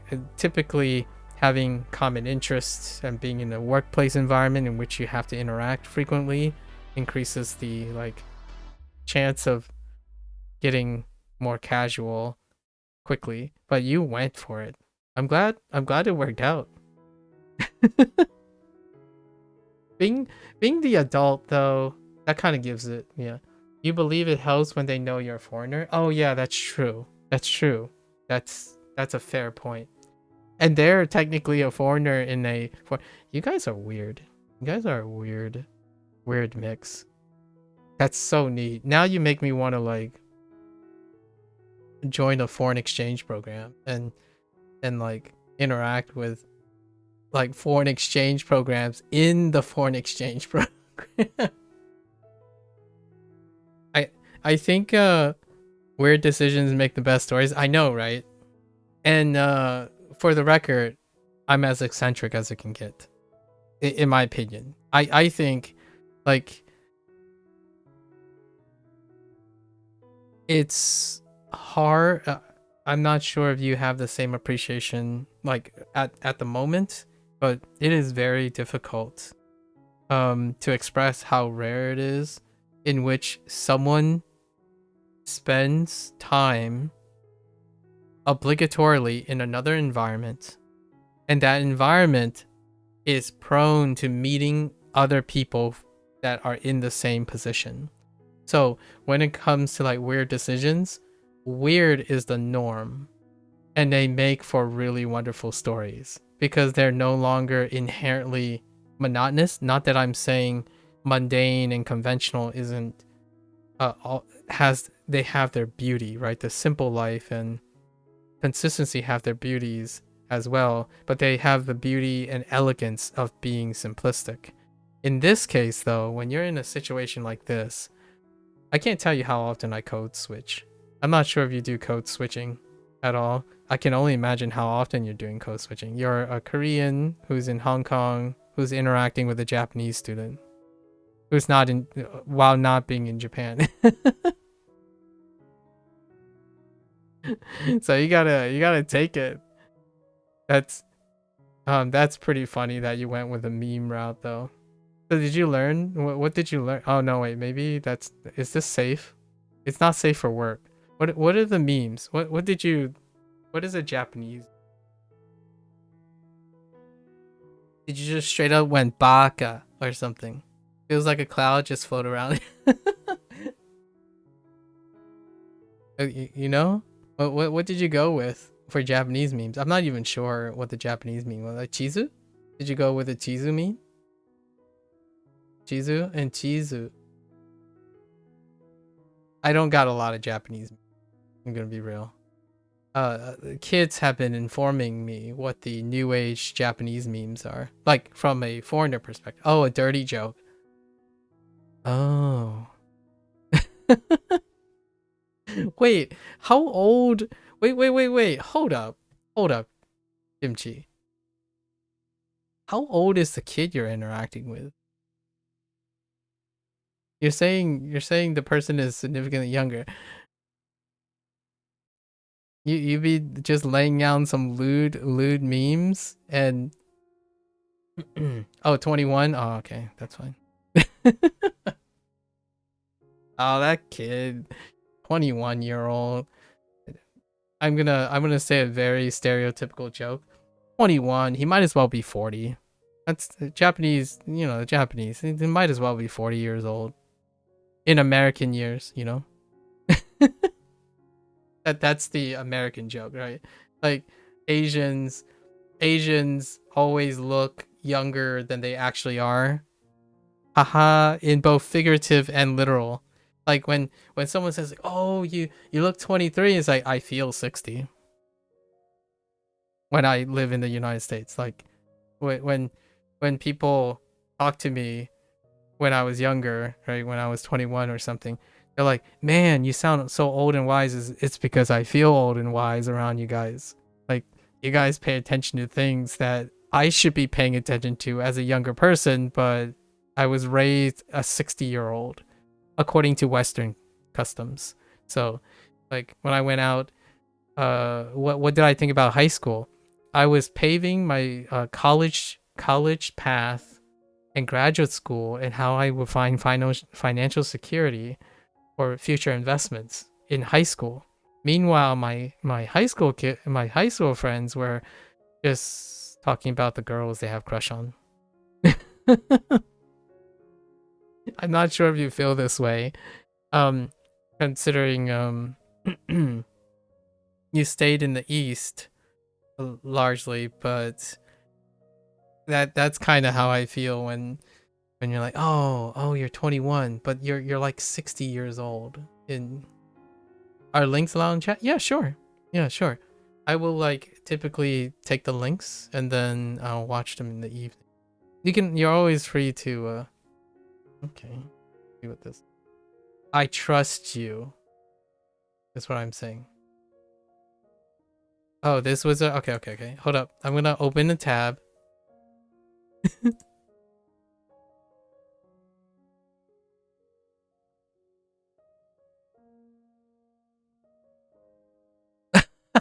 oh, okay, that's fine. That's fine.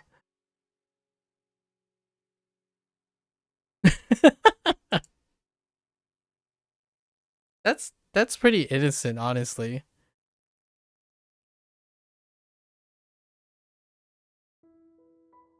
That's pretty good though.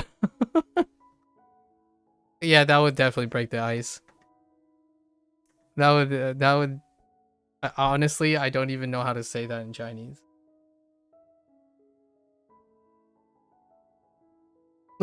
I don't know how to say that in Chinese. Huh. I got a meme, but that's probably not a meme, but more of a childhood thing. Hay un partido en mis pantalones, you know? 我的屁屁小的是小的 Yeah.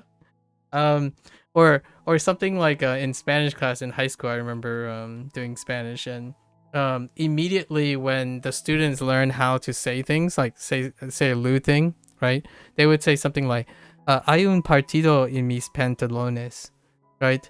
There's a party in my pants. That's how you break ice, I guess.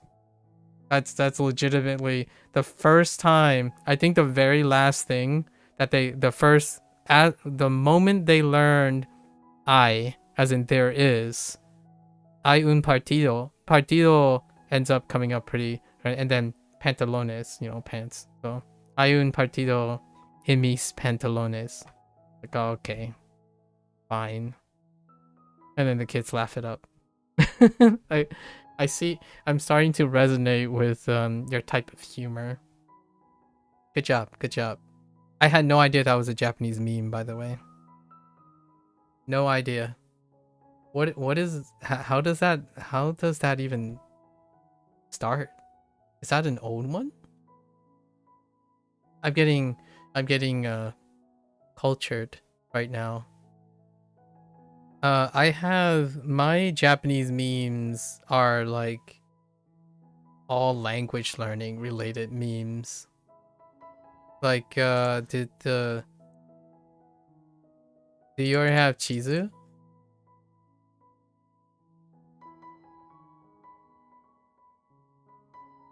Chizu? Or Chizu? Or Chizu?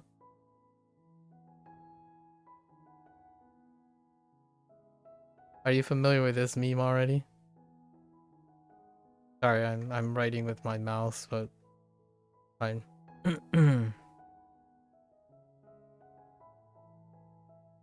Not at all? Oh.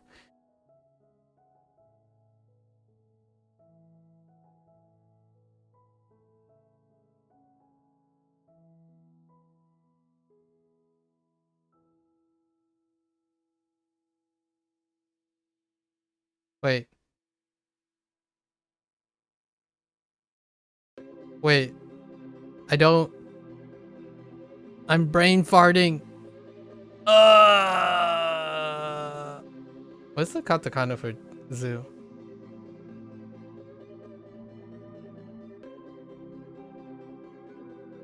Yeah, what's the katakana for this?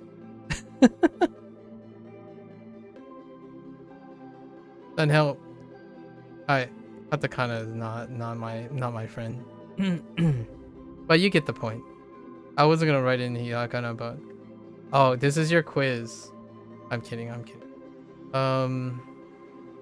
Chizu desu. You know, chizu desu yo. It looks like the J for Korean. I don't have the keyboard.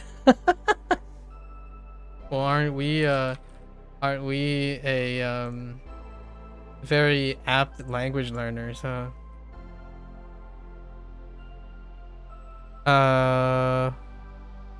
Oh, I screwed up.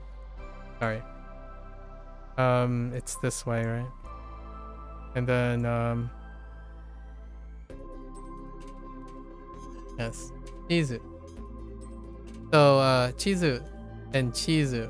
That's my only meme. I think this is the most reliable meme.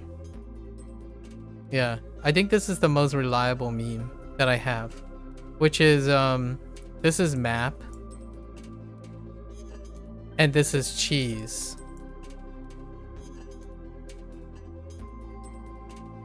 That's what the kids do these days, or the English-speaking outside of Japan kids do these days, apparently. When you think of Chizu and Chizu, my other one that let me get the let me write with that. The other one is we have.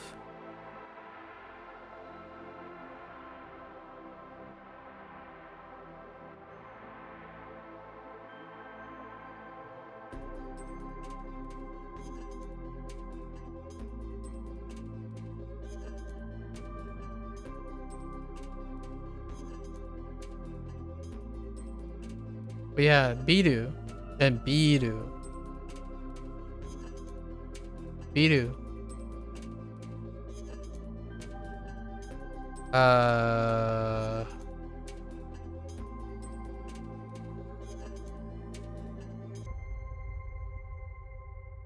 Yeah. Yeah, building or beer. Yeah. Those are the memes, you know? Biru and Biru. Do I have others? No, that's all I got. That's the memes I have. Yeah, you gotta love wordplay, right? You gotta get your moda down. If your moda is off, then you're gonna be saying, where's the building? It's like, where's the beer? What? What do you mean, where's the beer? The beer is right here. Like, no, where's the beer? Oh, where's the building? I got you. It's like, oh, I have the map. Wait, you have the cheese? We don't need a cheese. We need a map. Like, no, like chizu. Chizu ga arimasu ka? Like, is there a map? It's like, wait, is there cheese? Chizu ga arimasu ka? and that's all I got. Because they're both like, both of them are like, it can be in the same place without context. So that's I'm here all day. Actually, I'm probably here for the next 30 minutes or so, but I'll be here all day. I don't have a sense of humor, like in the traditional sense. Most of the time I get people to laugh by situational irony. I think I'm most funny when I'm most funny is when I try to make someone feel like I'm tough. I think that's I got that down packed. Whenever someone says like, well, your Japanese is bad, it's like, well your Japanese is bad. that's and that's what I got. So if you want to throw insults around, I got you. I sound more like a 6-year-old trying to sound tough than a 40-year-old who has a very, very hard time insulting people. Yeah, if it works, if it works. Like, yeah, I noticed I noticed you kind of sucked it up there. I'm like, yeah, I really did suck it up. How much do you suck? It's like, well, howdy. I suck a lot. It's like, what were we talking about again? Like, we were just talking about how both of us suck. Out of context. Out of context. You know? Actually, have you taught? Have you, like... Oh, man. All the words of all the things you can teach your, language partner. I think teaching someone a language and then also exchanging is such such an opportunity. You can make it so much fun. Like, your language, like having a language partner or having someone who is enthusiastic, it's a like a deal maker, not a deal breaker. I think it's the deal maker. Like, if you want to acquire a language, you gotta have that. All the other stuff is extra. What I'm doing is kind of extra. Like, this conversation we're having now is the reason why I'm still language learning. Honestly, like, you can't replace this. To be honest, it still feels quite daunting.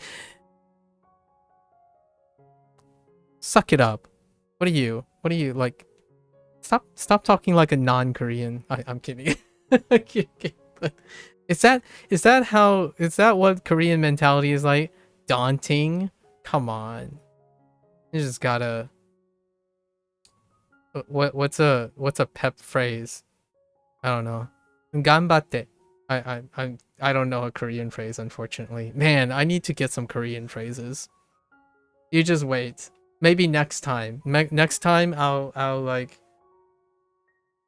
put in some pocket Korean phrases. You ran from military service. You have the creed to meet. Oh, that's understandable.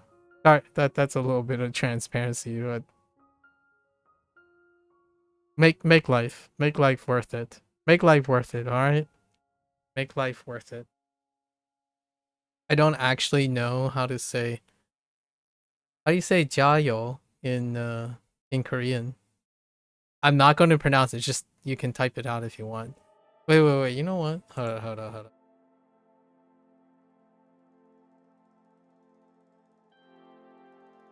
Fighting? Really? I don't know why I said fighting like fighting like the Japanese way, but fighting? Huh. Wait, let's see what Google Translate says. And then you can tell me. You can tell me you can score it.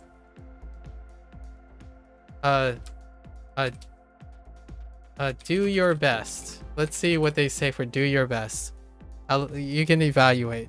Give it a score. 최선을 다하세요. That doesn't sound great. Say that again. 최선을 다하세요. It's not bad? Ooh. Quite formal though? Okay. Yeah, ganbatte kudasai is probably the closest I can think of when you say it's quite formal though. Probably ganbatte kudasai. Or ganbatte ganbatte arimasu? No. Yeah, ganbatte kudasai is probably the closest. Wa I ding? Yes, it's similar to gambaru. Oh, okay. Yeah, I wish I knew how to read romanization of Korean. Give it time. I think I might splurge in some Korean in the future. Yeah. Jiayo would be the closest for jiayo.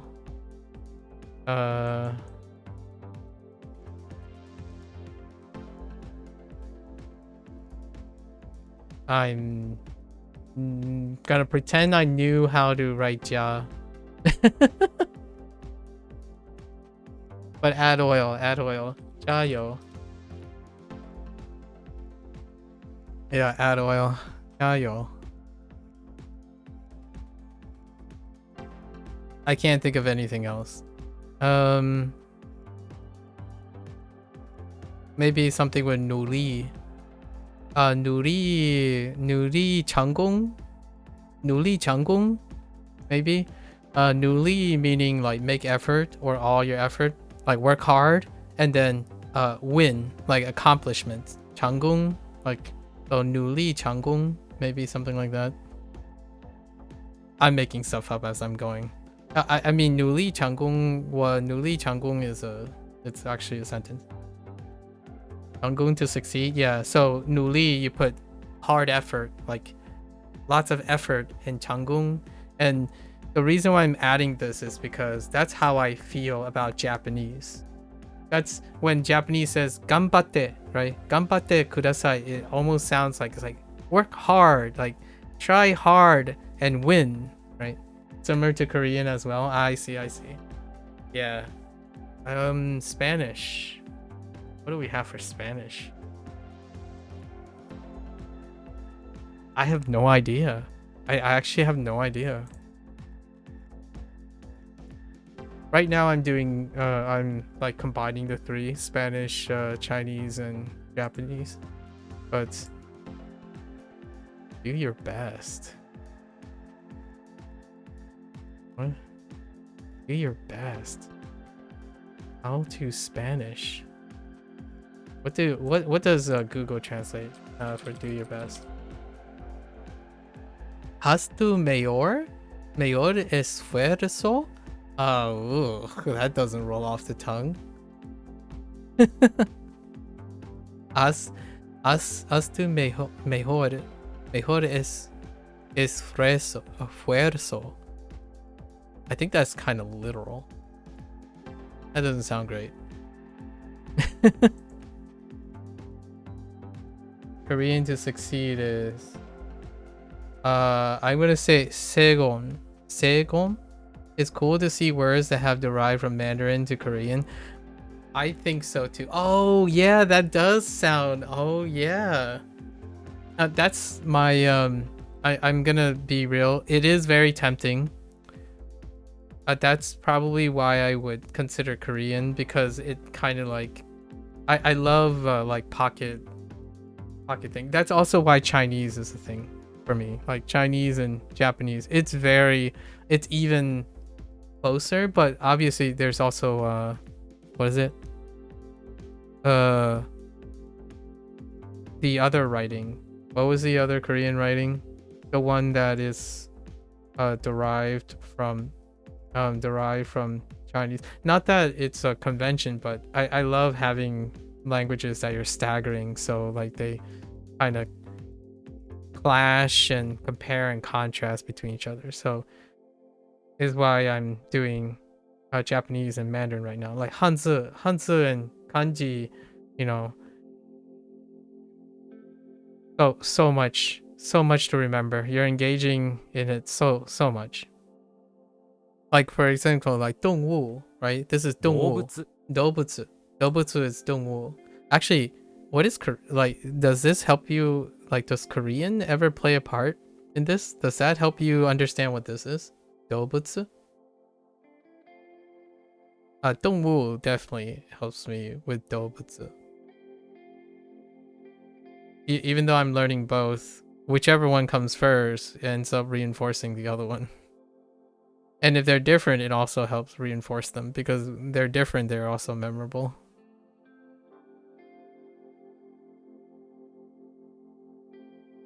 How good is your Korean? 動物 as an animal? Yes. 動物 as an animal. 動物. Yeah, 動物.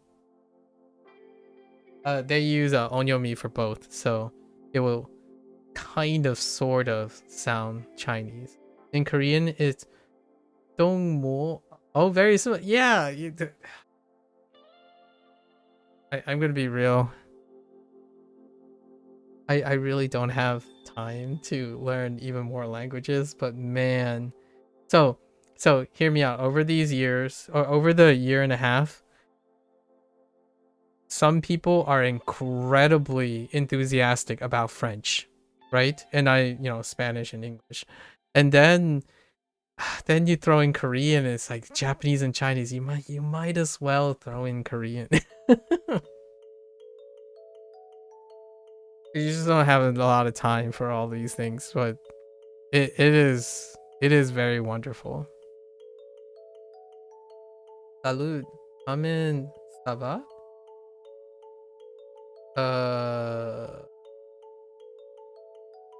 Hello. Comment. Hello there, Arturus. Hello. Oh. Está bien.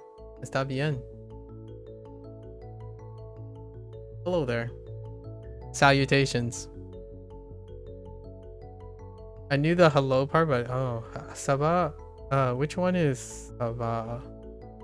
Francés? Está francés. ¿Verdad?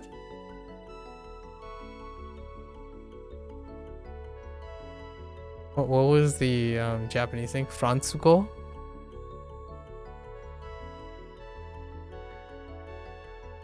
I actually don't know. Yeah, Fransuko. Yeah. Oh, c'est français. Okay.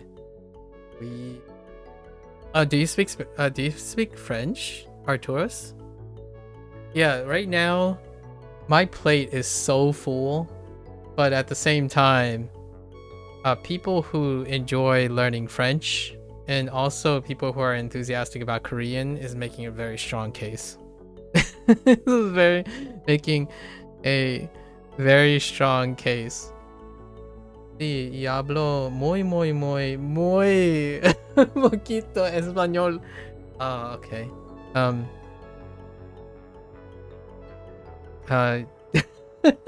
Yo entiendo. Yo entiendo. Yo entiendo.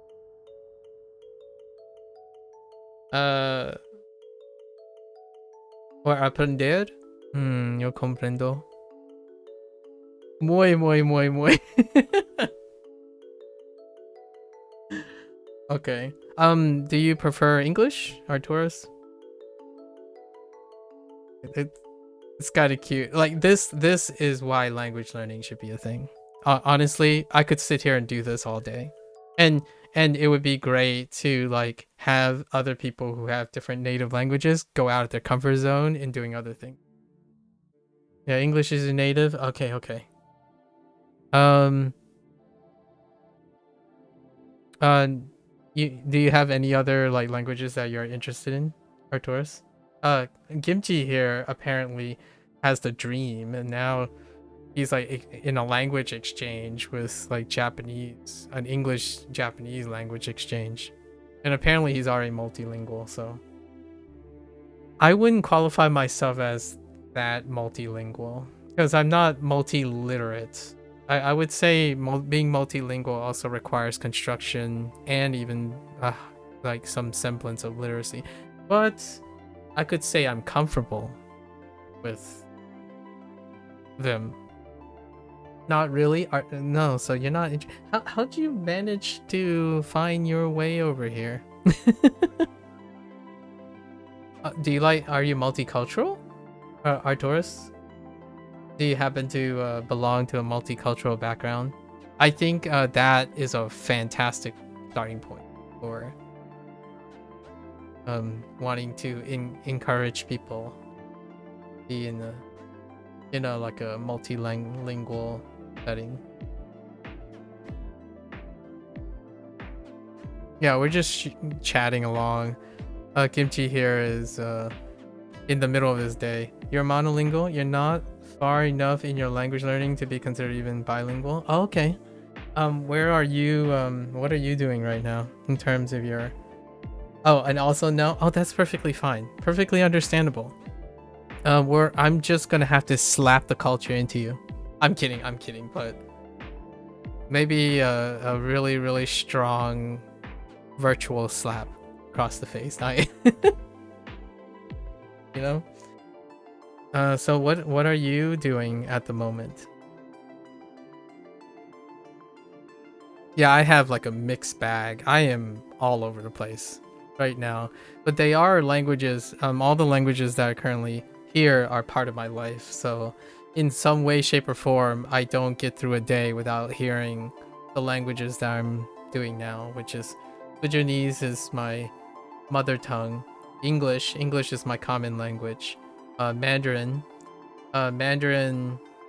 is my heritage speak, and Spanish is my colloquial environment, and Japanese is my primary media language. Use Babbel, sometimes Duolingo. Ooh, I haven't had anyone say Babbel yet. How is Babbel, and how long have you would you consider yourself a very experienced Babbel user? I'm experienced enough now in Duolingo, so like I know the top things like Spanish, Duolingo Spanish, like the flagship stuff. I'm fairly experienced in it, and I was keeping track of like the changes and stuff, like understanding what it can and cannot do, obviously, and then like the lower tier, which is Japanese, and then even the tier below that was Duolingo Chinese. So I have like a kind of, but I haven't gone to the bottom. The bottom would be something like a 2-chapter course on Swahili or something. I'm not sure what the most obscure one that they have. You've been inconsistent, but you prefer Babbel over Duolingo. That's perfectly fine. That doesn't. Oh, you've been inconsistent. Okay. How often does Babbel update stuff? Yearly? Monthly? Interesting. I'm not going to say trying out Babbel is not in the cards, but Babbel has like open like sponsorship stuff, which suggests to me that they don't mind streaming the content.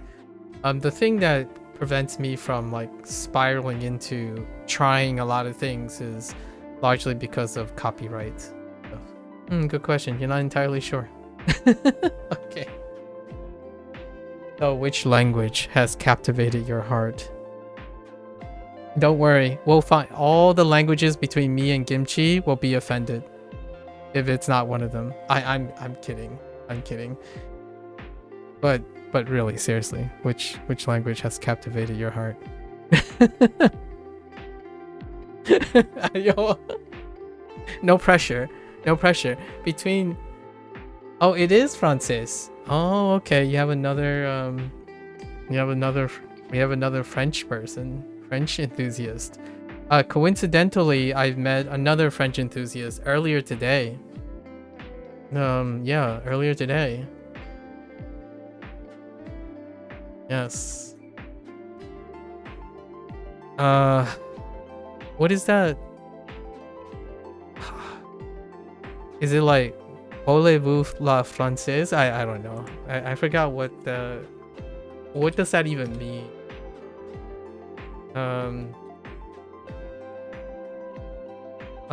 Is that, do you speak French or something? Parles-tu français, right? Is that's what's coming to mind right now. Do you speak French? I'm pretty sure that means do you speak French?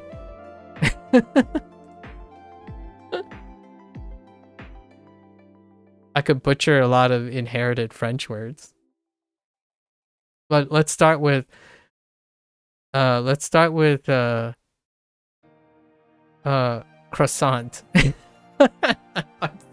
I am going to get one day I'm gonna look back on this and everyone's gonna be really upset. Croissant? Is it like croissant? But I can't say that very often. It makes me wanna Les croissants. Yeah.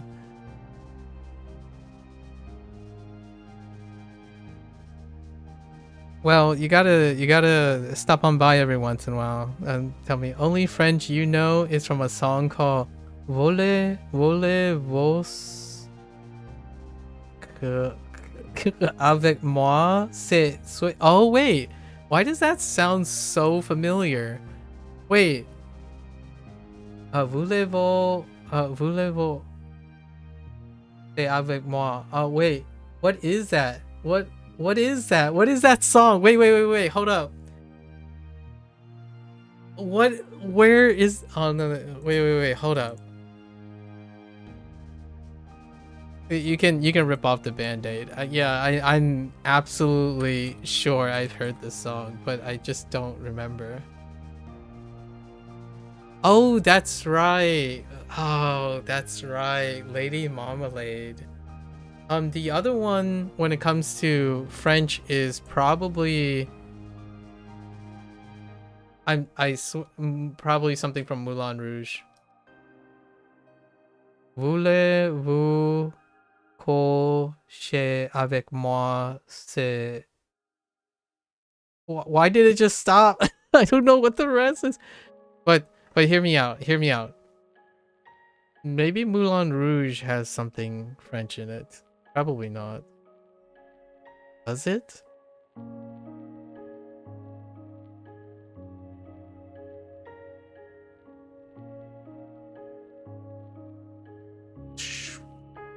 Schwar? Oh, and also, by the way, guys, I don't understand IPA? I have no training in IPA. Actually, it would be interesting. Kimchi, do you know anything? Ave moi c'est... Oh no. Are we using English, right? C'est choix. Avec moi c'est choix. So right now my head is in Japanese and Chinese, so I was about to say avec ave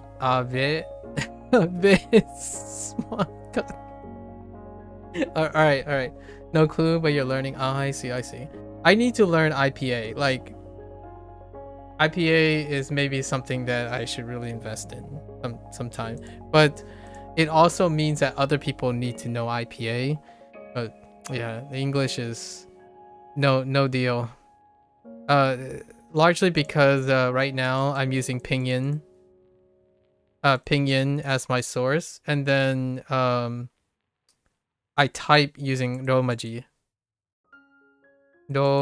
So then when I'm reading people's like when they type in English to sound out something, I read it like Pinyin and Romaji, and that just makes me sound like a goofball. But hear me out. I don't mind sounding like a goofball. Are you not entertained? Are you not entertained? I personally do not mind sounding like a goofball. You would have to sound like a goofball in order to really love speaking multiple languages, because that is where it's at. I can't tell you how many times it's priceless, all the interactions. One day I'm gonna nonchalantly drop a lewd meme like Kimchi and be like, what did I just say? Nothing, you know. 大丈夫です。What was that? 何もない。何もない。何でもない。All right, guys. I'm gonna unceremoniously cap our discussion for now, and we're gonna try to finish this. What have you learned in Japanese, Kimchi? What have you learned in Japanese so far? 動物は火が怖い。動物は火が怖い。Can you read? Are you fine with these things? 動物は火が怖い。火が。いや。Oh no. 火が怖い。怖い。No pressure, but as a representative, as my representative now, of Koreans everywhere, right? Koreans everywhere, and also someone who's hanging out in Hong Kong and have access to a Japanese language exchange student. I expect you in another 4 months to be where I am. No pressure. And by no pressure, I mean I'm absolutely dead serious. I'm and I will be providing an exam in another 4 months. So get it done. I'm kidding. Most of the kanji is hard, but you understand what the narrator is saying. Oh yeah, well there you go. Yeah, who needs kanji when you can just listen? I wonder how Arturus feels about listening to French. Oh wait, Arturus, have you played Clear Obscure? Arturus, come on. Don't leave me hanging. You played Clear Obscure in French, right? Get to it. Ganbatte. You'll be in Japan in October for a month, so you'll let you know after. Oh yeah, you have not? Oh, that's quite a treat for French. Like French enthusiasts? Oh, Clear Obscure. So, such a recommendation. Like even for the nature of listening to French, a lot of the journal readings are excellent too. They have such an eclectic way coverage of French. There are some really mammoth games that also have French dubbing, like tri-dubbing and stuff, or like quadruple, octuple dubbing, like Cyberpunk 2077. That fits really well. I was looking through all the the different languages, but yeah, but Clear Obscure. Chef's Kiss. So you have till October. How long is that? October. Okay. I can't wait to hear what your Japan trip is like. Some people that I know went to Japan and they just disappeared. Not a bad thing, but they disappeared. So if I don't hear from you again when you go to Japan, I'll understand. You are having way too much fun.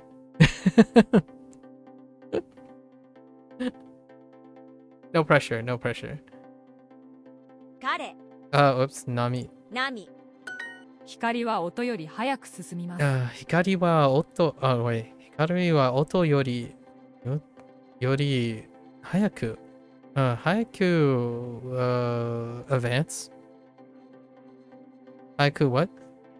光は音より早く進みます。Oh, 進みます。Let's see. Light travels faster than sound. Isn't this such a weird phrase? Got done. Oh wait. How we got this? This is Guan Shi. Oh no, you can't even say it. Oh no, you can say it probably this way. Or you could just say like done travel. 会去比生快.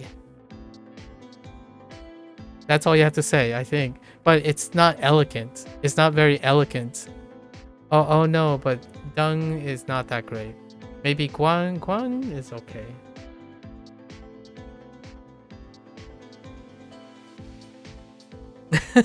Sorry, I'm trying to think like how would you express it. It's very truncated.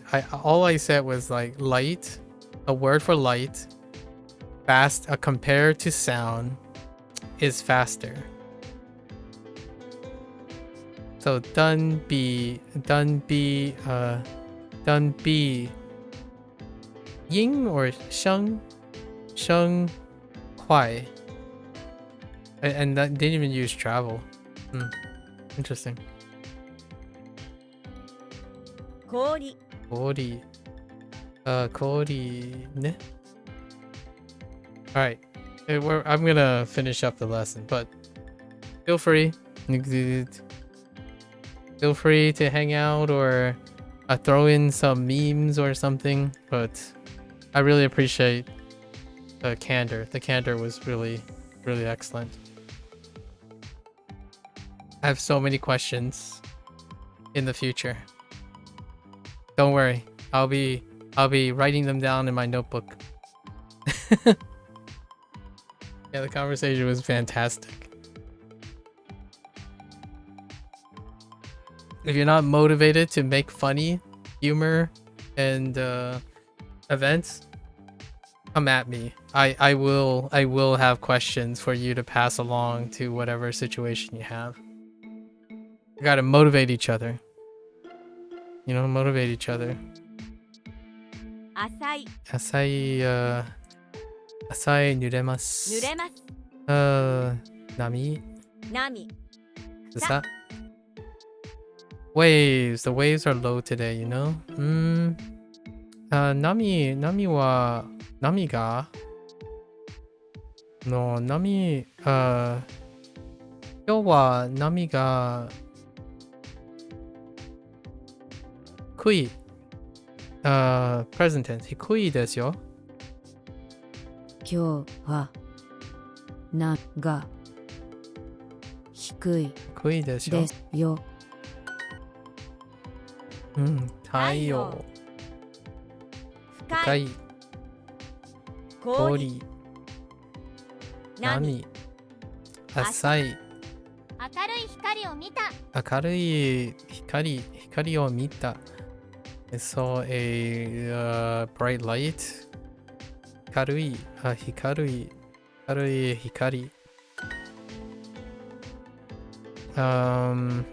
彼は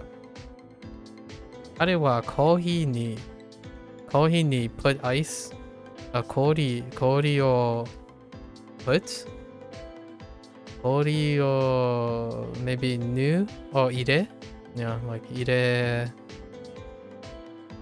oh man put is past tense and present just like 入れた or 入れた no 入れた probably so 彼はコーヒーに氷を入れた。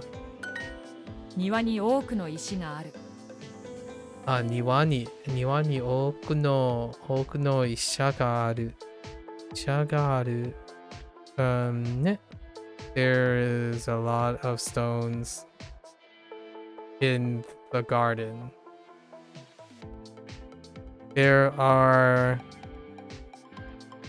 many stones in the garden. Sorry. The ice on the lake became thicker. Oh gosh. Let's see.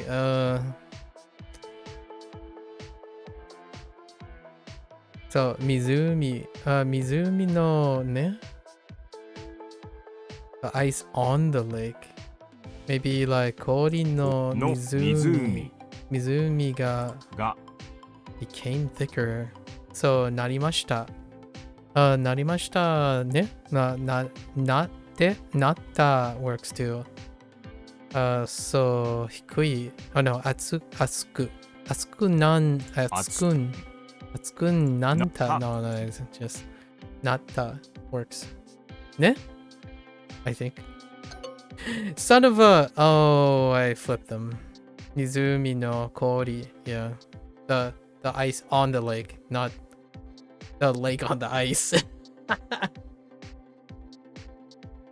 I just said the lake on the ice. The lake on the ice became thicker. 彼は川に石を投げた。これは川に石を投げた。So he threw a stone in the river. Stone into the river. I put out my cigarette.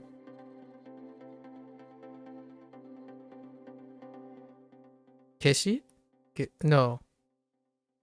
Keshita. 消し Oh, okay. 消し Yeah. タタバコバコ消し。I put mine. Do we have a mine? No? 消した Oh, interesting. Heat? のタバコの That's a weird way to say it. Tabako no hi. Tabako no hi o keshita. Ne? So they put out the cigarette, the lit cigarette, the fire of the cigarette. Interesting. Instead of just put out the tobacco. 大きな波を見ましたか I totally get it though. 大きな波を見ましたか? Did you see the big wave? How do we... And then we do the reverse. Right? Duolingo does the reverse. They pair it up. So, 光は音より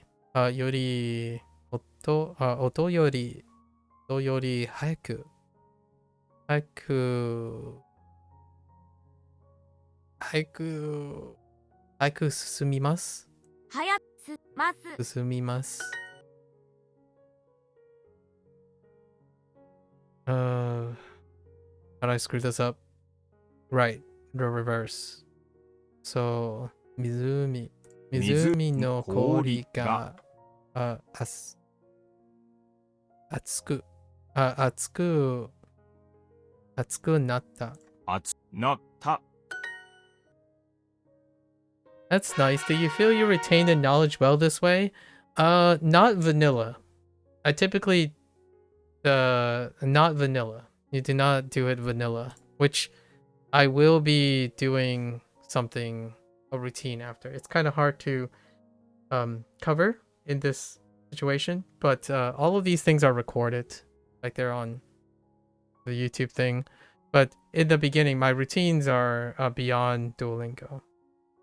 But yes, retaining it straight up with Duolingo, like just do what Duolingo says to do, I can't answer to that question. For myself, you can definitely do better. Like what I mean is, not you have to use a different tool. You can definitely do more than what it is. Definitely very recommended that you do more to retain the knowledge. That involves I had this like the 3 or 4 hour discussion earlier in the day during this particular session. The more routines you have in using the knowledge you have, regardless of what that routine is will help for retention. And I don't think Duolingo does a sufficient job in retention. I don't necessarily think most of these tools alone is able to retain the knowledge. Using all of them, as long as their routine are different, you got it. So I would say in terms of the capacity for well, generally speaking, for myself, if I had a relative gauge, what Duolingo does is maybe like 4 out of 10 for retention. It does other things quite maybe a little too well. And then in terms of retention, you have to go and do a lot of that yourself. Now, is that a bad or a good thing? I don't think Duolingo was designed for you to think that way in the first place. Like that it is sufficient for you to retain knowledge, like a significant amount of the knowledge.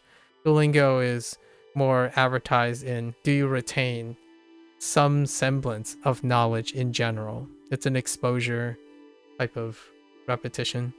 So I would say in that way, I don't expect to have a high score for retention of the knowledge in Duolingo. But you can make it very high retention knowledge when you couple it with other types of routines. Much like any other isolated tool, probably want to add other routines. So for you, Kimchi, you already have 3 different routines coalescing with the overlapping content. I was talking about the separation of content and routine. So in order for retention to go up, one must engage in more routines, engage with the content. So like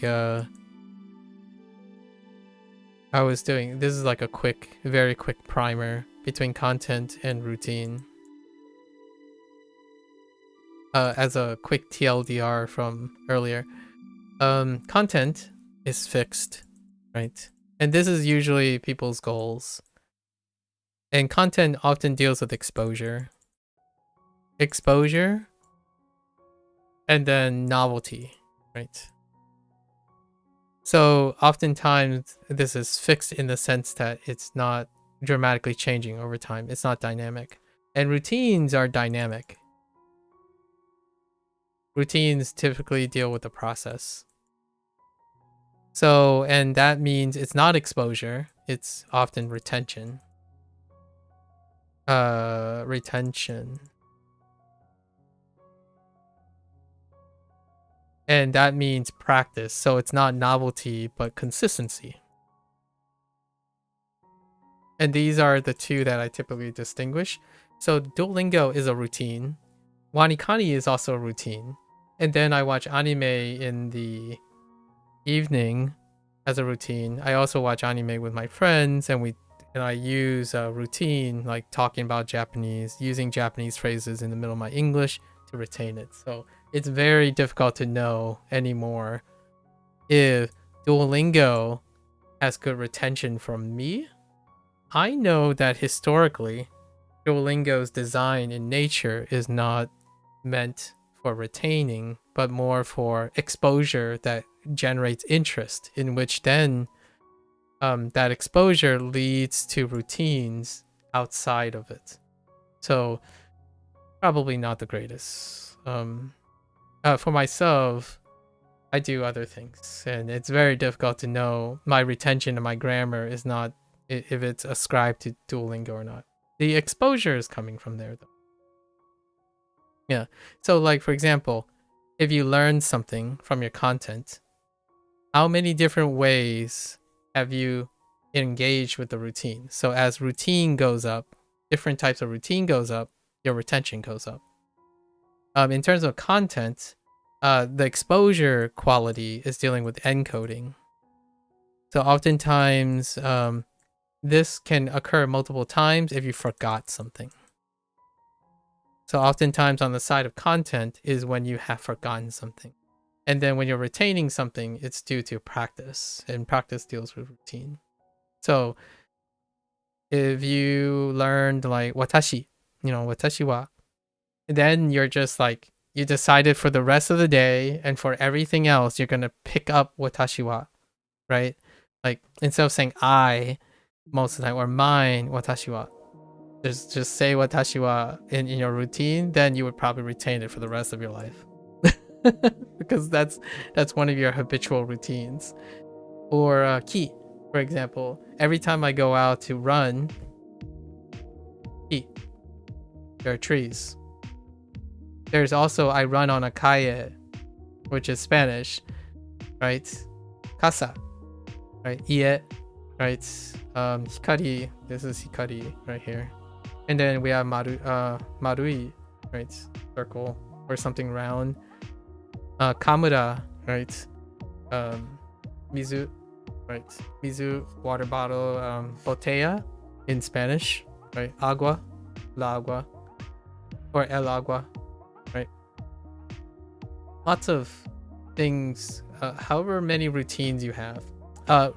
Duolingo, I don't think there's enough different types of routine in the Japanese course, especially. In the Spanish course, it does a lot better. It performs a lot better because the volume is different. There are more routines. The only routine for Japanese right now is you translate one way and then you translate the other way. You get paired up and then you see three forms: English to kana, and then kana to kanji, and then English to kanji, right? Or the native word. And then they use like associations. They use sound, visual, and definition associations. So there's quite a bit of routine in it. Probably not as much as enough to retain. I don't think it's I actually think it's somewhat about average or above average. How many different ways it's trying to cause you to retain the knowledge. But definitely not a substitute for not being greedy with more. Like, you gotta be more. So my content to increase surface area, to increase reactivity. Yes, exactly. So I often talk about it this way. You often have to ask yourself, you have time, right? So time is X. It's a time. We'll just use T. Time is however much you have, right? And then you have learning and practice. Now, oftentimes people prioritize learning, which means that these are novel things. So like, if you're thinking about, okay, let's say your time is 100 minutes. You can spend 100 minutes looking at, let's just say, 100 kanji. Right, then that would be 1 minute. 1 minute per kanji. And that's it. That's the exposure. So technically you learned all 100 kanji right away. Now, in terms of retention, you have to split this time, whatever time you have left. Let's say you actually have 200 minutes left. So that leaves 100 minutes to engage in your practice, which involves your routines. How many ways can you routinely engage with 100 kanji before you reset, before you sleep? Usually sleep is a great way to segregate. So oftentimes the idea is, I operate typically on the idea of, you start somewhere. So let's say you start at 10 items a day. So in Duolingo, at least where I am, it's about 10. Well, we'll just say 10 is a good idea. 10, and you get exposure. So now I would take those 10 items and I would apply as many routines I have. Right now, I engage in these 10 items on a regular basis, maybe like 5 ways. So these 5 ways are across however many time, but these 5 ways have to be something that I do consistently.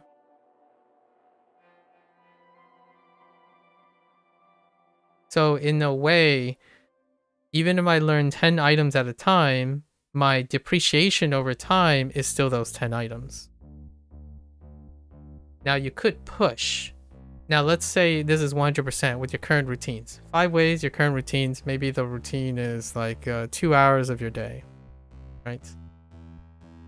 And you have 100% retention for like the next month or 2. Now you ask yourself, wait, but am I capping? Like, you have to push to a point where you know you can't take any more using the same. So next time, what you would do is you would increase it. Increase the threshold, 20, and you keep your routine the same. Now, do you still get the 20 items back for the next like month or 2, right? Then you're still good. That means you're still capped. But oftentimes when you get to a specific thing, you would lose retention. So you would get to like 15 items, right? That is no longer 100%. And I'm not great at math, but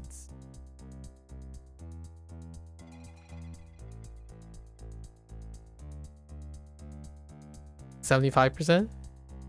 No, wait, yes. Well, besides the math, I'm sorry, I'm not a true Asian. I'm not very good at math. Okay, so 75%, right? That's your retention. So 75%. Now the question is, do you think this is sufficient? Like, are you satisfied? We're not here for that. So, is this sufficient? If it's not, you can choose to decrease exposure, right? Decrease exposure, or you can increase your routine, right? How much you, quote unquote, routine, number of routines. Now, a lot of times people would say, oh, you can just practice more, right? Practice more. So like you could take one routine and then just increase the amount of time, right? Increase the amount of time invested in that one routine.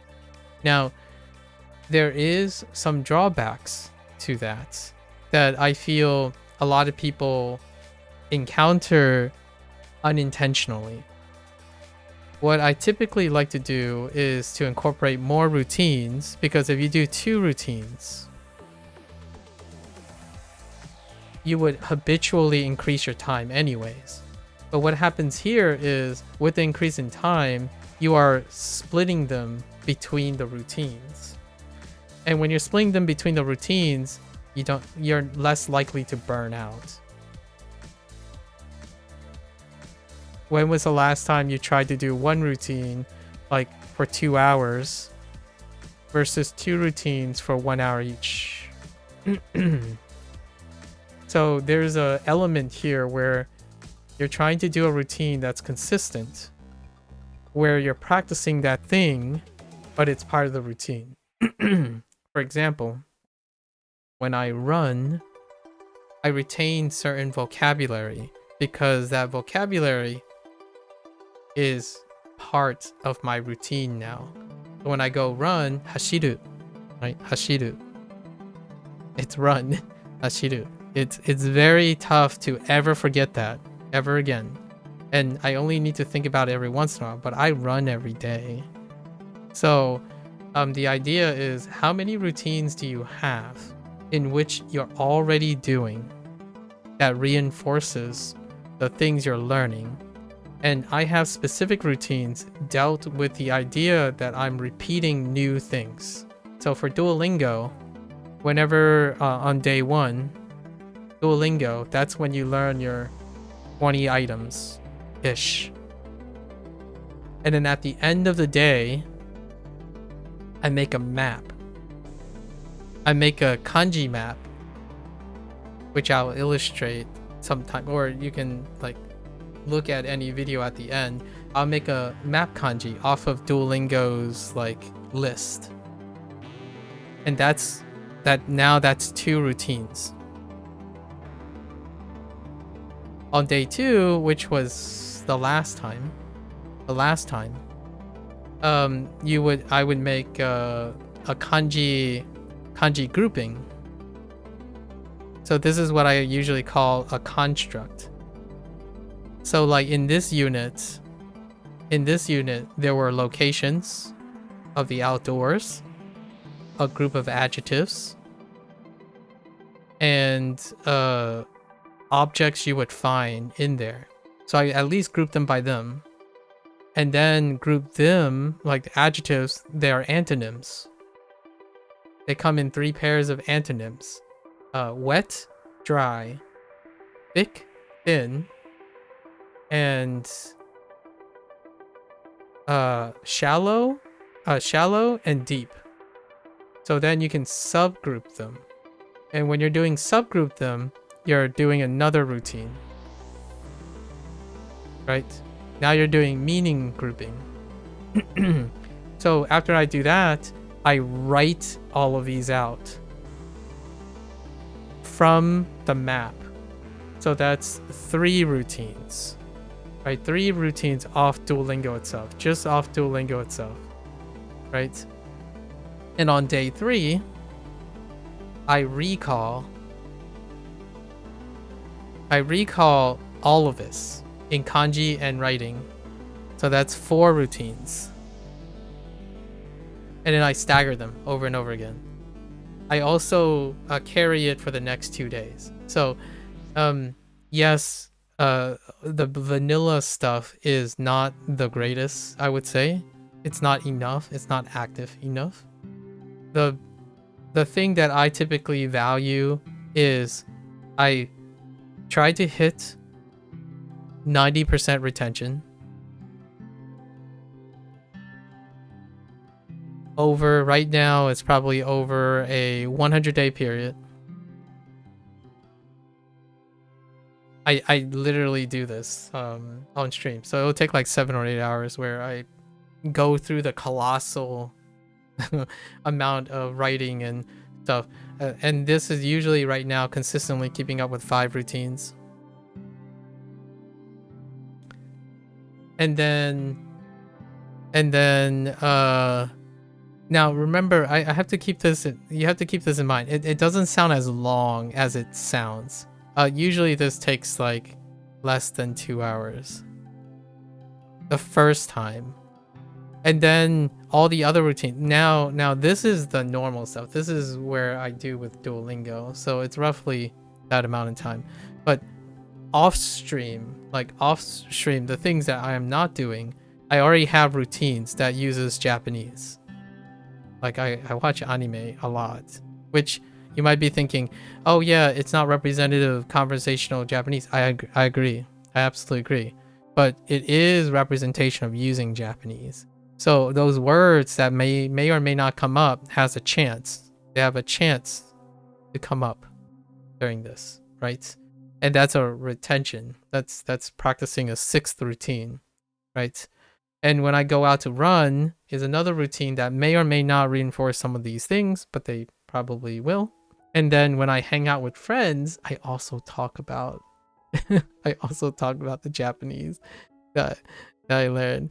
And then most of the time when I'm watching interviews and stuff, they reinforce some of the stuff, not all the time. So these are not fixed. These are not guaranteed to do this. I usually do a routine across, for Duolingo, I do a routine across 6 days.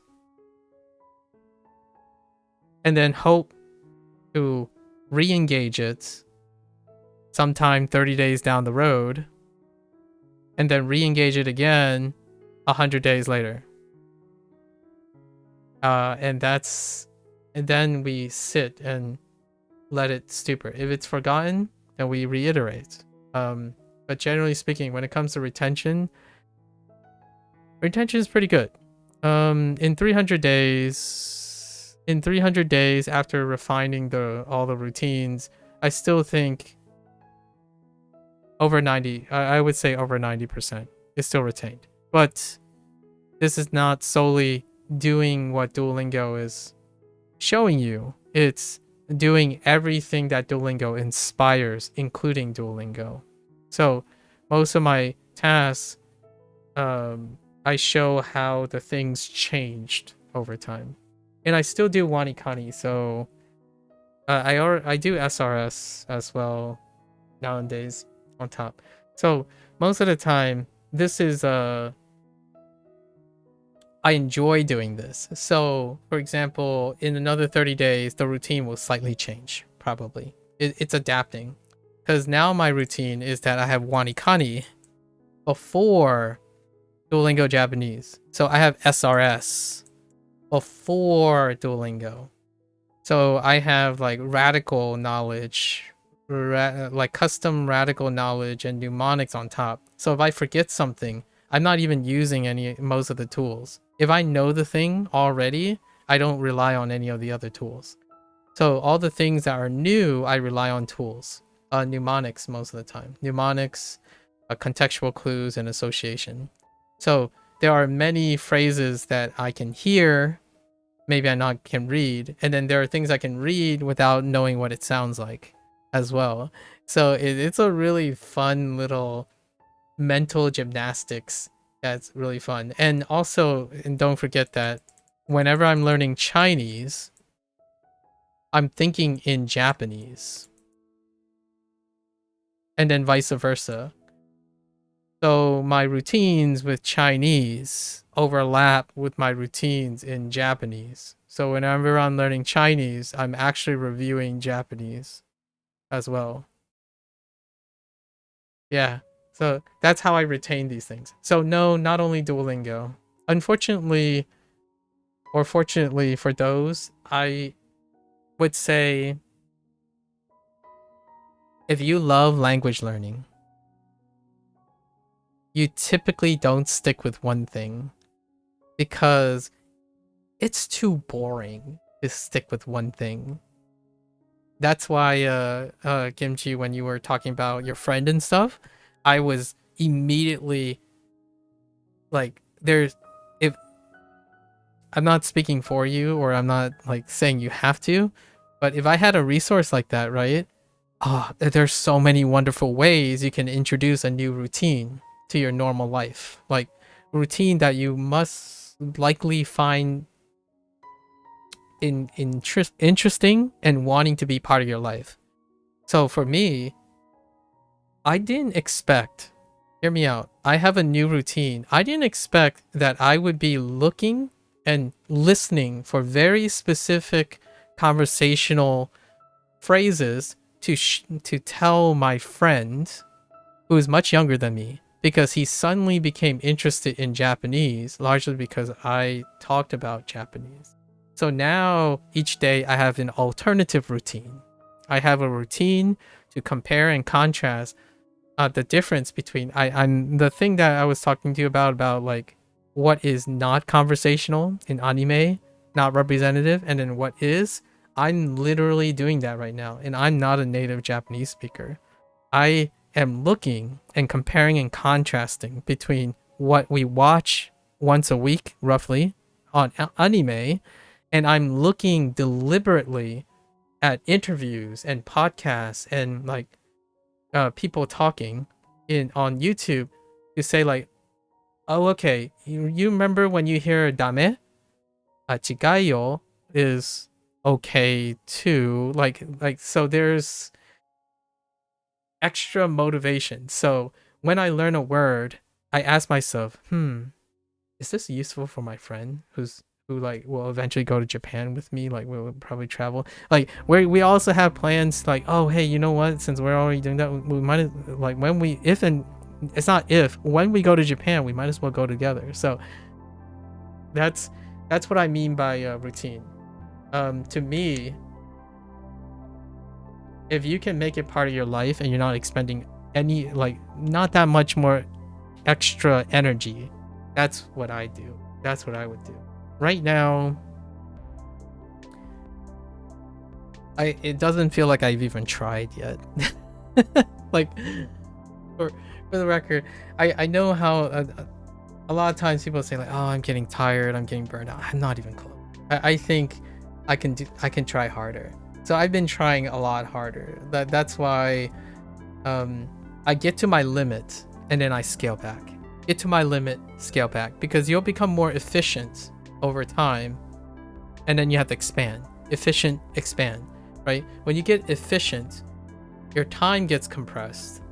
But what are you going to do with all that extra time? Because when you get efficient, you're also working less. And if you're working less intellectually, you might get a little too passive, right? When you get passive, it's not interesting anymore. And you're not like actively engaged. So yes, like going back to Anki over and over again, like every single day can get a little boring after a while. So spice up that Anki. It's only been about a year in Chinese. My next month, I will be using LLMs. And LLMs will allow me to farm for reviews. I would like learn how to write reviews in basic Chinese. And all those words that LLMs will give me will go back to Hanzi Hero, which is the app I'm currently doing for this year for SRS. So then, because I've already completed the Duolingo Chinese session and I developed whatever that routine you saw, but I do it during Hanzi Hero.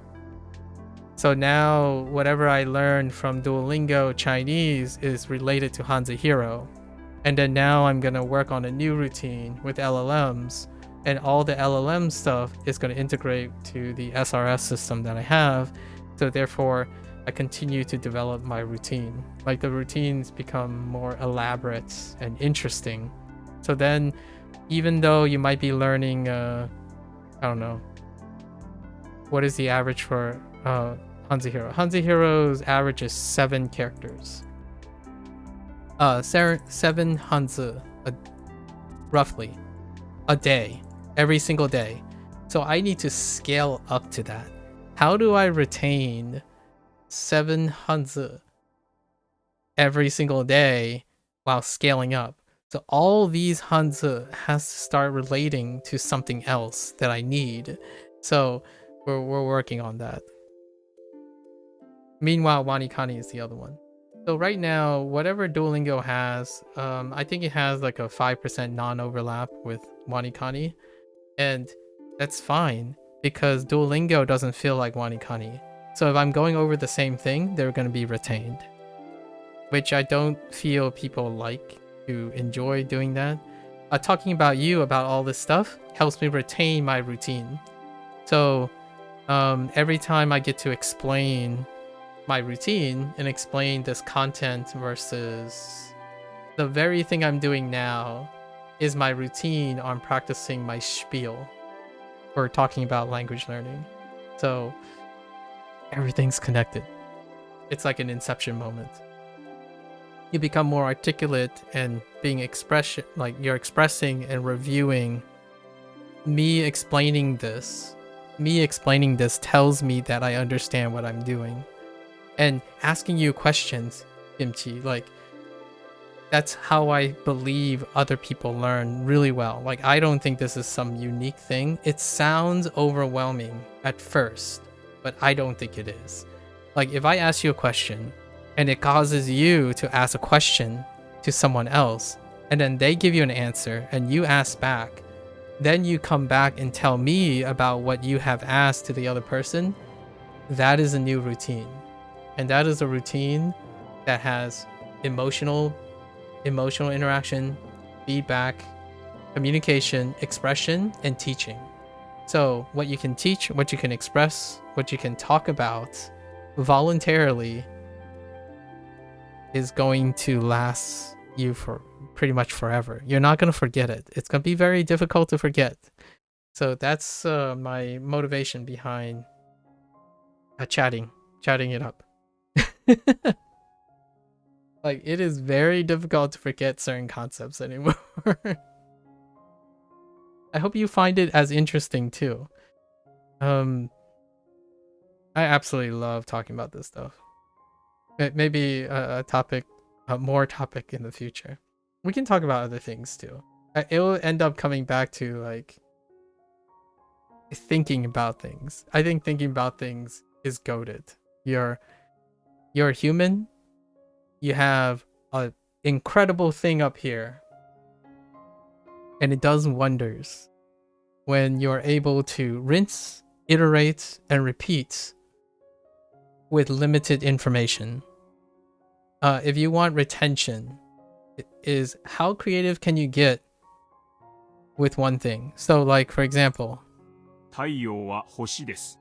this sentence alone, a lot of individuals would say, oh, it's just a simple sentence. All it says is the sun is a star, right? And 太陽は星です.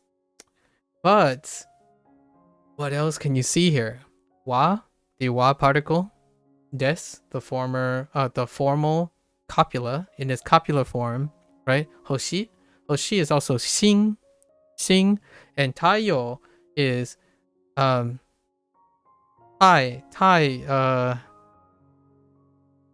阳, right? 太阳, right? So 太阳是一个新的, right? 是一个新的, which you could say all of that if you want, which is what I do most of the time. So you don't have to do it. You could just learn the one thing and then get used to it and stuff. But I would definitely explain this stuff. And then it's like sun wa star des, right? That's actually how I see it in my head too in English if I wanted to do English. And then how would you express it in a different way, right? which I don't have any synonyms for taeyang, right? Or taeyo. Oh, yeah, Korean for sun too. Yeah, see, there you go. And that's what you should do, in my opinion, or like try to do. Like, brush up on your Korean, brush up on your English. I have been brushing up on my English for sure. Serendipitously, I learned a couple new English words as well. Ford and wade. I've heard wade before, but I haven't ever used Ford as a verb. And there are a lot of words that I haven't used in a while, like very simple words. Get. I realize I'm very terrible with the word get. Seems. Oof. Seems. And then I realized that synonyms are outrageous when it comes to Chinese, like terminate, eliminate, and stop.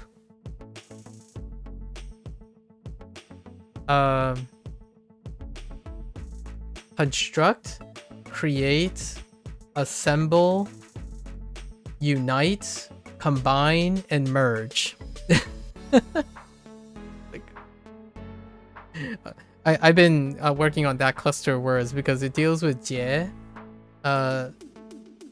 jie, he, and you have to know the English to know the context of which jie and he I'm talking about, right? In order to get that, and all of that to me is have you ever here's a great litmus test. Here's a litmus test. If you look at this one thing, right? And then someone says something, they say one thing, and you're thinking to yourself, boy, it's gonna take me 5 hours to explain all the stories I have with this one phrase. Then you get me.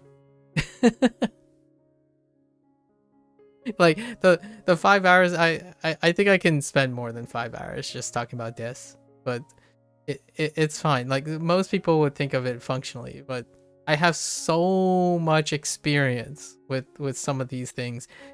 Even if I can't produce it, it's very hard to forget them.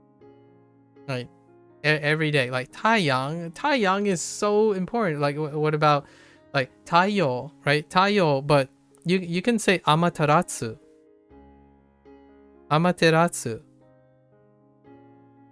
Why is that relevant to taeyo? That's a sun goddess. Amaterasu.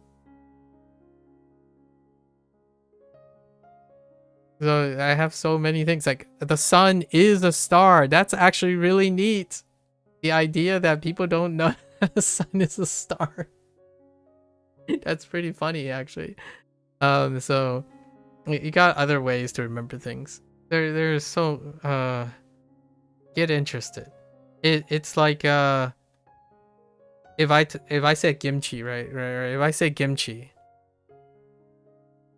I'm willing to bet that you have way more things than I do, possibly, about the nature of kimchi, right?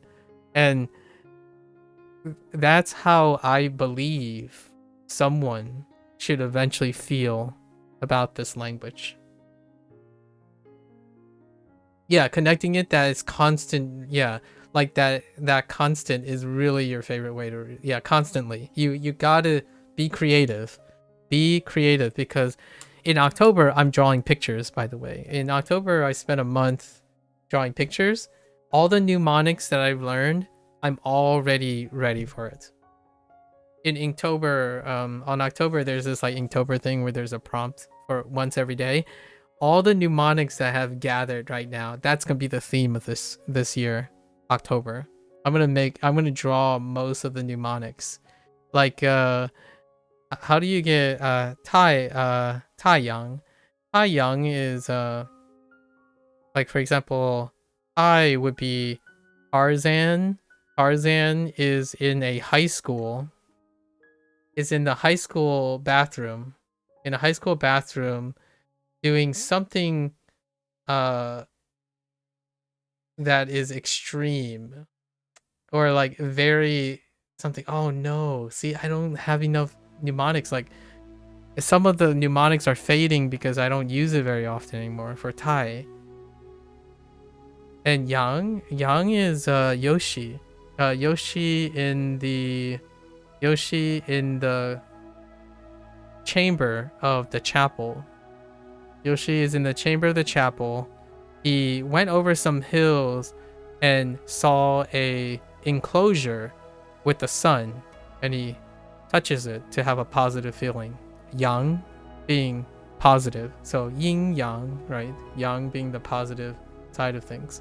And I could draw it. So in the future, in a very near future, if there was a sun prompt for my drawings, I would draw the sun and I would draw Yoshi touching the sun. That's probably gonna be something that I would do in the future. So I'll probably draw like mnemonic pictures and whatnot for all these things in the future, just for fun. That's how you get creative. Yeah, constant usage. Like, do I have to tell you about do I have to tell you about grass? Kusaksa, right? Grass. Japanese meme. There you go. That's laughing, right? Kasa is grass.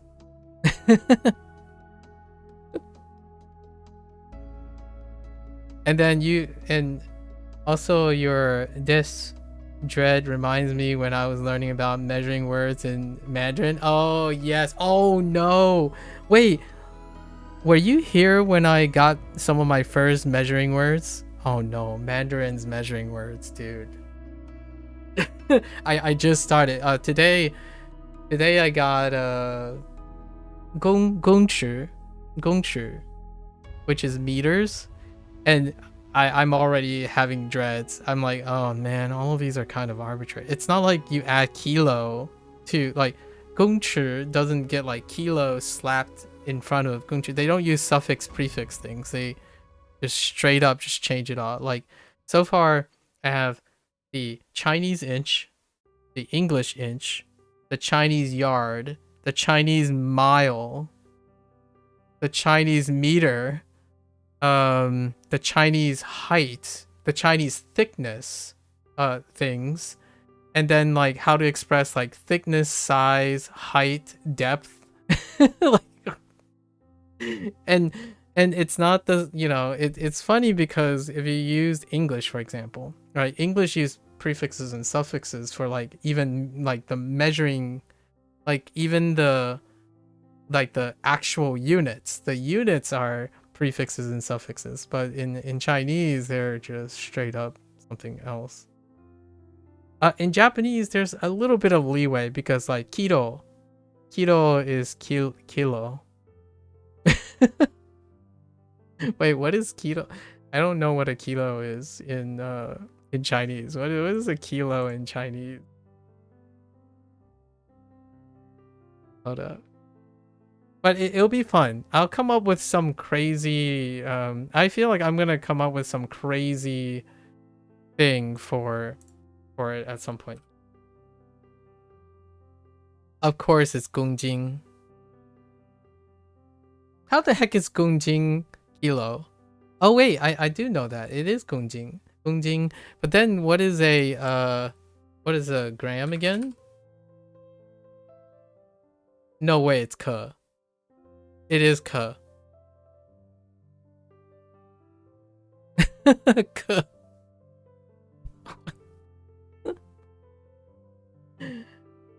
Like you get kilogram, right? So you get gram plus kilo, but then you just go from gongjing to ke.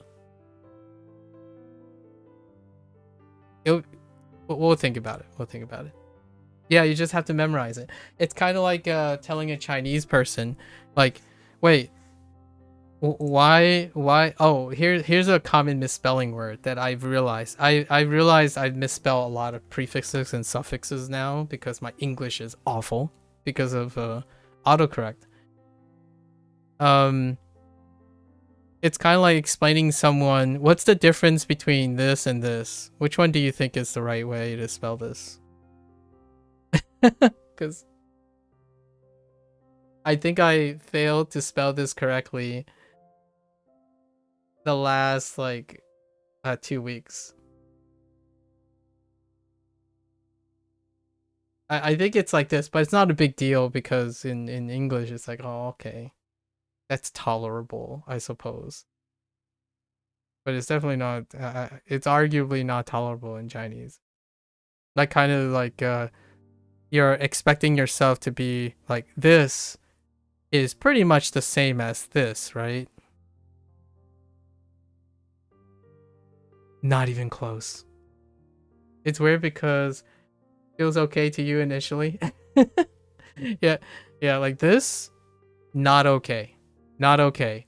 This is like the difference between silver or root and good. This little thing up here.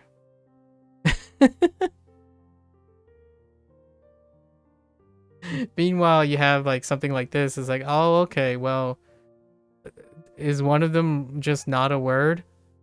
Apparently this isn't a word. I've been misspelling it. This is the misspelling. I kept misspelling appearance because I didn't realize that it's an A. There are so many typographical things. The SRS that people are using, like the SRS that I'm using, they don't have autocorrect in English. So every like typographical error that I'm making is reminding me of all my poor English. Like, for example, weird. I can't tell you how many times I type this out and I'm like, wait a minute. That looks kind of weird, but I think it's fine. That's as funny as I get. Laugh. You know, it looks weird, doesn't it? But then when you type it this way, it's like, no, this is definitely weirder. Yeah, this is definitely weirder. This is the right one. and when I think about these situations, that's what I think about when I look at Japanese and Chinese. I'm like, wait a minute, something doesn't look right, but I can't quite pinpoint. I just know it's not right.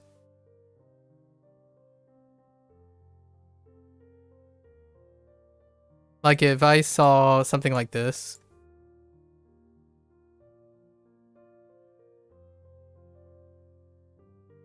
oh, mouse not great.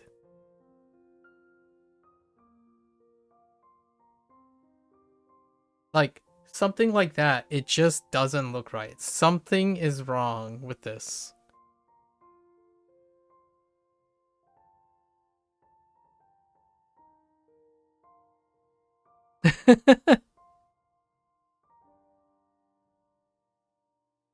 It's a different character. Yeah, it has to cross this line. Now there is peace on earth. Yes, indeed. And I learned to embrace it. I think it can be very daunting, but at the same time, it's like the most liberating part about learning the language. You're like, oh yeah, now you know, you can do that now. You can know the difference between here's one that I would share if you're learning Japanese and Chinese. I can tell when I'm handwriting, if someone knows how I handwrite,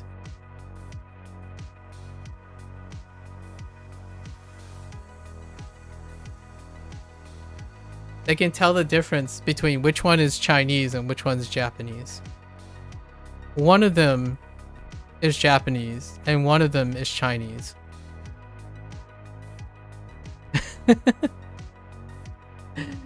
When you were younger, someone would say I before E except after C unless it's weird. Yeah. Getting into the little idiosyncrasies of each language is always usually. Left is Chinese? Yes. You got it. Yes, this is Chinese and right is Japanese. Yep. Yep, because whenever you have a 50-50, Chinese would favor horizontal strokes to complete something before Japanese, which they would do vertical strokes first. Yeah, there's a bunch of 50-50s in writing that separates Chinese from Japanese.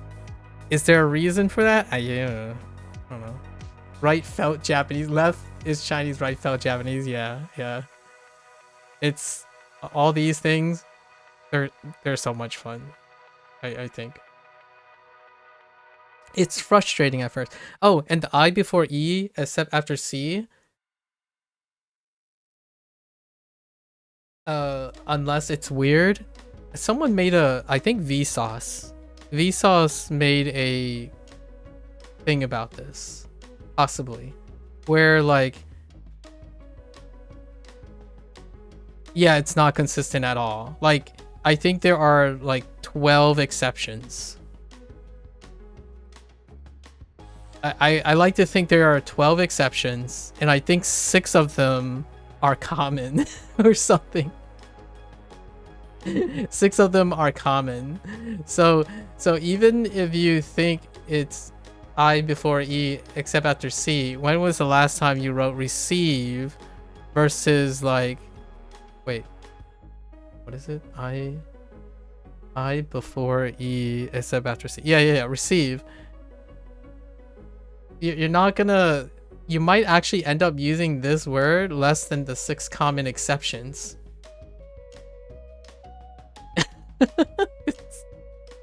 Oh man, it happens in science as well. Like here's a every day for work the pain. Here's one. When not even in language, I think it's true for knowledge in general. When you have a very healthy attachment to learning, in science, there's this meme, or I think it's a meme. You know how when you talk about learning useful things in high school and you learn things in college, right? We'll just say BS, or like bachelor's of science, and then you go into like masters of science and then PhD, right? And oftentimes when you think about something, it's like, oh, some people peaked here, right? And they're like, yeah, now I can think of the nuances. Those middle school kids, they don't understand. Whatever they learned in middle school, it's kind of like part of the truth. You know, you get all these general ideas, right? These general patterns. It's like, nah. High school blows it out. The pattern continues. So there's this little like joke among like graduate students. Typically you like skip over masters and just go to your PhD most of the time. But most of the time the running joke is, oh hey, you get all the general knowledge. Don't worry. This is general knowledge. You'll learn that there are more exceptions than the general knowledge patterns that you've come to love. Like come to rely on. Like, oh yeah, you know, what's the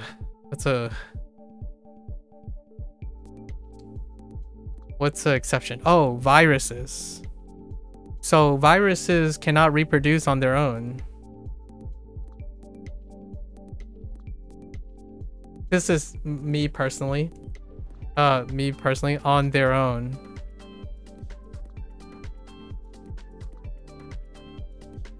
This is a personal favorite of mine because of my academic background. It's like, well,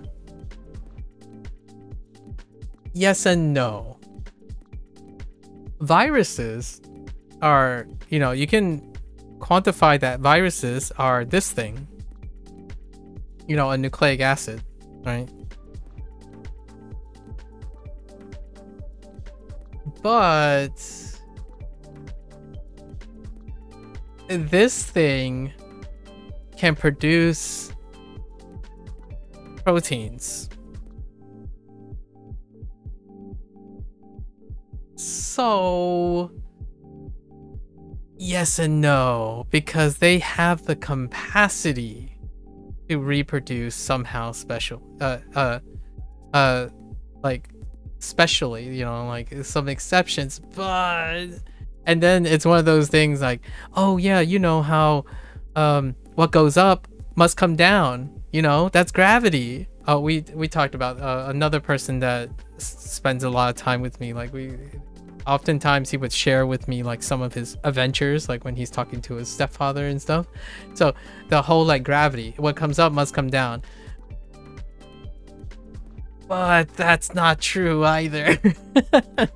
Like maybe you could say on Earth, and also standing on Earth, maybe. Like you need some clarity, because you know, there are places where this is not, yeah, you know, it's not, what comes up must come down is too general. Because if you're in special places, what goes up doesn't actually come down, right? What if you're in motion? What if you're not on Earth? And so that's kind of one of those things. Like you have examples too, like in high school, right? In high school, you learned about space, right? But somehow everyone still remembers what goes up must come down. And yet they understand the concept of space or a vacuum or like I don't know, gravitational pull, like a center mass, right? Gravitational pull. So what goes up must come down. Well, what is this? Up, down, towards the center. So that's kind of one of those things in the long run. It's not necessarily that things are wrong or right. It's largely because it's funny when you start learning more details. What is down? I know, right? Like, what is down? That is an excellent question. Like, the moment you step back and you learn more nuances, you realize, I don't understand anymore. What is, like, if we're saying east and west, which way is west and which way is east? And yeah, the more you know, the less you know. Thank you, Kimchi. This is the thing that I talk about a lot in a like a humorous way. Every time I have an opportunity about talking about how do you reveal that you're a cultured and or intellectual person. It's not whether you're happy or you're valuable or not. We're not talking about how stupid or smart. We're not talking about the qualities of a person's personality. But the likelihood that someone goes around and say, I know everything, is likely because they're not interested in knowing more. You see? So oftentimes I do have a lot of occasional encounter where someone says, oh yeah, like, I know I'm an expert at this, and then like I'm very confident this is the right thing. It's like generally an expert would likely not try to say that. They would say what they know, and they're like, well, it may be subjective to subjected to change, because generally people who know a lot of things tend to combat with another problem, which is the imposter syndrome. Because it often very well feels like the more you know, the less you know. And in order to be happy with that, right, as a human being, is that, well, thank goodness there's more to learn. Because what would be the point of knowing everything to live for? And you know, other people would argue, well, you can apply all those things. It's like, that's why you're happy with not knowing more. You're happy with what you know and applying what you know. And that's awesome, because it balances out that hateful or potentially negative feeling that you just don't know anything. Because every time you know more, you feel like you know less. So oftentimes, which I which I encourage people, if you're in that state, if you're in a perpetual state of imposter syndrome, routine is your friend. Apply your knowledge, retain your knowledge, hold on to the things you know more about, and it makes you feel less, that it makes you think you know less, but apply to your routine so that you can remember that you know a lot or more than you did before, while feeling like there's more to learn than you've ever needed to. And then for those who are not interested and always focus on applying and they're bored, like they're really, really bored, right? Content. I'm wrapping it back around to the same deal. Content. Find content. New content. And then get to a point where you're saying, you know what? That's too much content. There's no way I'm going to remember all this. Why does it feel like I know so many things and yet I don't know anything? Go back to applying. Now you're like, imposter syndrome. There's just, you know, or like what I mean is everything's boring. Everything is not new is the problem, right? Everything is not new. It's not it's the problem. So you got to find new things. And then at some point you're going to reach the imposter syndrome again. Go back. And that's my routine. That's my Duolingo routine. That's my language learning routine. I use Duolingo in a current routine until the point where I realize, it's getting kind of boring. Like my routine feels like it's really ironed out. It's very efficient. Time to go explore how to add more to the routine. And then I do that. And then I wait till it gets boring again. I do that again. And I do that again. The reason why I do it this way is because I consistently remind myself that I need to know more, and it's gonna make me feel like I want to do a whole heck of a lot more. But I also gotta remember that I'm applying this, so that application creates discipline. Back in the day, it's like when you started an experiment, right? The first time I have ever been told, okay, what are you going to spend your next 5.5 years or plus years on? Like, how are you going to design your experiment for the next 5.5 years? It's up to you, you know? Like, it's like, where do you start? There's just so much things. Like, where do you start? Like, if I learn about, you start reading, it's like, okay. All right, so now what could go wrong? Like, what are all the things? Okay, so you keep reading, and now you're just stuck. You're stuck in this motion where, okay, there's so many things to consider. Why does it feel like if I decide on something, I'm just gonna find out that there's no way I can design this thing? And that is the imposter syndrome. That's the thing where if your goal is to try to learn as much as possible and you need to apply it at some point, it's an endless vortex of sitting there just constantly reading and like, I don't want to start. I just not start at all. And I do feel that while I'm using science as a form of thing, this is language learning. This is an adult looking at language learning.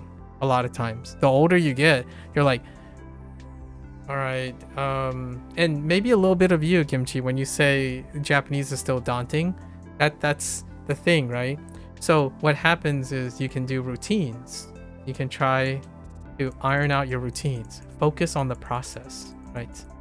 Try to apply any little thing that you're currently learning, like that you have learned, and then focus on the process. At some point, you're going to get to a point where you have experimented and applied so much that imposter syndrome doesn't feel overwhelming. Which oftentimes are people who say, the more you know, the less you know. It's academics. The worst possible thing that stops you from doing it is there's so much things to consider. So that's like that's a rare thing that I encounter. People who are so concerned about the overwhelming thing that they can appreciate, that they're like, maybe I shouldn't start Japanese because I can't know enough for me to feel satisfied. So maybe I shouldn't start anyways.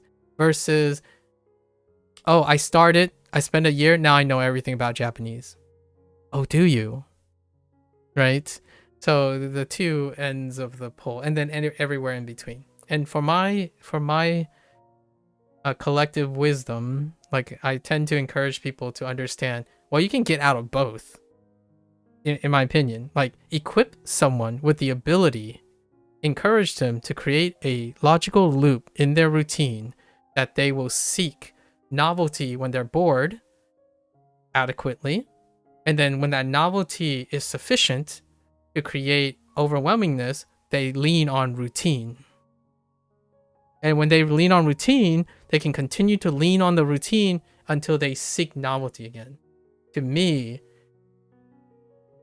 language learning tools and people who are advising on language learning, this is, in my opinion, a strong requirement that your method, whatever it is, also encourages a person to be able to do this routine forever. Because without that, they're gonna there's a chance they will quit, they'll become overwhelmed, insecure about their sufficiency, right? It's gonna drop into a ditch somewhere. You're gonna end up either grinding, feeling a lack of progress in the valley of despair for all eternity. So then there's a quitting moment, or a superficial understanding of something because they find it's no longer engaging anymore. So that's kind of like my broken record. I'm a broken record about this. I think, yes, it's really, really fantastic that people are putting out efficiency, like efficacy, and competing for learning and distributing content. However, I think it comes at the expense, not an intentional one, but at the expense of independence. Yes, these are businesses, by the way, and businesses can operate any way they want, and especially they make you dependent on their tools. That is pragmatically in their favor. It's not malicious, it's business, right? So when you become more designed with the tool to make you independent, the things that I'm talking about now is not in existence. So there isn't a feedback loop, yeah. It requires a strong feedback loop. And all the things that I'm doing now is, in my opinion, so far it's a work in progress, obviously. By default, I think it's a work in progress. How do I demonstrate doing this and rarely ever run out of ideas, despite the content and the tool not changing at all? And then at the same time, how do I stay disciplined and consistent to get the workload done, despite always having new ideas? And then you have content creation. That's the most successful content creators probably have their own version. And there's no specifics in here. It's up to you. So that's even the best part. The best part is you gain ownership of everything you do when you have a strong to and fro when it comes to content and routine. Like, you own everything. Like, the moment someone asks you, how do you do this? Do you have 32 hours? Maybe in the next month, I will give you the 32 hours for free. Like, it's effortless. We'll explain all of this stuff. It's great. Maybe one day I'll write this, release a PDF or something, but it would not necessarily come with specifics. I could use my own life and my anecdotes as specifics, and that's what books are, right? That's how you get those books. But I haven't been incentivized to do so or anything like that. I feel like having conversation is sufficient. Less time to think about what little you know, more time to think about what more you need to learn. Yeah. Yep. Less time thinking about what doesn't work, and more time exploring how you make it work. Because there's one that is very favorable nowadays. And it's not about always doing that. It's not always about making it work. We're talking about how often do you do a balance? Like, are you always focused on how hard things are? And how valuable is that hard thing? Is it so hard that you can't do it? So then how do you get yourself to do it? Right? Then you try to focus on things you can do in the meantime. Is that sufficient to get you to do something? And then flip the script. How easy is it something is until you don't find interest in it anymore? What do you do about that? So things that are easy, I can make hard. Why would I need to make something easy hard? Because I'm more likely to learn something from it. It is hard enough. So I often tell myself to get the feedback loop that I'm talking about is make something hard enough for you to be active, but not hard enough for you to quit, and it's not sustainable. And that is the feedback loop. That's the balance that I'm talking about. So I engage in Duolingo harder enough than what Duolingo is offering. If I don't do, and I do agree with this, I don't think Duolingo pushes anyone, or not everyone, most people hard enough to the point where they are actively engaged in Duolingo. For those who do, they get like maybe a month to 2 months before they settle in, and then they will discover other hard things intuitively. They will naturally go and move to new routines, SRS, textbooks, and in textbooks and SRS will lead to even more things, provided that their routines are in, they have a feedback loop, right? Because you exhaust the routine, you exhaust Duolingo, you move on. That's a new routine. Because you went to search for a new content source. Enters a new routine, you exhaust that routine and you repeat.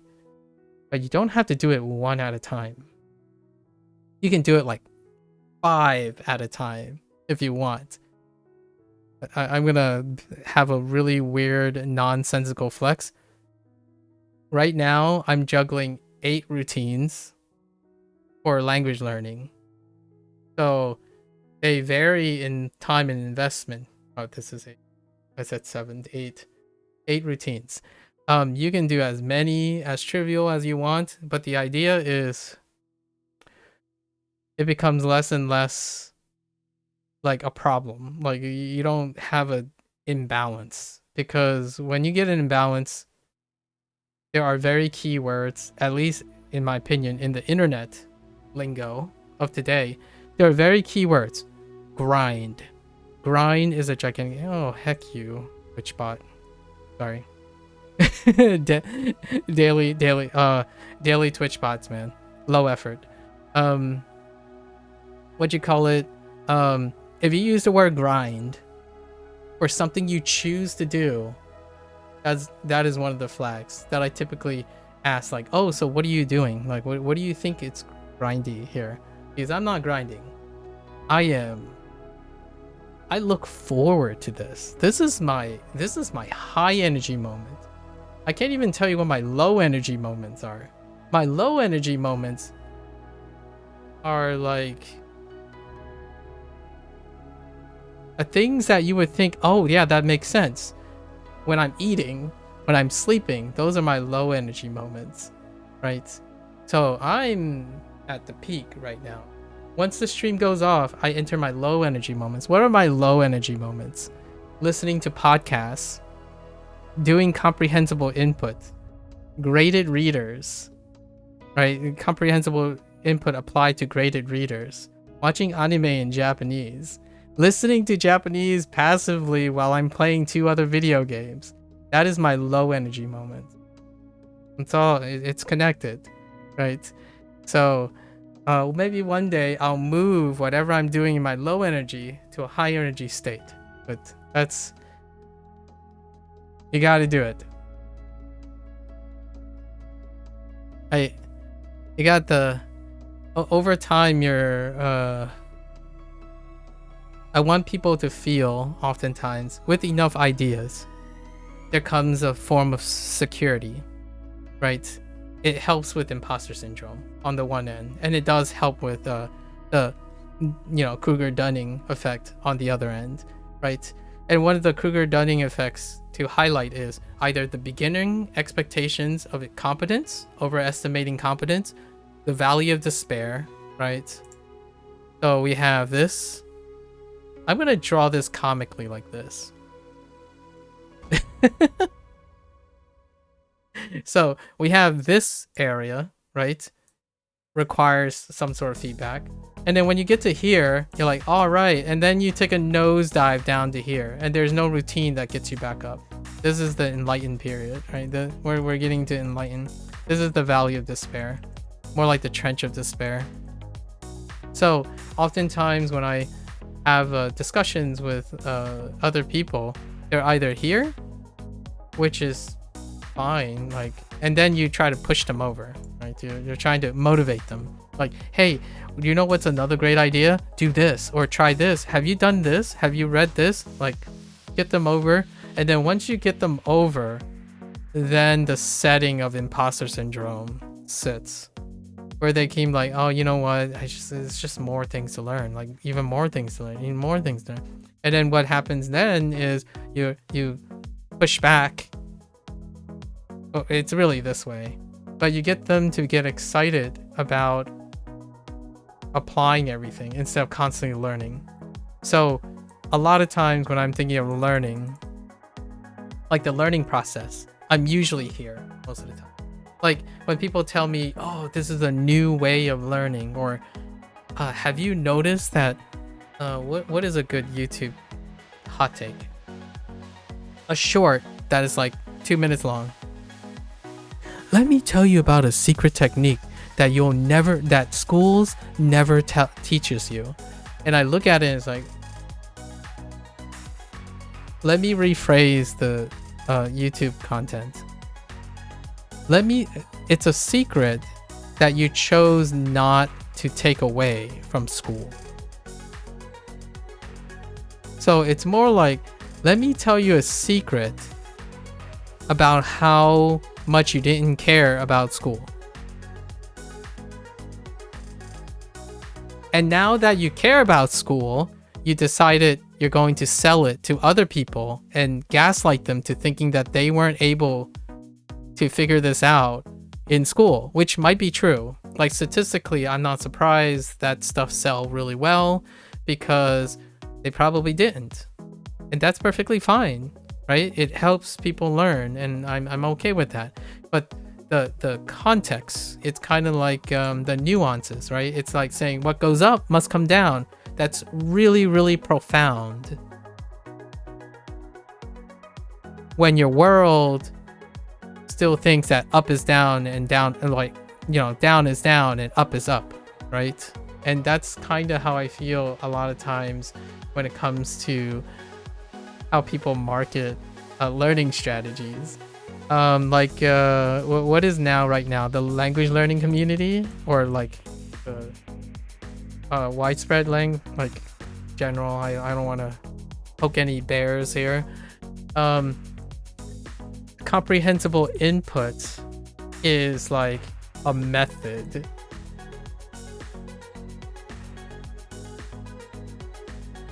Using metaphors and similes to describe diagrammically, using metaphors, similes, nonverbal communication, writing on the screen is a form of comprehensible theory. It exists in various contexts. When you use a metaphor and a simile in your descriptors because you're trying to explain a concept that is abstract, that is comprehensible input. When you're trying to relate to someone by using an example that you share with each other without the comprehension of the actual term that you're trying to express, that's comprehensible input. When a teacher tries to teach you an abstract concept by showing you two pictures of an apple and the number 2, That's comprehensible input. But meanwhile, what's happening in language method is like, oh yeah, it's this very specific method. It's you listen to this thing and it extracts all these words, and these words then they keep track of the words that you've already learned and the words that you haven't, and then they blend it with an SRS with yep. Hopefully in the future you can do that on your own, but at the same time, if you like the tool, I hope that the tool will always be available to you, because you become dependent on the tool.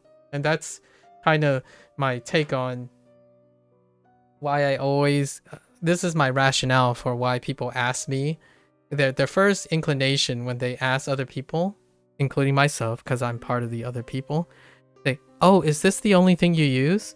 I'm like, no, but I have to be sensitive here because that might be true for the average person. Like, what I mean is that might be the new social norm. You're looking for the best tool that does everything for you. That's what they're looking for. So in response, the behavior would be, hey, I see you using Duolingo. Do you think it's sufficient to be fluent with Duolingo? It's like, I don't think anything is sufficient to be fluent in Duolingo. I'm not even sure if that's relevant to fluency, but why do you ask? Like, well, you know, I'm looking for something that will get me from this level to this level. Okay. May I ask what gets you interested? What are your current routines? If you have any routines that you can see that can engage you to learn learn content, start there.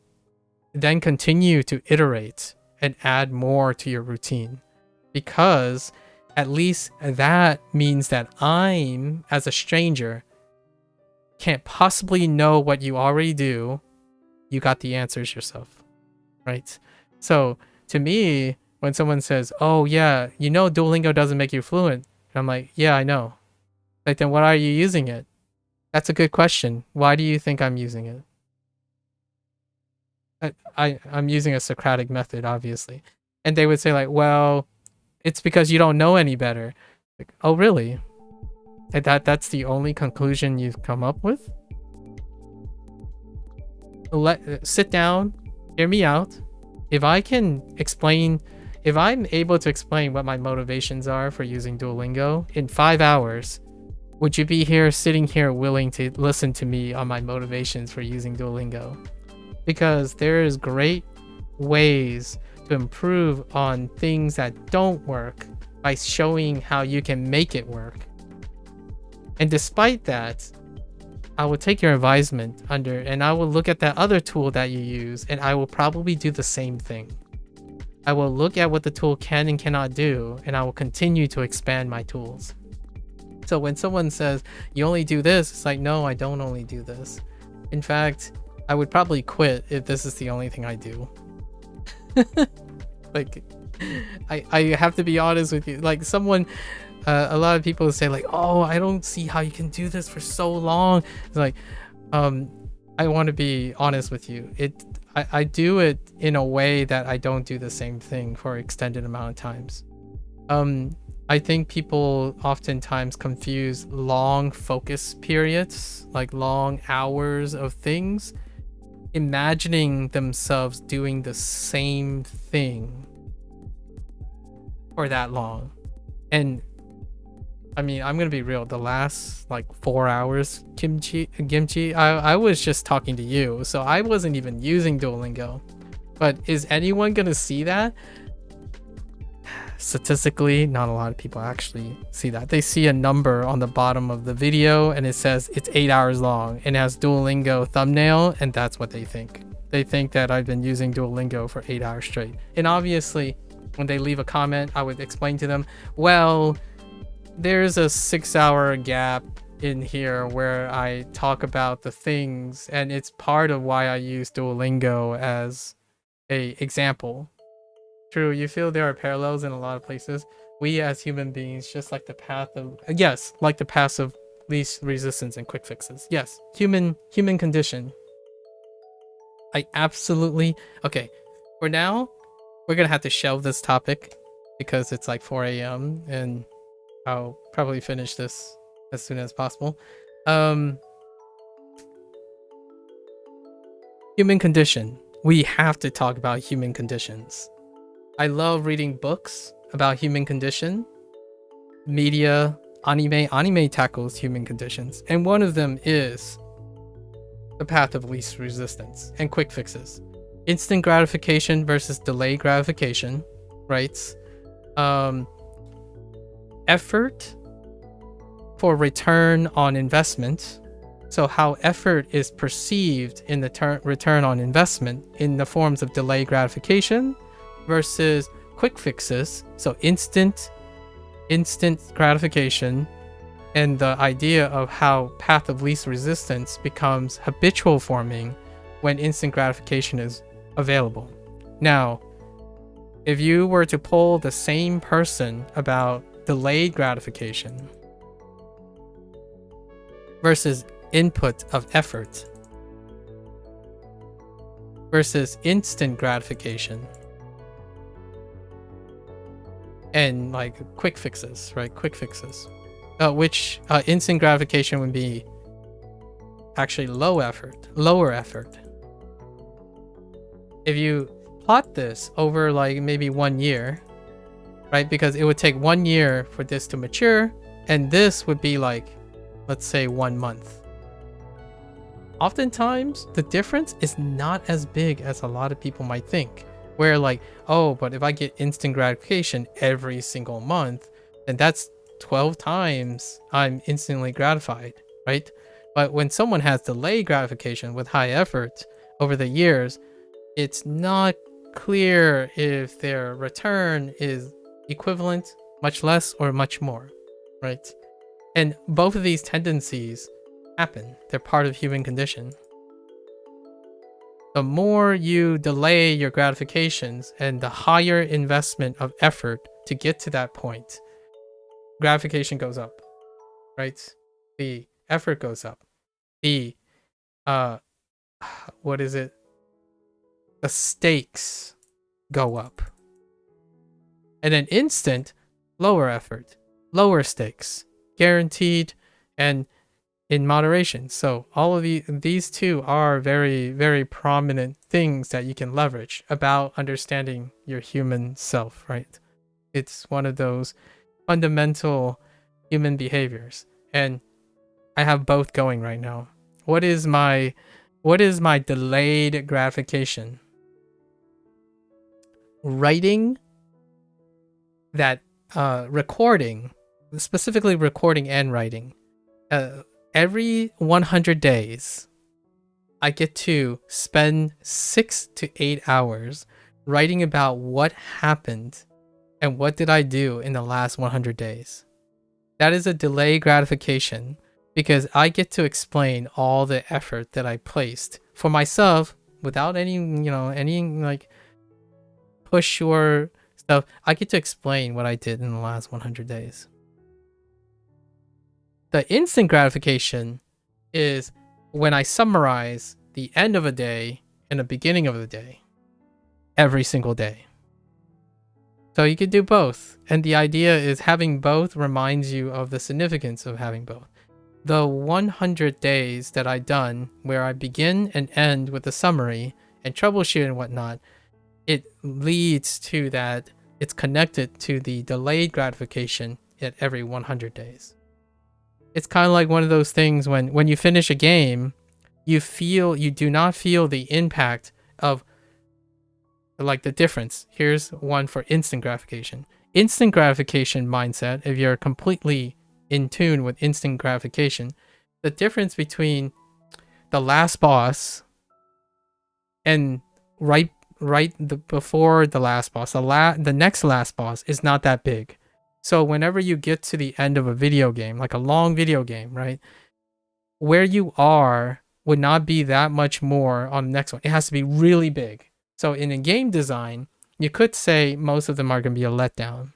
right? But in order for games to capture your feelings, it has to be a gigantic step for the last game in order to give you that really nice instant gratification. But there are games that are designed which is so gradual that it is the journey of the entire game, and you would have to appreciate it in that way. Like, you are far more skilled than you were before. Oftentimes, in my opinion, one is far more popular design than the other.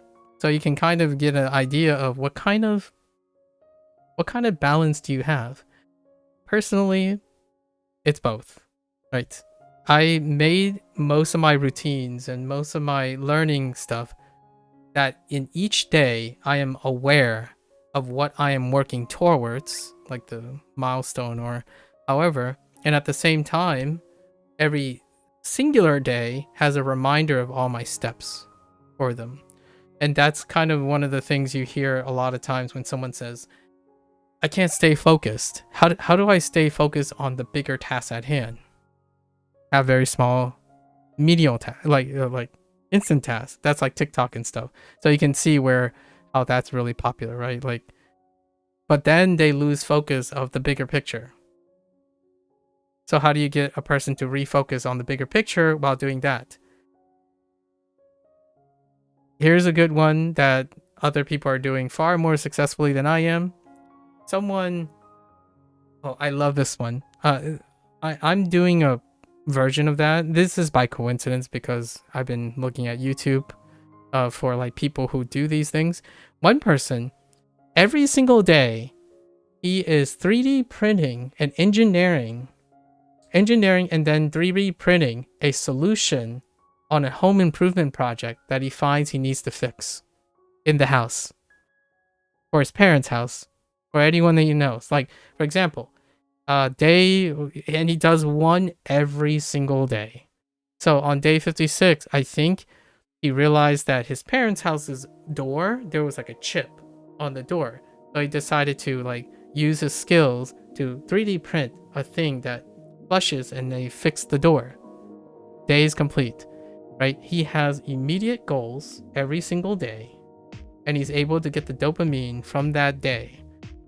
But what he's building is an entire portfolio of all of his projects, because maybe he plans for 100 days or 200 days or 300 days. So you're consistently working towards a delayed completion while also doing like, and if this sounds familiar, this is exactly what I'm doing for language learning. And I don't know this guy. I actually don't know most of this stuff, that people are actually doing this stuff. That's what education is. That's what that degree means. You know, when you go to school, when you go to university, there are things you can do immediately, and then there are things. For me, when I was in school, what I learned, I immediately try to find a way to apply it. If I need to remember it, I'm going to try to apply it. It can be something silly like, I hate math, so I'm gonna write math on a piece of paper, and I'm gonna take a ball and I'm just gonna throw it at the wall, at that paper, over and over again. Or I don't like a concept, right? I don't like a concept and it's so hard to remember. Well, I'm just gonna attach it to something that I'm already doing. I'm gonna play a video game. It's like, hey, you know what? This video game's garbage. It kind of reminds me of that math concept that I don't like. And now they're connected. So you apply the things regardless of how you want it, and you apply it long enough that you can use it. And then once you use it, you can forget it if you want. Like, there are things that you groom away, right? Like, but if you have to remember to get a good grade, and that's like your end goal, you find ways to work in the interim to get to that goal, and then yeah, you can trash the rest if you want. But in that response, you understand more about how your motivational work and how your creativity goes a long way, right? Like, you created a solution for your source of enjoyment, and you determined and created a point of enjoyment.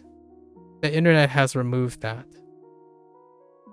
Now, The internet tells you when you should be enjoying your content creation.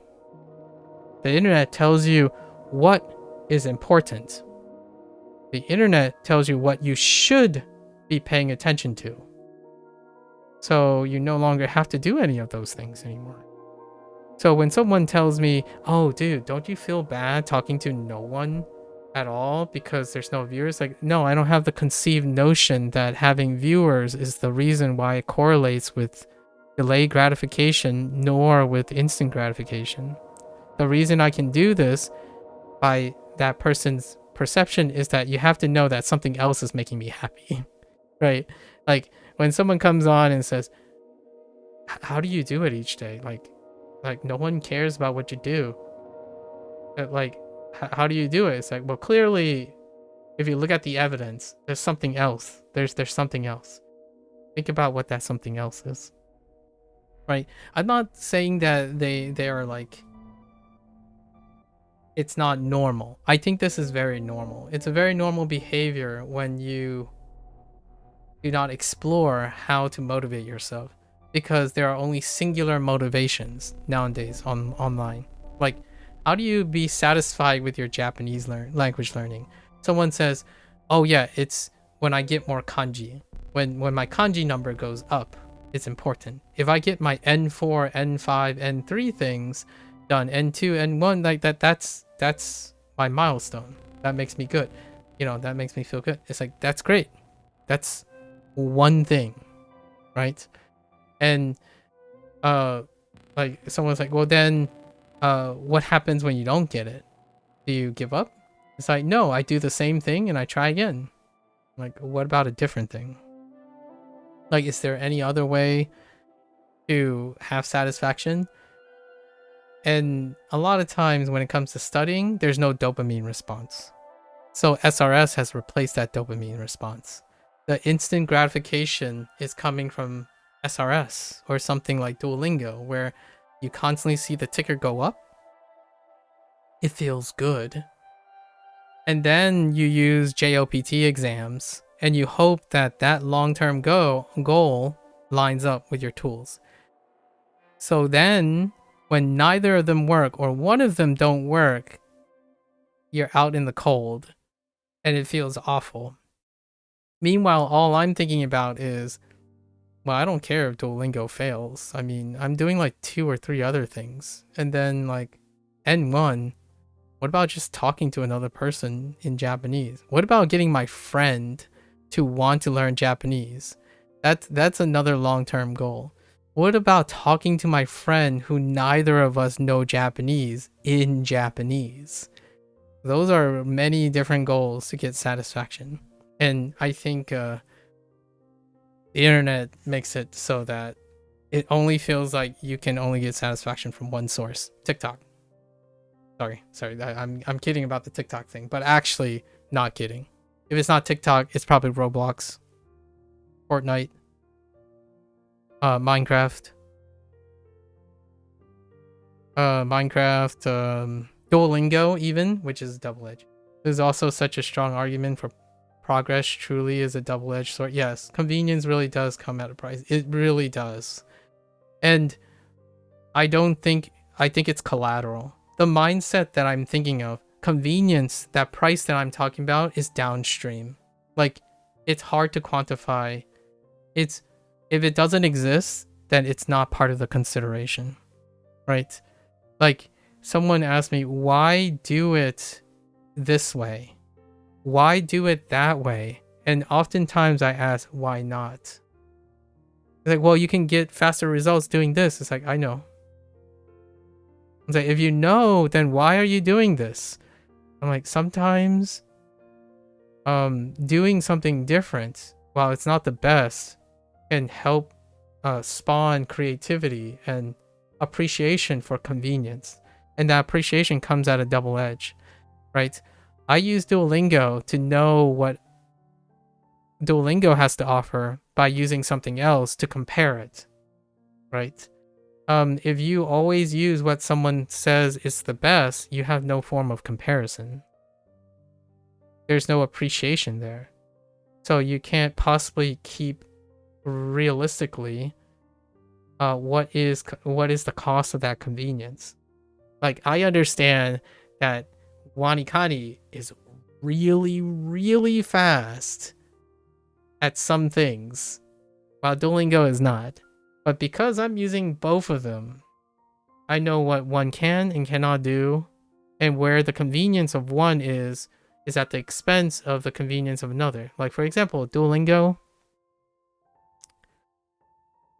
synthetic voices go a long way, and then this like back and forth. But one thing I really like about Duolingo is it tries to trick you all the time. Wanikani does not try to trick you. SRS doesn't try to trick you. You know the right answer, you don't know the right answer. It's like not even tricky. Like, it doesn't do anything tricky. Like, SRS, okay, here's the card, and it's like, soto, right? Soto. That you would probably get like outside, right? Right, soto, outside. It doesn't trick you anything. But now you get like in Duolingo, you might get like 3 choices to say outside. Or you might get something that sounds like soto and soto next to each other. Like, wait a minute, outside, is it soto or soto?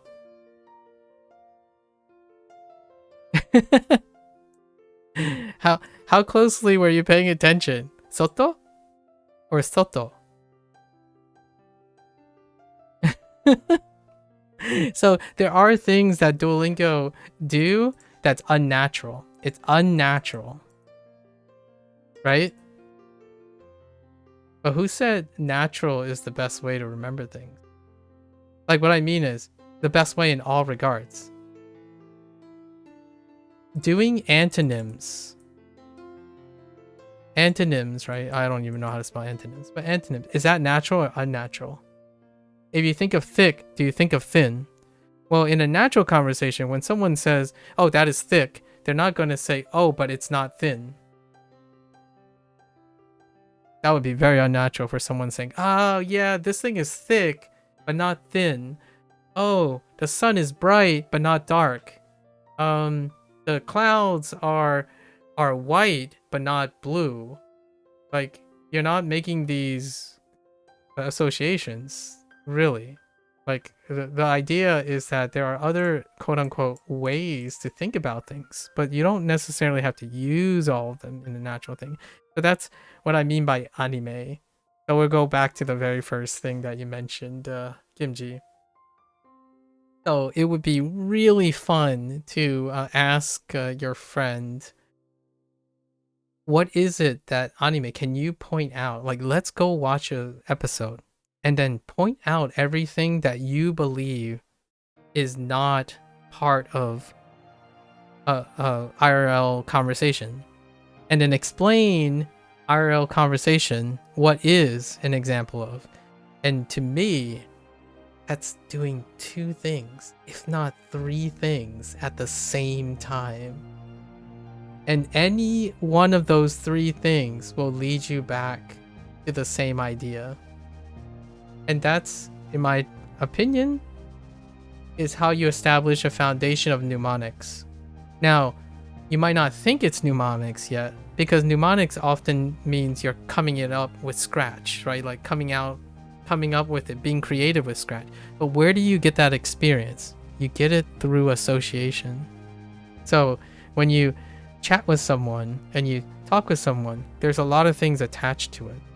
And all of that attachment you can create yourself too, abstractly. And that's when someone really, really hates or finds something that they really bad at remembering. And then you ask them, can you explain to me how you remember this? There's a big difference between someone who says, oh, I just use rote memory, versus someone who gives me like a 3-hour story about how they remember this. And in the process of remembering that 3-hour story, they remember 3 hours worth of other things that are related to it. And to me, that's kind of like a paragraph or a sentence or an anime or book. Like, you can use other things in response. And I think that's where I need to stop and finish the lesson. Okay. What do you by the way, Kimchi, what do you do on a Monday afternoon, Kimchi? I hope I'm not holding you up, because you've been here from I always check because I kind of like to know what people's schedules are like and what they do. Hopefully I'm not keeping you from anything, because it's like 4 p.m. now. Are you gonna eat dinner soon? Why? WFH tech job is chill. Oh, okay. Fair enough.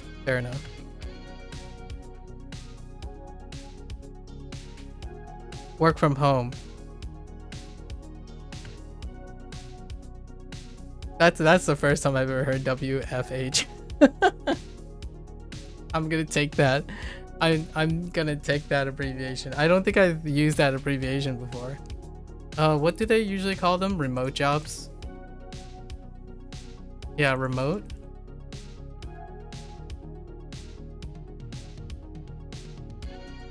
You see it all the time? Oh man. Oh, hear me out. Wait. It might not be a Hong Kong thing. Hear me out for a moment. I'm not employed. So, it's been a very long time. I think it's been over 7 years since I looked for a job. So, you have to... Oh, I did look for a job for other people. They write out work from home, but I like that abbreviation. I don't think it can be mixed up with anything. Yeah, I don't think you can... I'm thinking like World Federation Hospital.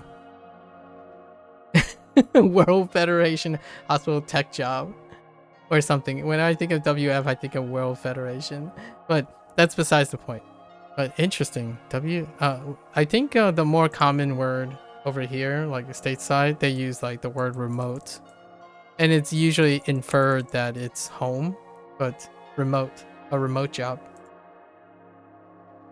Which I do not have. I don't work professionally in any way. So, grain of salt. I'm not responsible. I do not have professional guarantees on anything I say. I'm specifically sharing commentary. There are people that have trusted me in confidence about certain things, but I don't do anything for like payments or employment. Not yet. And I don't freelance or anything. I legitimately do not have an active income. Like, I'm not professionally hired to do anything. This is voluntary. So anyways, the sun is a star. Alright. No. I'm gonna go through my final routine. I am gonna skip something that I was gonna do today, which is to like practice the writing thing. But I will go through the final routine.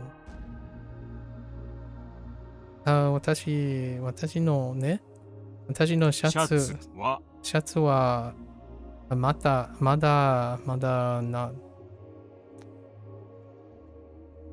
ね まだ not dry かわいていない水はあまり深くなかった。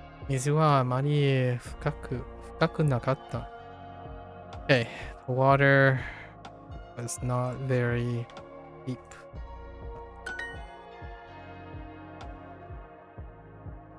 Work from home. Tech job. What is your language? Do you program? What is your language that you're using in your tech job? Are you using a language? Because honestly, if you can learn a programming language, you can do this. I'm being a little reductive, but still. If you already learned a programming language, come on. JavaScript of all things? No. Listen, Kimchi. How can Japanese be daunting if you're using JavaScript? JavaScript is like, and heck no, you rather learn Japanese any day. Yeah, exactly. You already learned JavaScript, dude. Yeah, a Japanese, no contest, no contest. JavaScript is like, sorry for all the JavaScript people. Oh, sorry. I started with Python, so less of that, but Python is still a little wacky. But JavaScript, come on, you're good. Japanese, walking apart. 私 To be honest, you do not have talent for coding, still learning lots. Imposter syndrome. I wouldn't know. Like, for me, it's gonna be very hard. We would have to know each other very well before I make a comment about you do not have talent, because I don't know how to program in JavaScript. Like, does that mean you do not have talent? I mean, obviously I didn't pick JavaScript, so you gotta have some sort of application. You're hired for a job to do JavaScript. I was not. I think I can understand that stuff pretty alright. I think you're fine. To be honest. Talent's overrated, okay? What do you think talent looks like?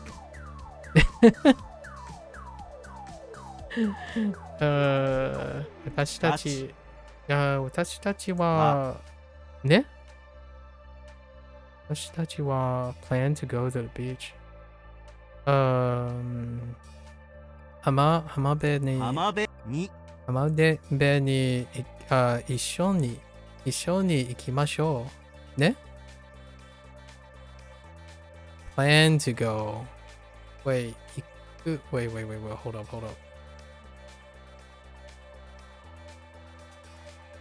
一緒に行く、think 行く think つもりですね。つもです。 Okay. イギリスは島の国です。イギリスは島の国です。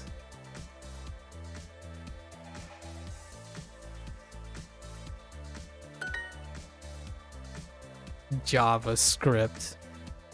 I would love to hear your favorite JavaScript meme. Like, for the colloquial. Like, if you were to do a stand-up, what is your punchline for JavaScript? I have quite a lot of punchlines for being like a scientist. Here's one. You know you are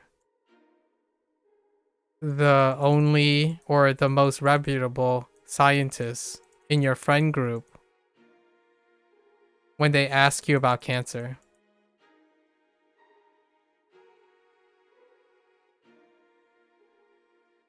This is my punchline. You know you are the only scientist in a friend circle when most of your friends ask you about cancer.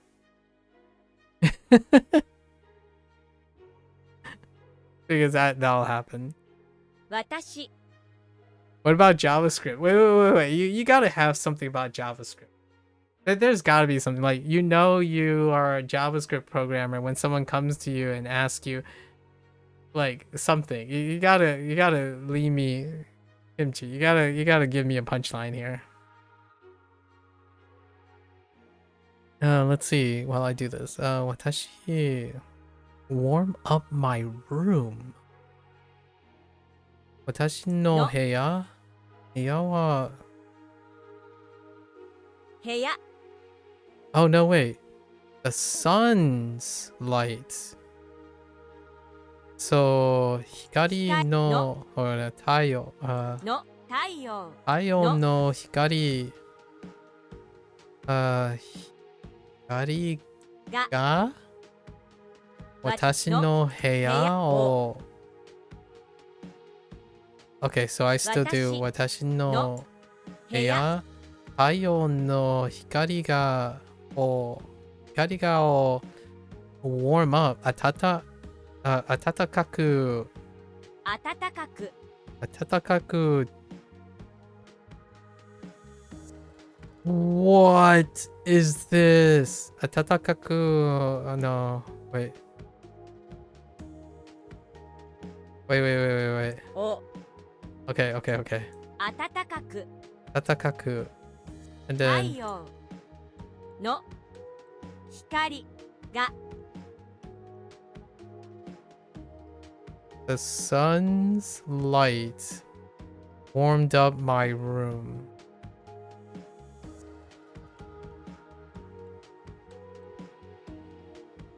でしたまし Warmed. How do I get atatakaku? Oh, wait. 私部屋を暖かく Tayo no hikari ga. でしたの Oh, no, what? I can't process this. I don't understand. の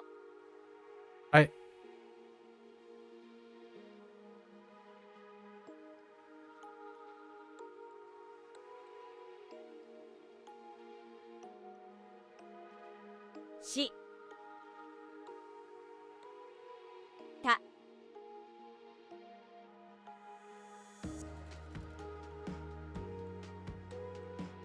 I don't know. Okay. So they went with Tayo no hikari ga okay. Then watashi no buya o atatakaku o shimashita. Oh, okay. So they modified what it was doing. Oh, I was having problem conjugating atatakaku. I thought maybe they're doing atatakaku as oh, okay. It was a lot simpler than it looked.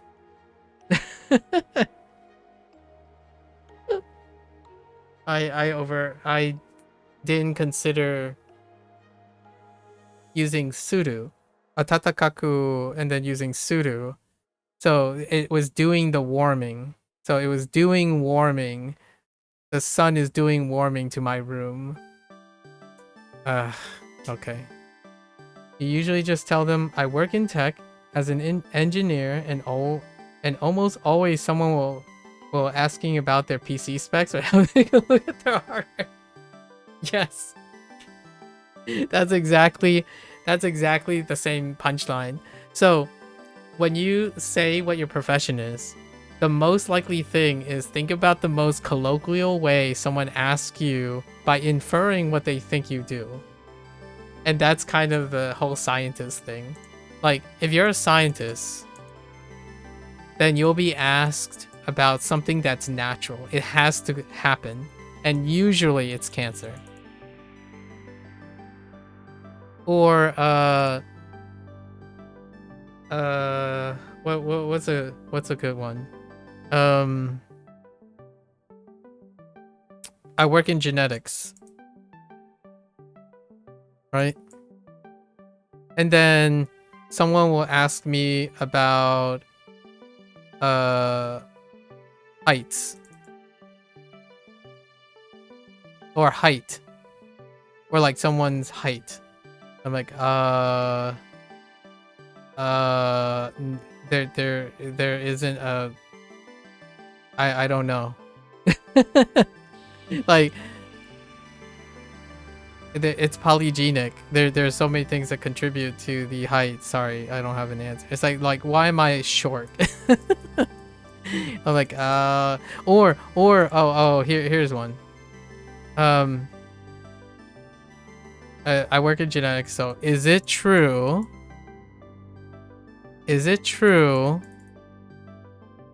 that Asians are superior? Nah, I'm kidding, but it would be something like related to how like races are, like different ethnic races, like ethnicities have different like talent or some sort of like aptitude that is desirable to that person. I'm like, that That is way out of my jurisdiction. I have no idea if you can explain this with genetics. It's usually about a nature versus nurture question. So nature versus nurture. That would be the punchline. If you say you're a geneticist, you're going to get a nature versus nurture. Or a GMO thing. Probably a GMO thing too. Yes. And then when when I say I worked with viruses, COVID.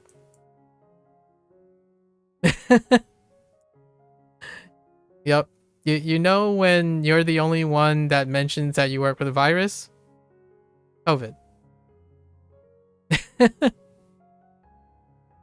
And actually, it's a funny story because there is more to it. I happen to actually know the people who act as the national experts on during that time, during the pandemic in the United States. I happen to be affiliated with that department. So like the many departments that were involved. So it actually turns out to be really fun, like a fun thing to talk about. It's even more of a coincidence that I worked on RNA viruses. That's one of my backgrounds. But I worked on retroviruses, which COVID is an RNA virus, but it's not a retrovirus. So there's that whole gravity thing and what goes up, what goes down. Well, technically down is not down, it's towards the center of the earth.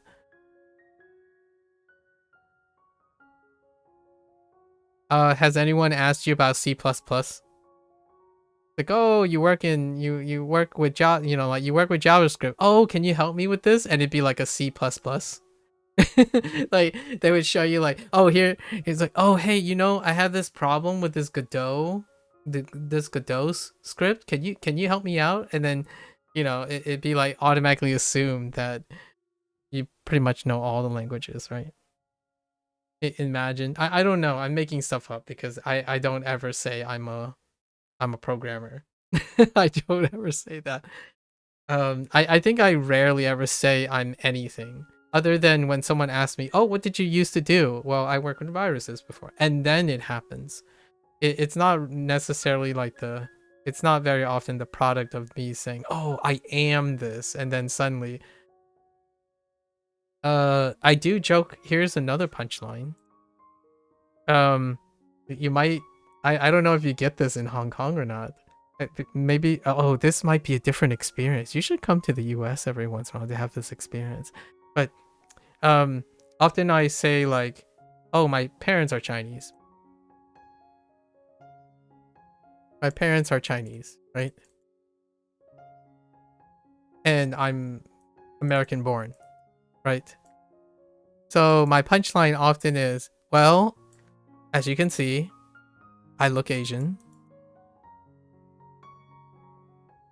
That's literally some of my icebreakers around like the community that I'm in. And then like, yes, I think I'm okay at math.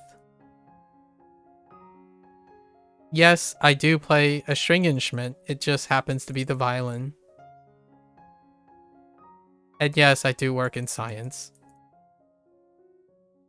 And there was a time that I was going to go to med school. Or something like that.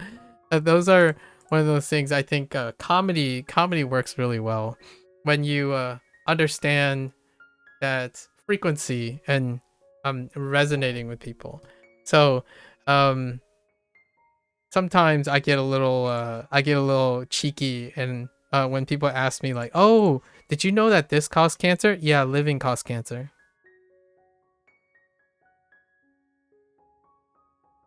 I think Vsauce might have said something like that at some point too, but the running joke in science, especially when it comes to biology, is living causes cancer. If you live long enough, you are 100% guaranteed to die of cancer.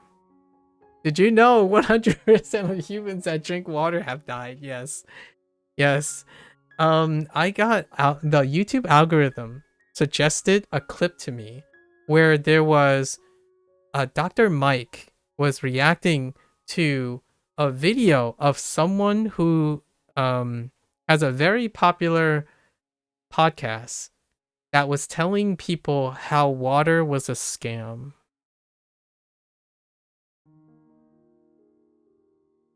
And there was a clip in this reaction, which Dr. Mike, the content creator, the general practitioner, Dr. Mike, from the US. Dr. Mike. He continued, right? He continued to watch it, and that person said, if you need hydration, eat fat.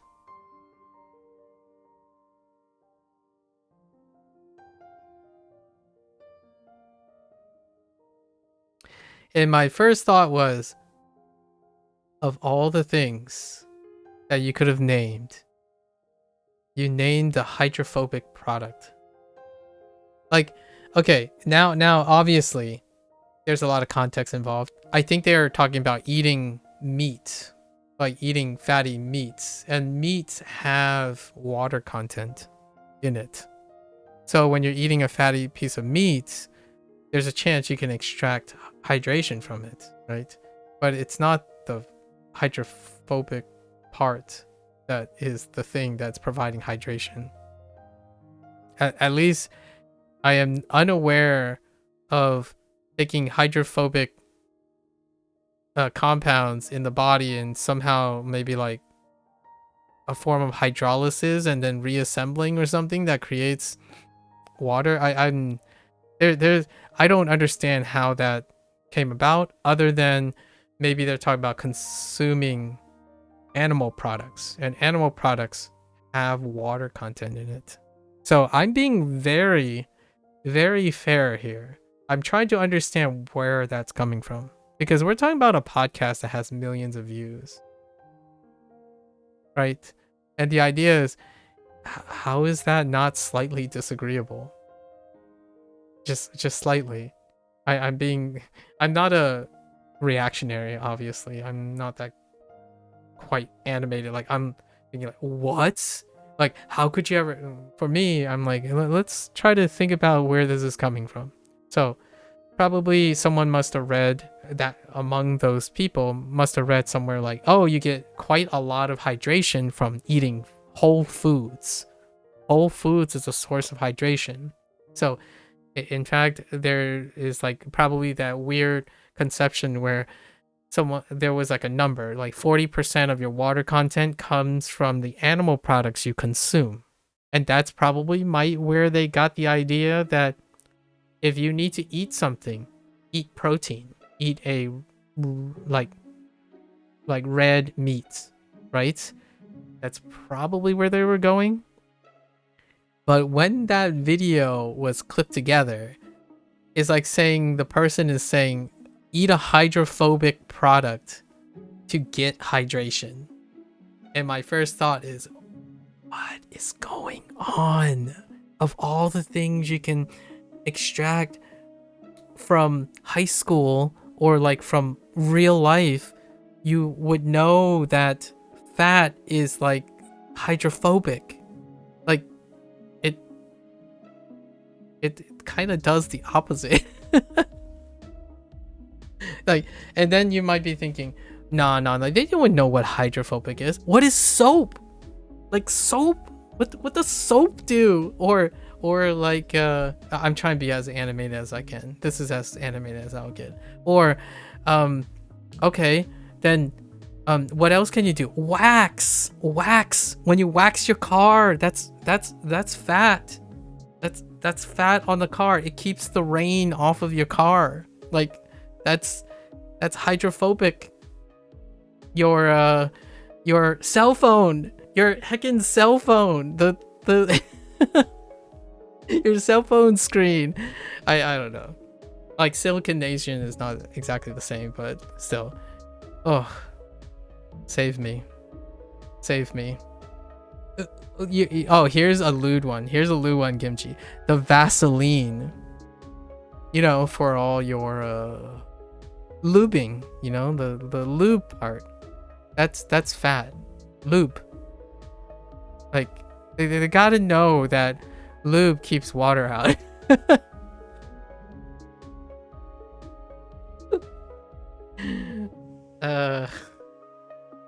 I don't know. Butter, like oils, like what? I don't know.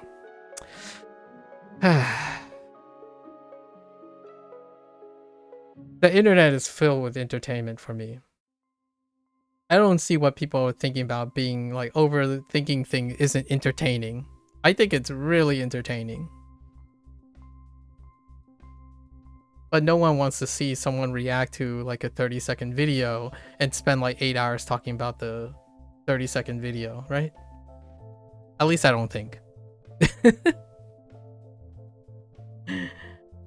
Because that would be me, and then I would have then I wouldn't eat or sleep if it's my job to react to like a 2-minute video meant to trigger me, or like having people give me rage bait things, and I'm just sitting here trying to take it as seriously as possible. It's like, dude, what's your problem? The value from a 30 seconds immense. Yeah. Oh, dude. Some days, yeah, I do understand. Like, you gotta turn it off some days. Actually, now with that question, how do you turn off? That sounded really weird. How do you turn off up here? What do you do? What is it that you do to turn off your, like, get into a sleeping rhythm, you know?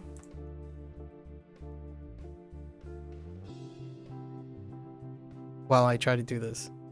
I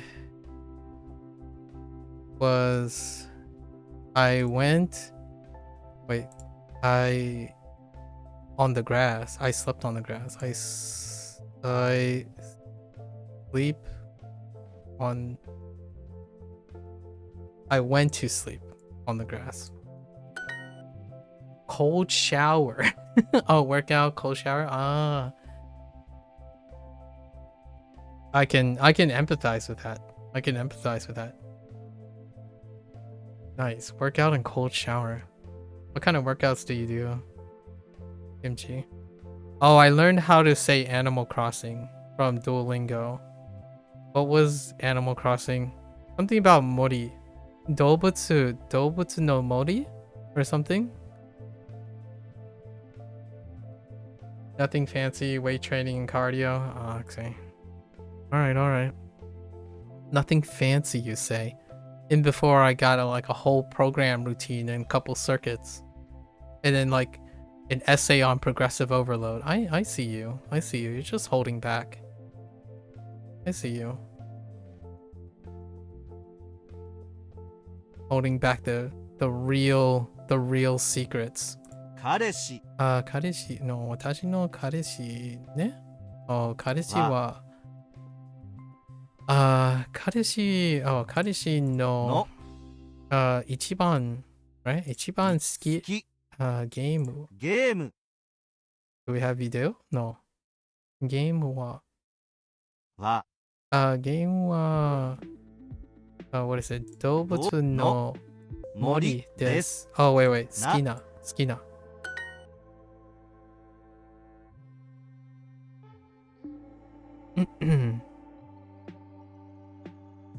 私 Oh, how does this work? 光光のno. Wait, is it 太陽の光 or is it 光の太陽 No, 光の太陽が私のの部屋を暖かくした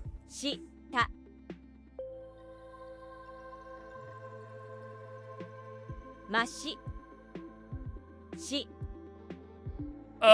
No, I'm missing something. This doesn't seem right. Oh. でした No. でした I don't know. I don't know. Wait. 暖かくしました。What? Oh, man, I missed this.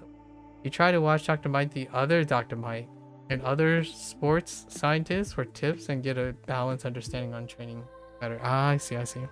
Yeah, the other Dr. Mike. Yes. I knew what I had a feeling that's where that other Dr. Mike came. When you asked me which Dr. Mike, I'm like, we might have to talk about the other Dr. Mike. 私の Oh, okay, hold up. Let me stop bamboozling myself here. 太陽の光が私の部屋部屋を暖かく暖かくしました。ました。Oh, send help. あそこの空気は汚かったです。Good looking GP Mike and bold, funny man Mike. And they were together too. They were definitely together. They had a whole like segment together on Dr. Mike's podcast. The good looking special hair Mike. You know what's funny about bold funny man Mike? He does this thing where he has a tell on his behavior, where he like when he asks a question and he has to think about something, he does this like full face close, like the whole like, oh, that's what you said. Like both his eyes like clench, like it's not very fast. He's just, and then he winds up like, yeah, his entire face just. And I'm like, oh yeah, that is the. Did you just say what I think you just said? Face is like, whoosh. Man, like it's just like the full clench, open. It's like, yep, all right, we're gonna do this. All right, here we go. Let's let's do that. I look for ticks a lot of times, like funny podcast ticks. It's fun observing people's ticks. I have a tick, for sure. Yes, yeah. Intellectuals tend to be quite well spoken. I would love to be that articulate when it comes to that type of subject matter. I watch Green's brothers a lot of times. John Green and Hank Green, especially when they do their vlogs towards each other. But they also have really interesting idiosyncrasies when it comes to their behavior. It's very noticeable. They talk about random things though, or current event things. There was a time when John Green tried to do like a fitness thing. It was pretty entertaining to watch. I spend a lot of. You love Hank Green? Yeah, he's a bundle of energy, isn't he? I love Hank Green for his energy and stuff, but I'm more of a John Green. So like, I resonate wholeheartedly with John Green. If I had a brother like Hank Green, like, yeah, that's the idea, guy. Yeah, he's just and I'm just standing here pulling my hair, like, yeah, you know, I'm gonna stick to a few things. This guy here, he's on overdrive all the time, that kind of thing. For in terms of like activities and stuff, I typically do like skill building and stuff, like calisthenics usually, and then watch other people like do things in order to get back into the calisthenic thing. Like I'll go on 3 or 4 months like lunge progressions and skill work, maybe some handstand things, pull-ups, and your typical body weight routines. And then I run every single day outside, rain, shine, or snow. Run. あそこの空気はね、汚かったです。あそこの空気は汚かったです。And that's not あそこの空気は汚かったです。yeah, 着なかった. Wait. 汚い. 汚か. 着たか. 汚い. 汚なった. 汚か. 汚かったです. Dirty. The air was dirty. あそこ. Okay. You just respect doing cardio every day? You took a hiatus from working out and it's hard to start again? That's understandable. Yeah, I'm in maintenance. In terms of cardio, it's been maintenance. Since I stopped working, right? I stopped having like an aspect of cardio or walking. A lot of walking has just been dispensed. I used to, before COVID, I used to do mud runs. Like the marathon mud runs, like marathon distance mud runs and whatnot. And it kept me busy and I'm always on my feet and whatnot. And then after the COVID thing, that's coincidentally also when I stopped working, as in like going to a place. I needed to pick it up again. So 3 years ago, almost 3 years ago now, I said, well, let's start. And that's the rest is history. Although I do have to say, for me, I start things a lot. And I guess that's kind of like hankering, so to speak. Like, I typically stop things that I'm interested in because I found something even more interesting. So what I mean is, I don't grow bored of something. Something else is more interesting along. So what happens is I try to start that new thing and integrate everything and carry the thing that I've been interested into the thing. So calisthenics, mud run, all that led into cardio, my skill building. So over time, the stuff just often become a summation of everything. And the reason why I'm mentioning this is because I start things incredibly frequently, they come with all of the incentives. I've gotten into this, for lack of a better word, routine of starting new things. Isn't that awkward? I've gotten into the act of how I can start things and pause things or stop things and then come back, because most of the time I'm doing this very vigorously. Like, for example, what you're seeing here in the Japanese Duolingo session, you haven't seen how I took a 6-month break from this. At the beginning of this month, I started this again. I took a 6-month break to get Wanikani caught up.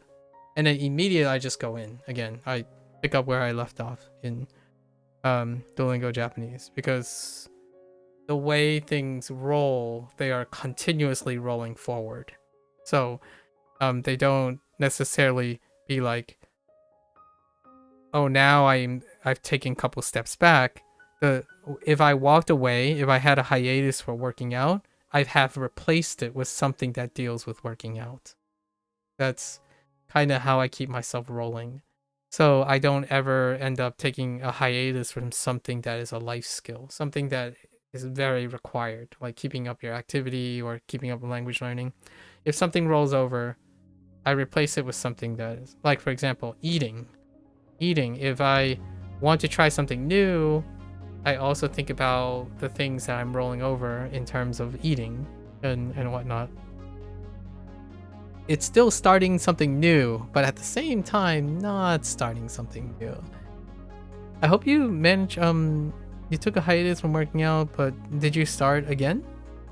MG? You could count in Japanese. I'm just saying. That's kind of fun. Like, do your body, take up some calisthenics and start counting in Japanese. That's kind of what I do. Actually, someone suggested a Japanese fitness channel, and I was looking if they tell me, like, all the different moves, right? A pull up, a muscle up, and a squat and stuff. I'm beginning accustomed to learning those words. Making yourself go after work today? Well, ganbatte. I want to hear about it. It would be fantastic. I think having someone just say they're interested, in my opinion, I like to believe that just saying that I'm interested adds any little tenuous weight to having motivation. Here's my not so subtle way of getting someone interested. I would ask them to do something or try to do something out of sheer fun. So, for example, oftentimes when someone say they need to do something, I ask them, hey, if you have enough time, can you go, when you're doing that, can you observe something that's it just sits with you really weird? Think about it and then come back and tell me about it. That's usually what I do. And then someone will come back and say, you know, today I saw this really, really yappy dog. And I just want to know, what is that dog's deal? That's it. That's all. But the thing is, they went out for a walk and they saw a dog. Mission accomplished. Right. It's kind of like having a significant other or some sort of friend who's like, you want to be excited to do something and also achieve another task, which is to share something interesting with the other person. I do that every single day.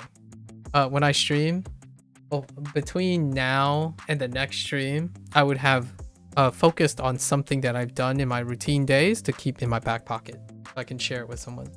That's kind of like reading the newspaper. If you're interested in reading the newspaper, you analyze a newspaper, think about a thought, keep it in your back pocket. If no one is curious or you don't find an opportunity, save it for the next time. Or if you're going to bed, have a notebook near your bed.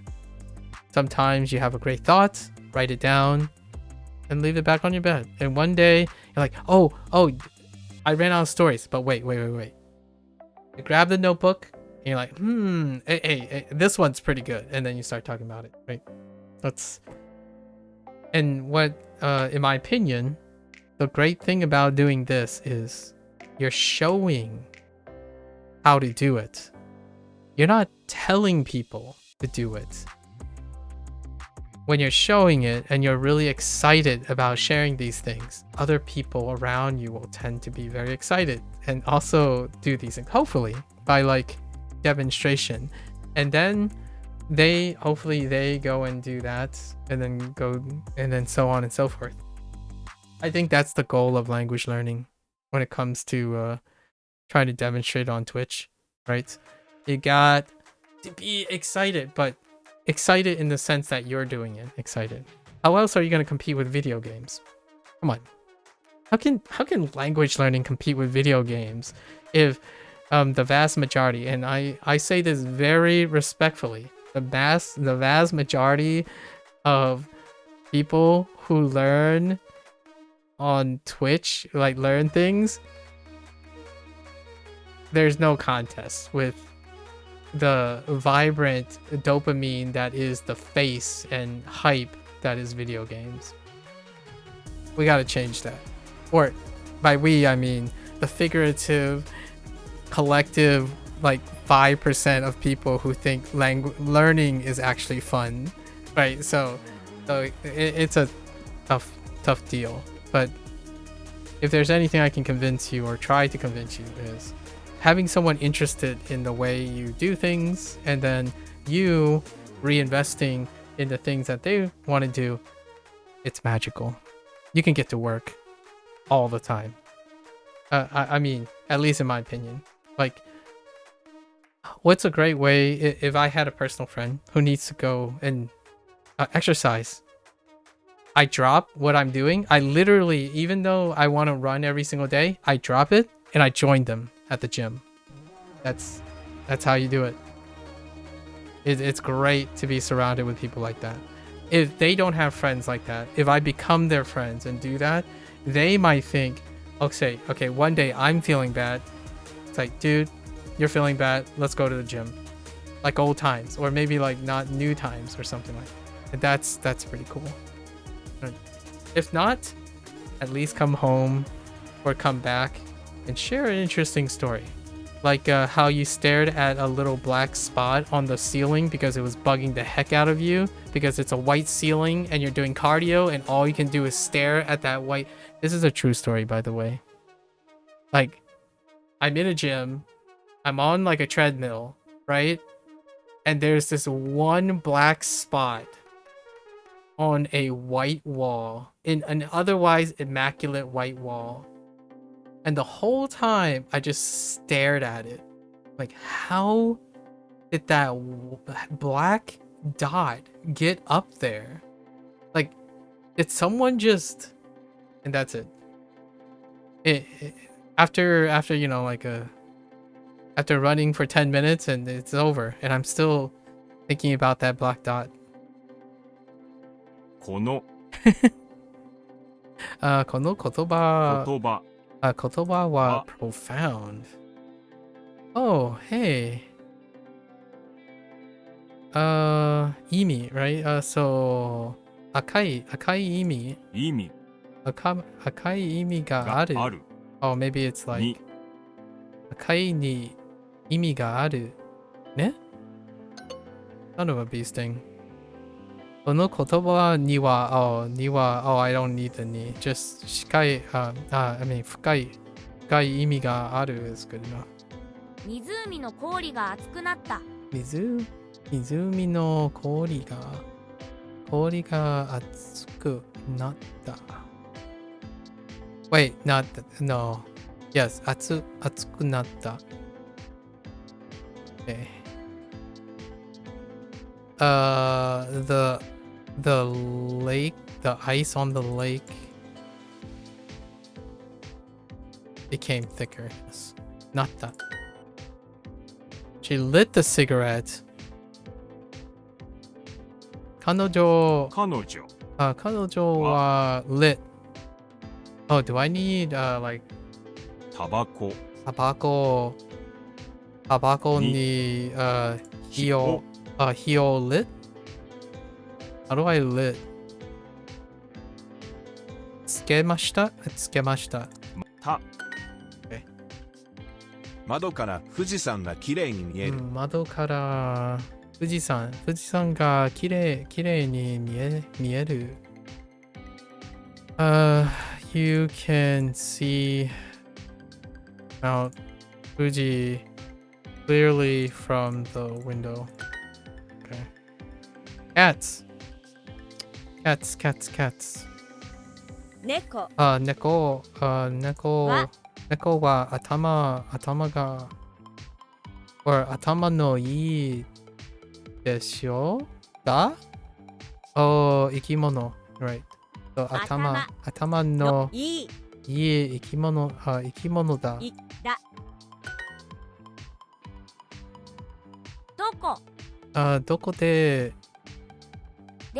どこで find it?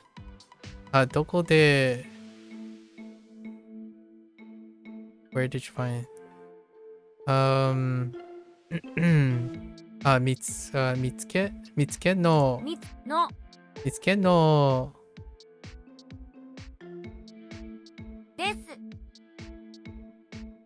ですたか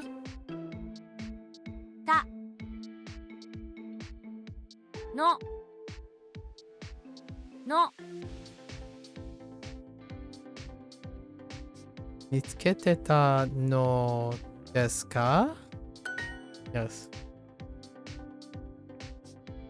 木この木この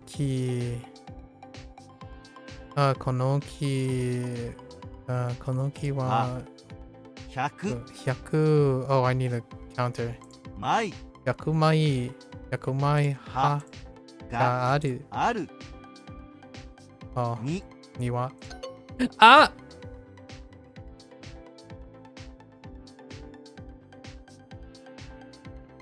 なんで Oh, 100 Oh no, 100 Yeah, it's afterward.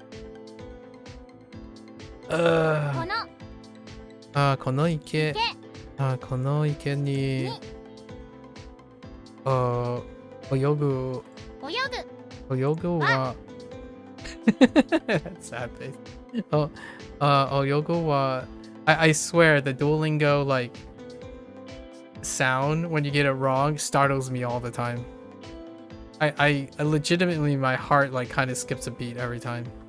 It happens not as common as I think when I'm like, and when I'm not expecting it, it kind of startles me all the time.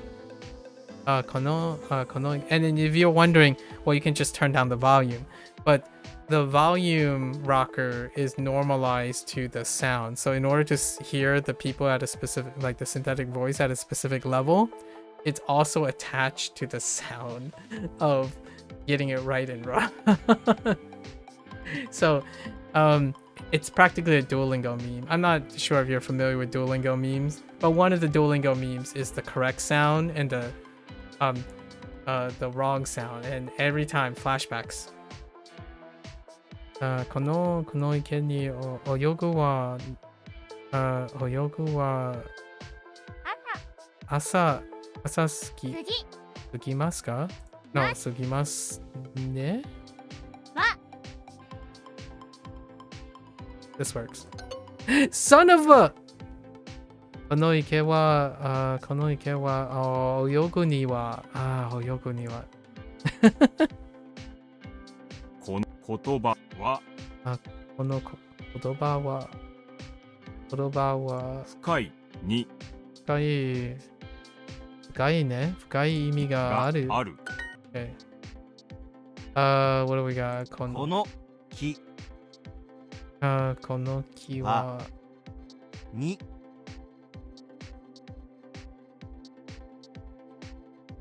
Right. はが100枚ある。Then what how? 池に泳ぐ。この泳ぐは朝過ぎます。Wait. に Yes. ます。 Alright. Oh, I have one more lesson to do. I think I'm gonna skip over one thing today. It's getting super late. Super late. イギリスは島の国です。イギリスね。We're having too much fun talking. Sorry. イギリスはイギリスは今の国。島の国です。石。今夜は星がたくさん見えます。It's super chill. I know, right? On average, I have a graph. I have a fun like comedic bit, but I'm not going to do the whole comedic bit. But the TLDR is, I tend to tell comical stories with graphs, and here's the separation, right? I always have a litmus test. It takes 5 minutes. So at 5 minutes, if you don't take, so usually I would say this is the percentage of retention, right?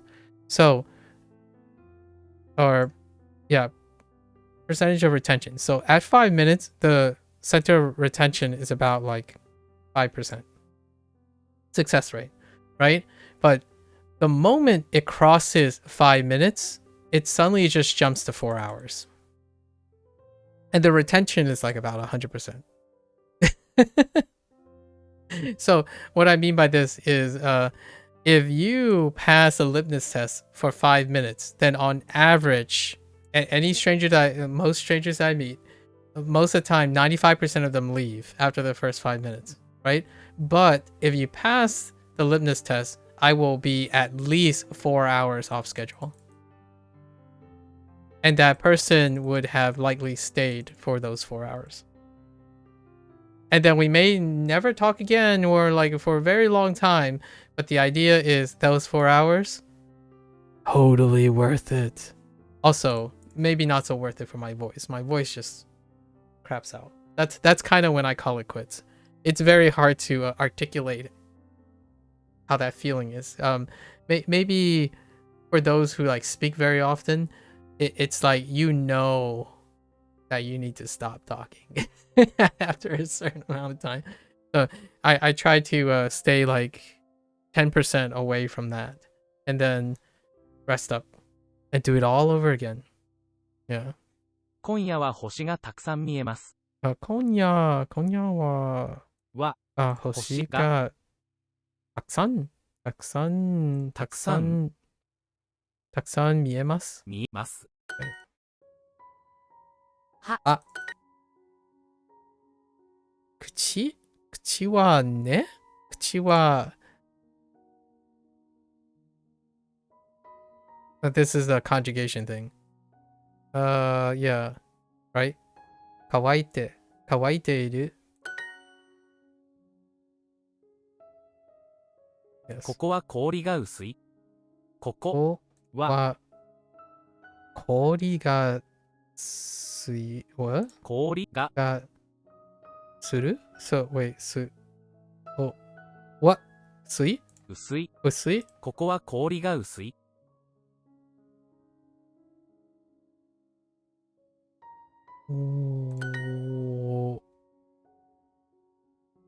Oh, they use usui instead of isoi. Oh, I didn't even realize they use usui. Interesting. Okay. 金属 Inzoku. I made a kind of an error. I'll correct it the day after tomorrow. Kinzoku, medaru, メダル taiyo, 柔道 Uki. What is the character? I think it's usui.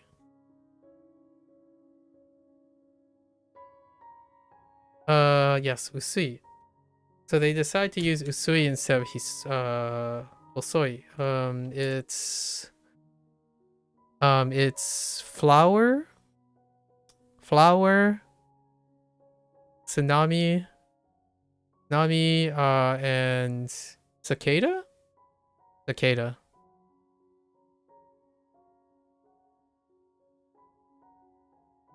Yeah, cicada.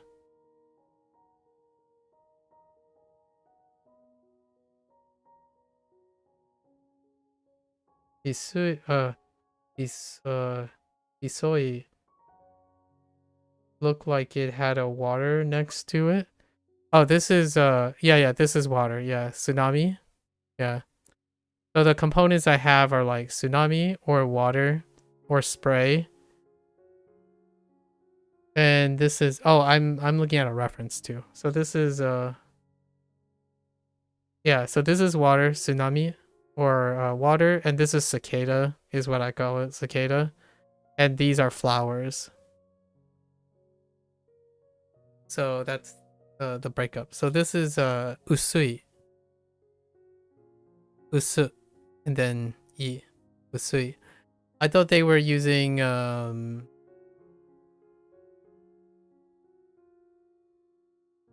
hosoi. Instead, hosoi for thin in a different way, I guess. Actually, that's a good question. If hosoi can apply to that. Thin, slender, fine, probably not. So yeah, I have to correct that. So they used usui instead of hosoi. Hosoi is talking about this thin. And I guess this thin is what they're referring to here. The ice is thin. So this thin. And then this thin is hosoi.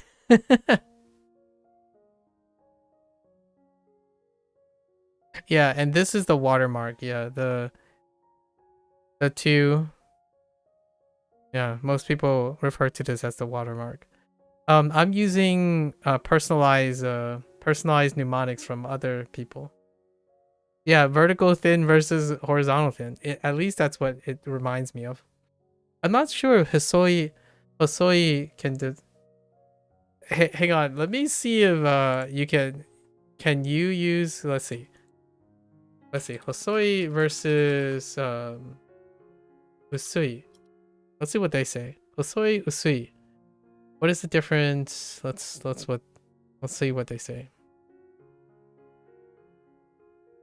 This is you. Okay, usui is used to say things are thin, like books that don't have a lot of pages, and soup that are watered down. It can be used to say something like usuyaka, a light or thin pink. Okay. Hosoi is used to say someone is thin. Okay, no, it's not that nuanced. It's hosoi is for people, and usui is for not people. That's probably a much more reasonable separation, which checks out. Yeah, like delgado versus something else. So hosoi people. So I've been using thin, but they both mean thin, but one means thin for people. That's fine.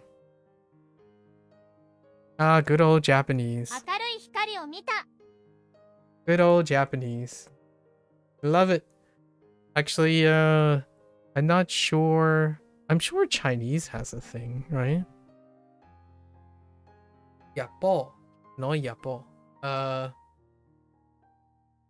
actually don't know how to say thin in Zhongwen. Maybe for the future. Akarui hikari o mita. Okay. Moving right along. 太陽、金属、 kinzoku. 柔道、 Judo. メトロ、 湖、 Mizumi. So what タ do バ you コの火を消した you think it's the same character as Usui? No, it's Hosoi. Hosoi was these two. So Hosoi is thread.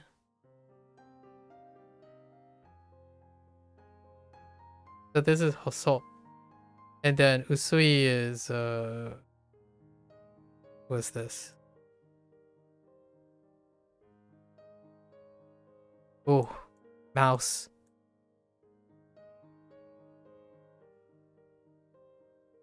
Yeah. Flower Sumami Cicada. Isn't that fantastic? In the future, we could be writing buddies in the future. I don't know how much your friend likes to write things, but I'm a writer. I like writing things. So it like this is a thread. So this is I would use thread. And this is a paddy, a rice field. Yeah. It's a lot of fun. Pictorial stuff is a lot of, like, this is my jam. Like, tell me a story about a cicada flower in a tsunami, right? And make it deal with something that deals with thin, right? Put thin into it, and then you got it. It sounds cumbersome at first. Like, a lot of people think, oh, this is very overly complicated, but it kind of just gels. Like, things just happen so quickly after a while, and you have a good story. You have a fun story out of it. What do we have? Tabako no hi o keshita. Okay. 太陽、 Ayo. 空気、 Spooky. I can't wait to hear like your random stories about like what your friend says about some of these things. Like, oh, it's this but not that, and then it's this or not that. I think that's ever delightful. 月、 Ski 草、 sa メダル、 daru.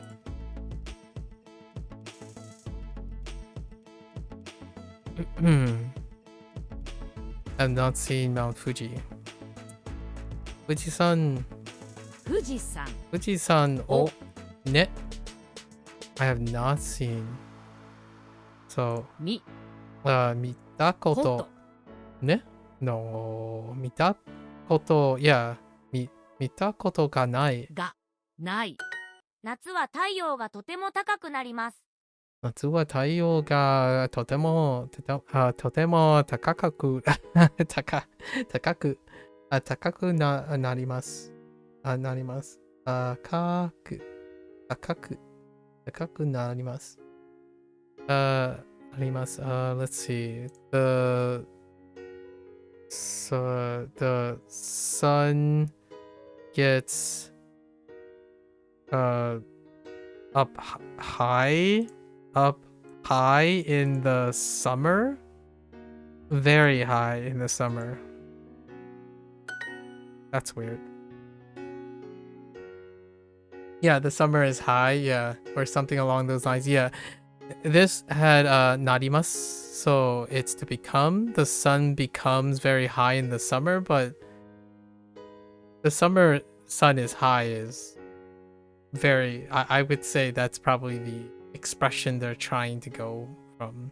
I'm not sure if the sun gets any higher than it usually does. If you know what I mean. Oh wait, maybe it does because of the tilted axis of it. Or it may appear... Huh.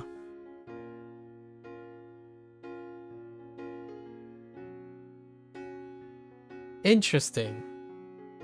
That's an interesting science question or astronomy question. Is the altitude of the sun... It's probably, right? Like what I mean is the sun is probably higher in the summer days in some places, right? Depends, but in some places because it spends more time, like the sun day, like the daytime is longer during the summer of certain places. And in this case, Duolingo is based in the United States in a temperate climate. They're in Pittsburgh. So maybe they're referring to this, like, I'm overanalyzing, obviously, from the equator. So the sun is higher in the summer because it stays daytime longer. So I guess that's where it's going from. I haven't ever thought of it that way. For me, I'm like, the sun is in the same spot. Like the sun. このこの言葉ね。言葉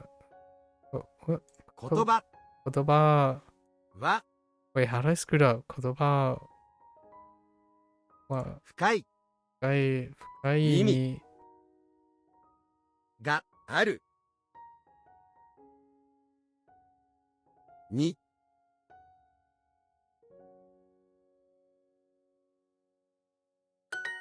Okay. My boyfriend's favorite game is okay. 彼氏彼氏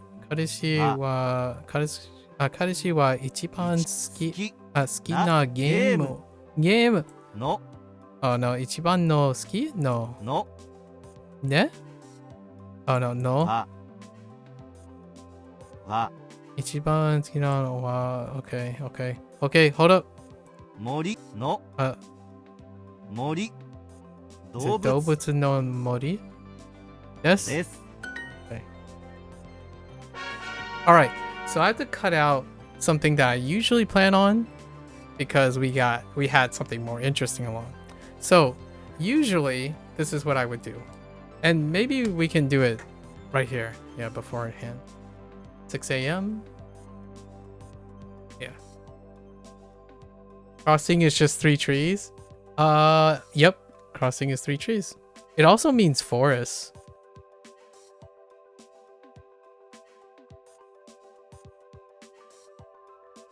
Don't mind the poor penmanship. Hold up. I need to redeem myself. Yeah.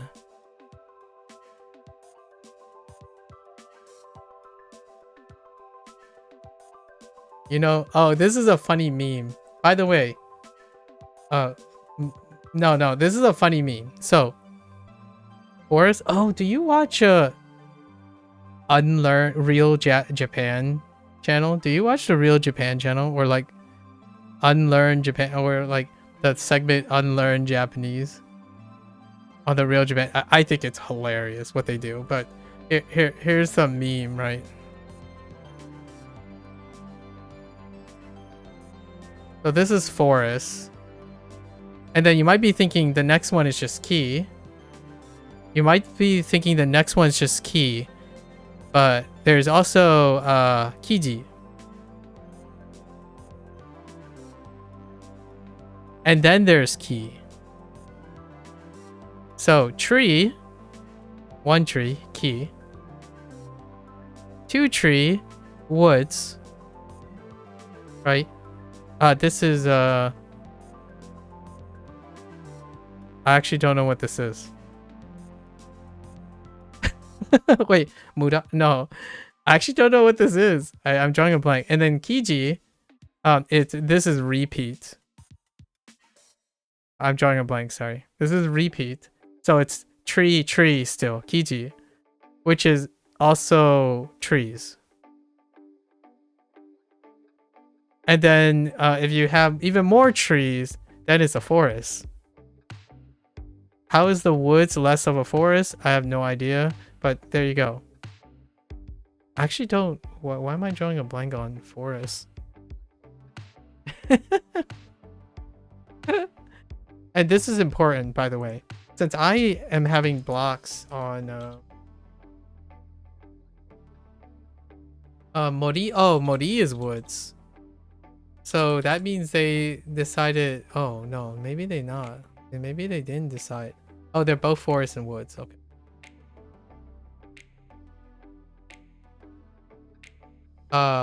Hayashi.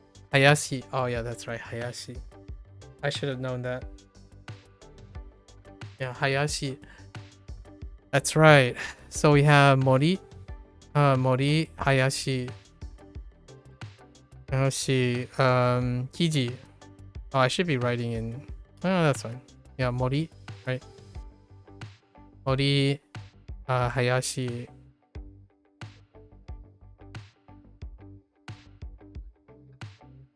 Kiji.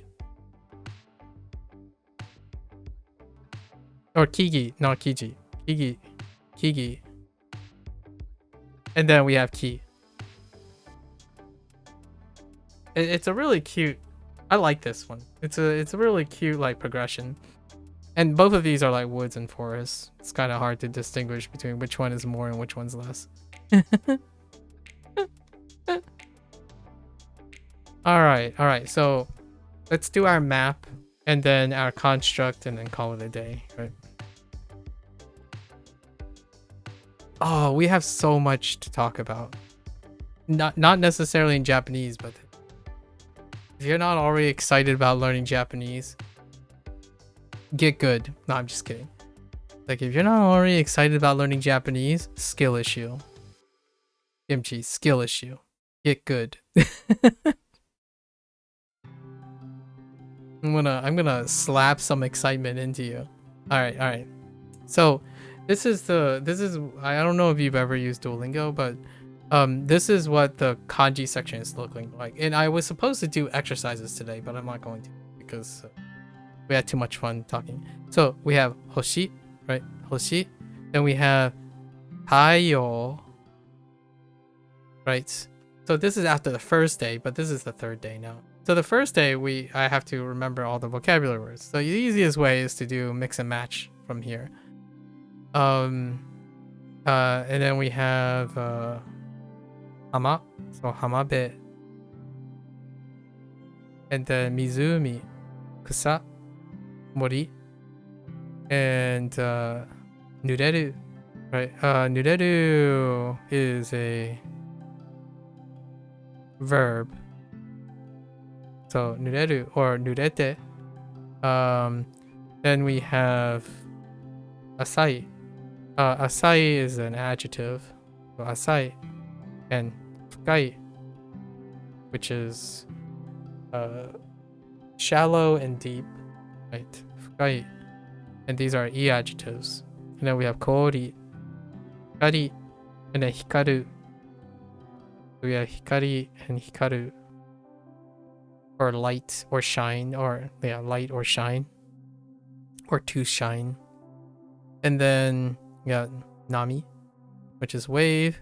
And then we have u, ji, san, Fuji-san. Although Fuji-san, I think it's pretty common to write it in kana, and then having sun or yama. And then kuki for air. Leaf, shima, I ki mono. Ikimono. For a living thing. Or I'm pretty sure seibutsu is fine. But maybe seibutsu is only reserved for biology. I don't know. I for fire. And ishi. So, and then we add a couple more. What was the one? So we have atsui, and that we're missing was atsui. Oh wait, we can write the whole thing. So the construct after the second day is this thing, which happened in the beginning too. So we start by organizing all of these. So first, there's the sky. The sky. So the sky should have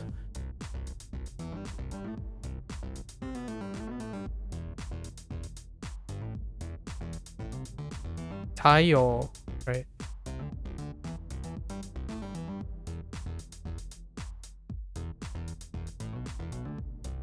So taiyo to hoshi.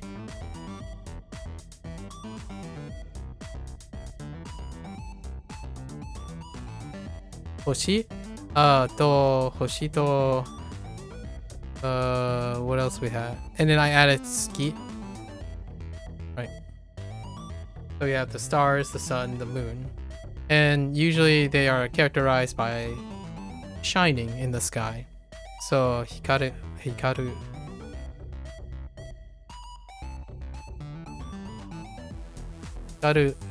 or the light that comes from them. Hikari. Right. Then we go into the locations that are offered. So we have plenty of locations.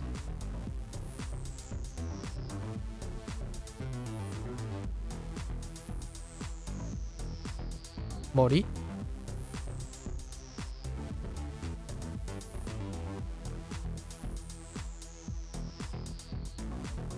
Shima.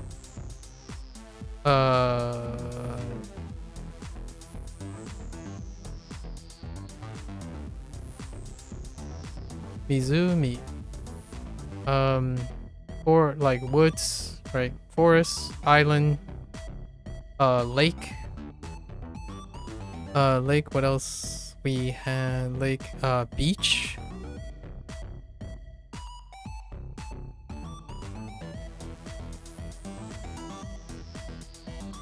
Hamabe.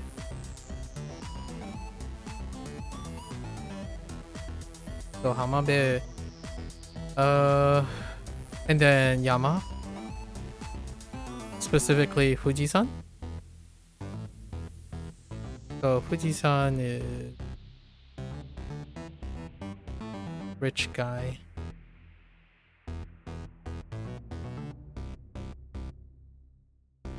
Right, Fujisan. Here. And then we move to what's found in these locations. So we have grass, kusa, ice, right? Depending on the season. Ori. And water's fine, mizu, right? There's also air, or I guess we could put air up here, but air. Kuki. Oh, I think I skipped Kuki in my original this morning. So Kuki is air. There's living things. Oops. Stroke order.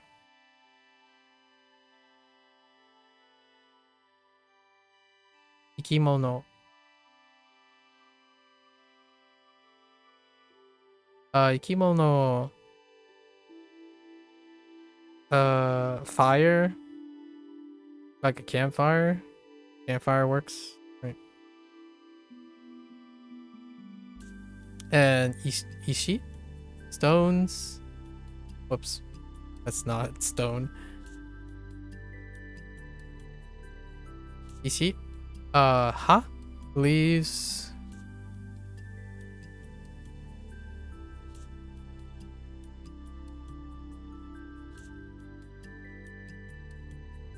What else we got? Lake. And then now we have descriptors, right? Descriptors and things, which are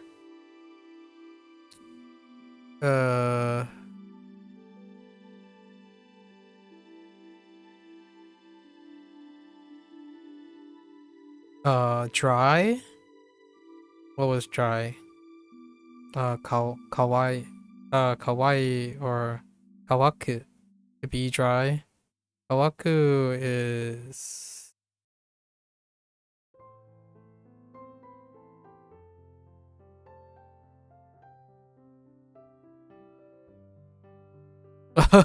my hand jiggled. Sorry. Kawaku to be dry. And then counter that would be nureru, which is to be wet. Nureru was rain.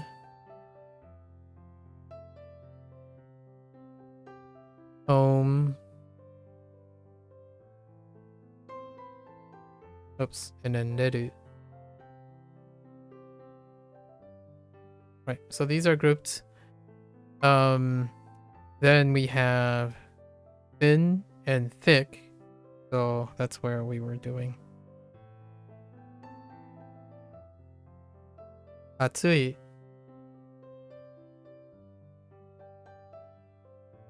Atsui and what was thin? Usui. Usui. This is all from one unit, by the way. This is just one unit. So when I really say that Duolingo is not great at retention and they're trying to like moderate it and stuff, you really have to remember all these things. And they barely repeat a lot of these. They sparingly repeat. So you have to make these connections yourself and reinforce them from memory. And obviously I'm using this as a reference in case it shows up, but most of these you should know all these characters by the end of this. And that was the last unit. It was day 3, right? So I should know all of these. So Atsui, and what was the one that I made a mistake? It's Usui.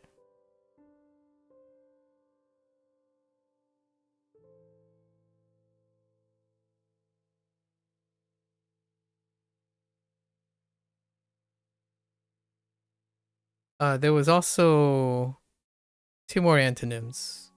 Shallow and deep. So fukai, fukai and asai.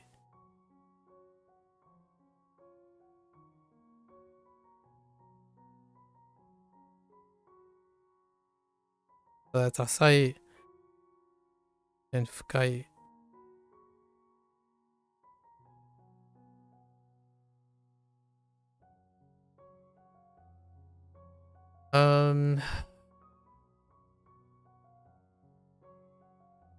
Yeah, that's it. So that's it for this unit. And I organize it differently based on other things. Last unit, it was talking about money.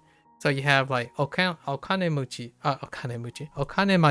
which is to have money, like you're rich, right? Okanemachi goes into like things like withdrawing and depositing when you're going to a bank, or ginko for bank. So then bank leads to wanting to withdraw or deposit, no, hikitasu, and yogin suru, right? Yokin suru. Then it goes to like a bank account, maybe like your numbers and banks. So koza. So koza, and then koza along with like you have checks and stuff. So like kokite, right? Kokite versus and kaikeshi, the accountant. You need to know about the accountant. You interact with the accountant, then you get like cash or genkin. So all of them eventually leads to something. Like for example, this is last unit.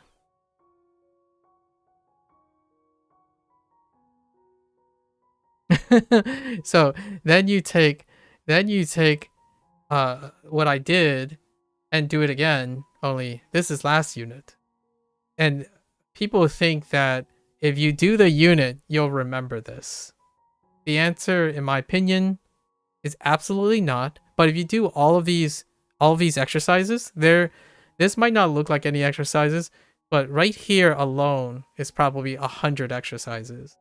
And it goes between writing them and hearing all the things to the ones where I tell you like they would match like 5 things, right? And then 5 things over here. And the 5 things are tricky. They're meant to seem similar to each other by either name, sound, or meaning.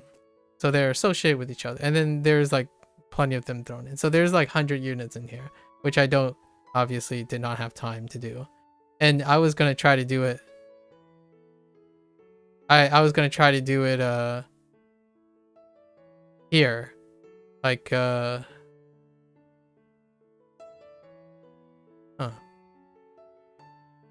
anyways, that's what I was trying to do. And I was going to do some here to unlock all these to see what it's like, and then do the rest. But since I don't usually have that much time a lot of times, and I already know how to write these, and I know quite a substantial of them, what I do is then I do the network stuff. So let me see if I can pull it up. I don't think. Oh, yeah, it's not there anymore. But I do them in the beginning and at the end, and then we develop it, and that's how you go over most of the vocabulary. There is this part where you like, it says like Fujisan, right? Fujisan. Oh, I forgot tsuri. Tsuri is fishing, or tsuru, to fish, right? Oh, they actually put mitsuke. Mitsuke has one of the things. So you have this thing, but most of the time I spend just staring at kanji the whole time. You just stare at kanji, understand where the kana is coming from, and then you get all the reads as well. And there's more to this, but Wanikani supplements. Oh, here it is. So Wanikani supplements this. We can do fishing here. Let's put fishing here, which is tsuri. Tsuri is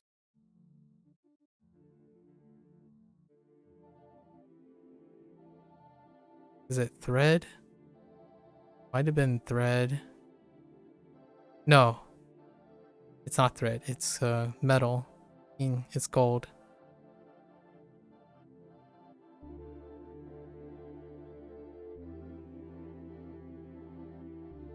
So tsuri or tsuru, and that's the Duolingo routine that I do.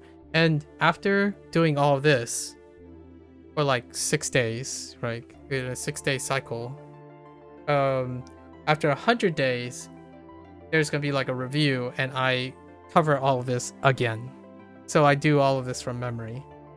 Each unit I will try to recall the flow all over. And then while I'm doing this stuff is not for construction of conversation. Conversation then is something else. It's a different routine, which will use these connections, but not execute in a different way. So when I'm reading like sentences and paragraphs and listening to anime, what happens is these specific words, when I hear one word, I will hear some words related to these. And then that disjointedness get connected by the sentence and the paragraphs that are in anime and stuff. So if at all, despite missing some part of the sentences, I will be able to gather converging words, right? Like if I think of mori, I can think of ha, right? Mori and ha. But the particles in between and the conjugation, they'll also come in a different state. So the idea is it's not any one technique to get there. The downside is I can't like watch anime on stream. I can play video games. So the closest thing I'm going to do in the future is to play video games, and go through the process of saying, oh, okay, well, this word, this word, this word.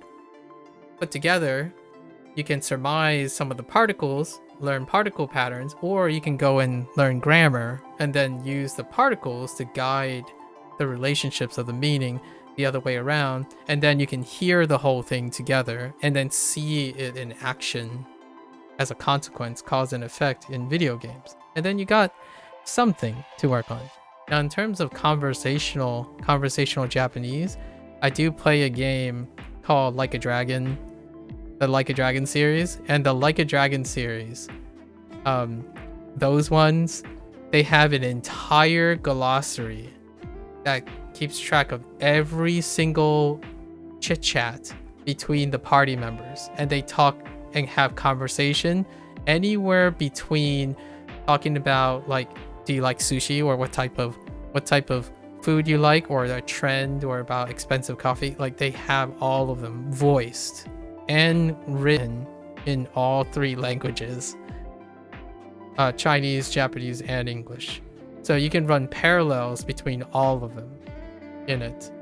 And while, in my opinion, I understand that anime might not be a representation of Japanese, video games that are meant to simulate the conversations that typically happens, like the mundane chit chatter, is actually pretty close to the stuff. So while anime may fail, perhaps, for like, I would disagree, at least from your friend, maybe. I don't know if they play video games, but video games have a lot of mundane conversations, and Like a Dragon is a game like that. Actually, slice of life games that aren't like visual manga that's based on anime and whatnot, they tend to talk about very mundane things.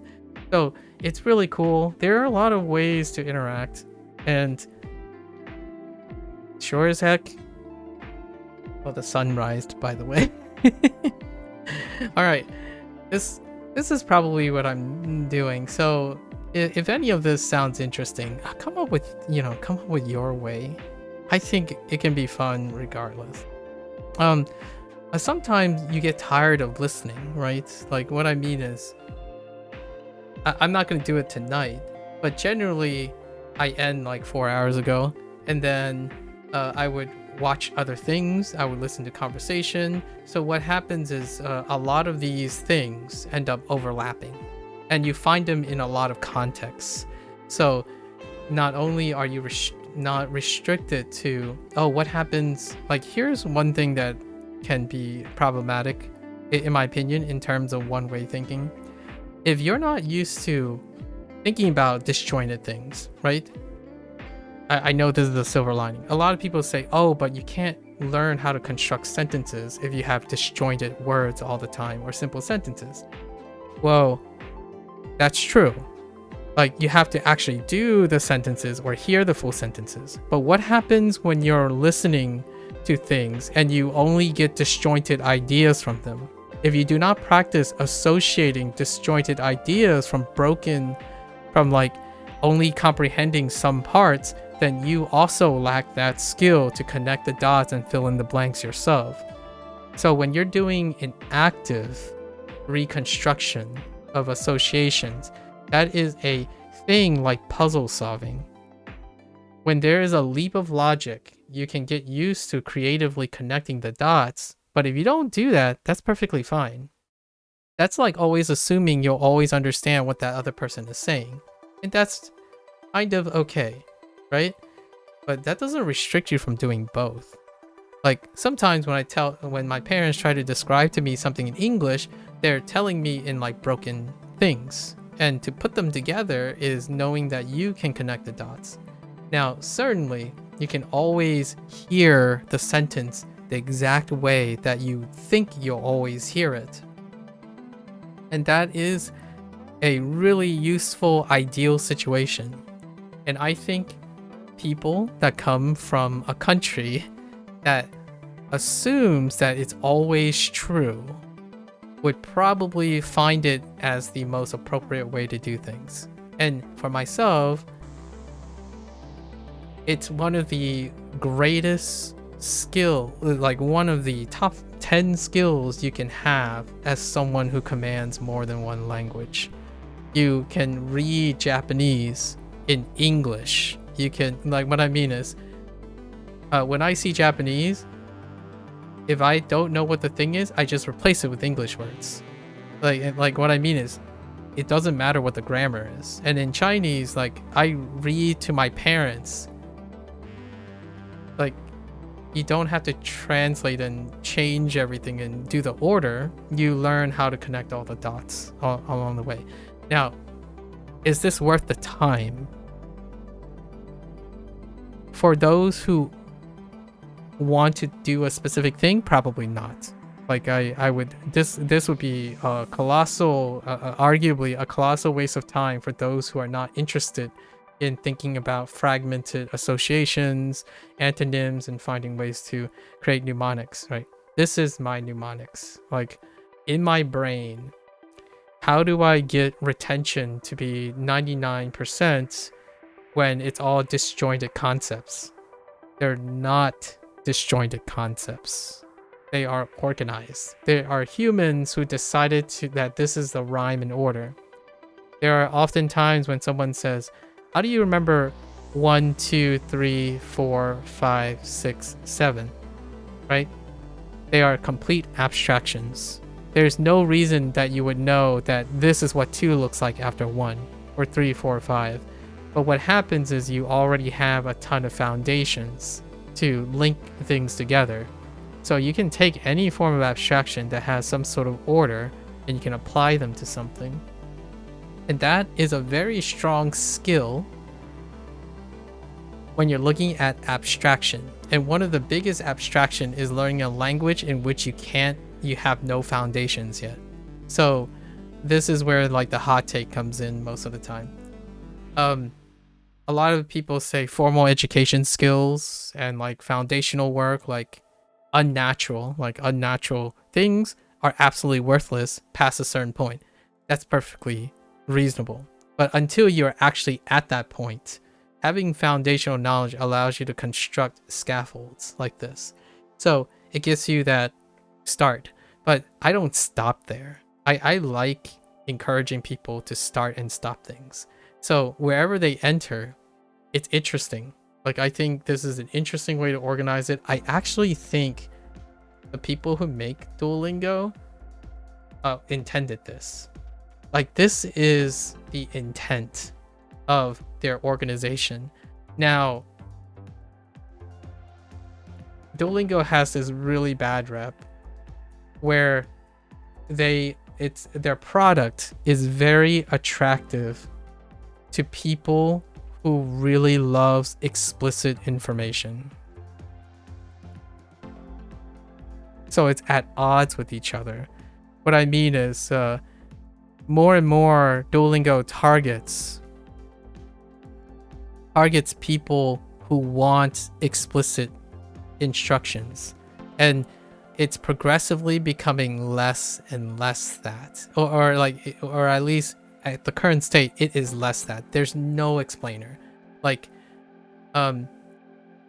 do people see that no matter what, every exercise come with either a synonym, if a synonym exists that you knew before, or did you notice that oftentimes they always have the adjective form and the to be form of any adjective? And I know that said adjective, but there's two ways. You can have a plus idu, and then a lot of nouns, like actionable nouns, right? Or actionable adjectives, or not adjectives, verbs. There are verb nouns,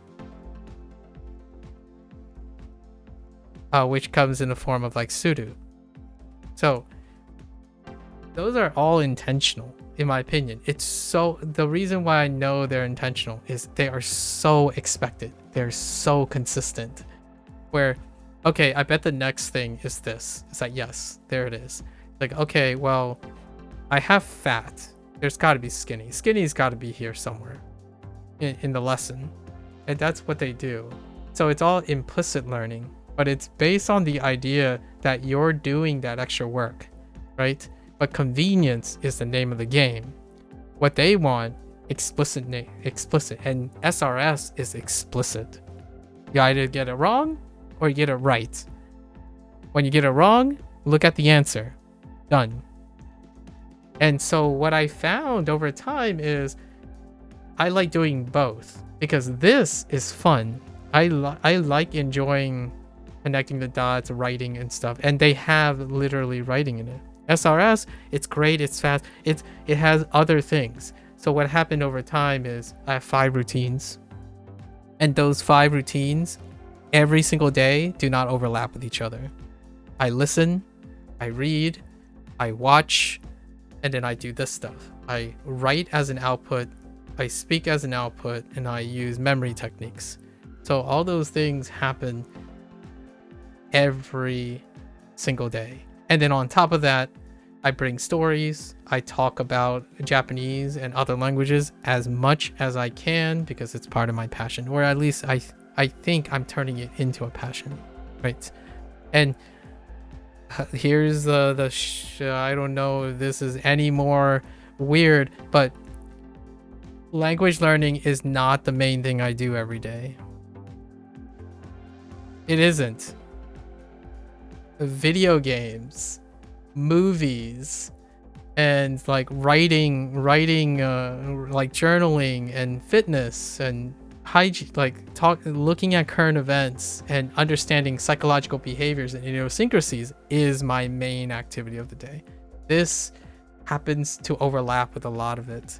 So one of the focuses that I'm really honing on is practicing how to explain motivation, thinking, the things that I do, right, out loud and visibly. And I'm trying to think of clever new ways to demonstrate that the sky's the limit when it comes to intellectual pursuits. And if I have to virtual slap you with figurative ideas, I'm going to. Indirectly, obviously. I don't know who you might be. Hopefully you didn't take it personally, Kimchi. I'm just going to virtual slap you with some ideas. The idea is be excited. It's like, oh, wait, you know what? I have a better idea of how to make this more fun and functional. Do it. And you know what's even cooler? If you happen to be someone who has $1 million, really good at coding, go make a game on it. Go make an app.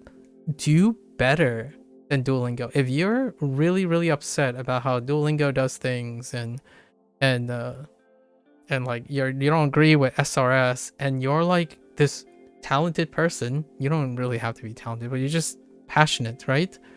Go make it. And I see this quite often. Like Wanikani has spawned many alternatives in which they like kind of bank off each other, and that's cool. I think that's one of the wonderful things about this day and age of technology. It's so fast. Like if I blink, there's another, like every second there's another idea about to come up. And if someone can capture this, I'm not a programmer, or someone didn't ask me like, hey, I'll fund you for 5 years to make whatever I'm doing a reality. Hold on to your hats. Maybe 5 years down the line, I might try to collaborate with something. But in the meantime, for those who are like already competent and already learning well on their journey, you can make whatever you're doing a reality. And that is, in my opinion, another routine you can add to the pile of routines to keep one engaged in language learning. It's not about you versus them, who's better. Is how can I make something that is another way for someone to learn a language on top of everything else. Make language learning. Oh, I sound like this is like a campaign or something. But I would say if I had a hashtag, make language learning non-competitive. You are not trying to compete with each other. You're trying to make it non-competitive. If Duolingo is doing something, do something different. When you do something different, it means when someone is tired of Duolingo, like if they do 10 minutes of Duolingo, they're going to go 10 minutes on your thing. Learning is uncapped.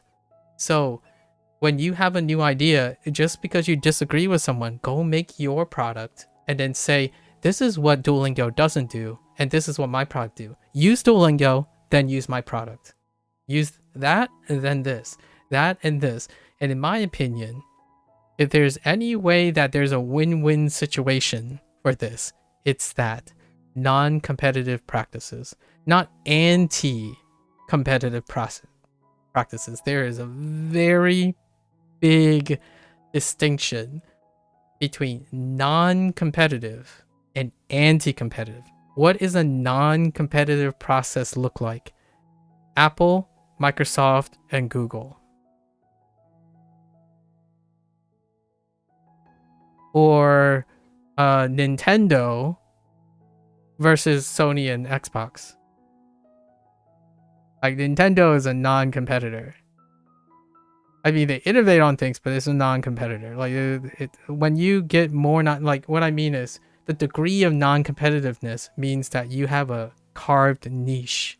And I think language learning is incredibly robust to the point where someone already did this, by the way.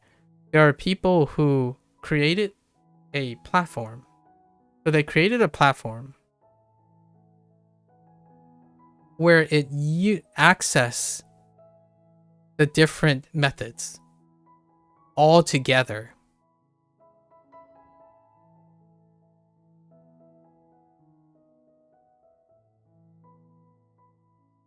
And they're growing. The new types of things are, you get the person to do many dimensions of routine.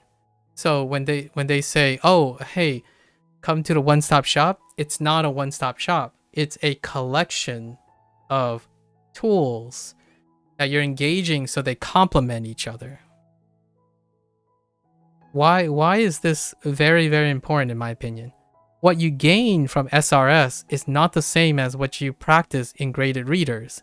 So what happens is eventually what you do in graded readers is complemented by the routine of SRS, which is complemented with the routine of immersion or whatever type of immersion you want. The idea is then you can intuit what is missing in something and what is not missing in another, and vice versa. Then you no longer mitigate the drawbacks of convenience.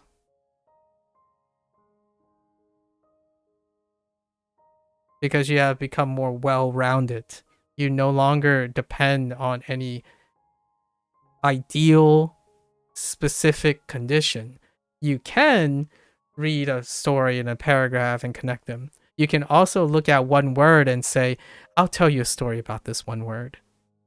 I mean, it can be fantastical, it can be, or I can tell you how these 4 seemingly unrelated vocabulary words are connected in some way. And then immersion is like, I can tell you about this one person's story that will help me remember like 50 different vocabulary words. That is the power of routine while having limited content. So one thing that people talk about that is very uncomfortable at first is, how do you get someone to talk? Or how do you talk as a kid when you're so limited in content? They find every possible way to make use of the content that they have. Right? They become creative. Like, for example, it's raining outside. 下雨 would be the phrase. But if you know 下 and you know 雨, you might not even know rain. Like 雨, you can just say, oh, 水下, right? So or 下水, where it's going down and it's water. Water is coming down. And eventually you replace it with 下雨. But when you go ask someone, it's like, oh, what is this, mizu?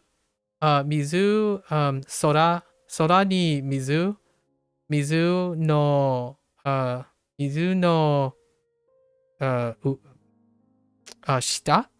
Shita? So then you're like, you just said in the sky, water, down, or below. And you're like, are you talking about ame? Which is rain. So, but what happened is, yes, you didn't know rain. And yes, maybe you not have constructed a full sentence like I didn't construct a full sentence. And it's not even correct because I need to make the action go down. But I know shita, right? Shita, mizu, and sora. And I know that sorani is in the sky. So I'm practicing those things. You end up practicing associating those things regardless. So these things, they compensate for each other. Like, for example, graded readers don't have schedules. SRS has schedules. So when you start using SOS in a graded reader, what happens when you use a graded reader? You start scheduling. So when an SRS comes with a review, whenever you're done with SRS, you tend to remember that, oh yeah, I need to practice graded reading. Right? When you only stick with graded reading, are you going to schedule them? Are you going to be consistent with it like SRS? And then when you think of SRS, it's like, oh, I get this wrong a lot. Maybe I should double the amount of exposure. So now you're on graded reader and you're like, what happens if I take the graded reader stuff that I need to re-emphasize and take those vocabulary words and slam them into my SRS? Now you're working with two things that complement each other. So now not only do you have the essence of the newer next generation of language learning apps, you're watching even in real time that the apps are integrating more and more routines. The downside of seeing all the routines in one thing is the idea that you're not going to practice all of them. But if you're going around practicing things while certain things are missing, you'll understand why they're missing. You'll be able to notice that they're missing. Duolingo is missing paragraphs. It's missing conversation because you know that you can find it elsewhere.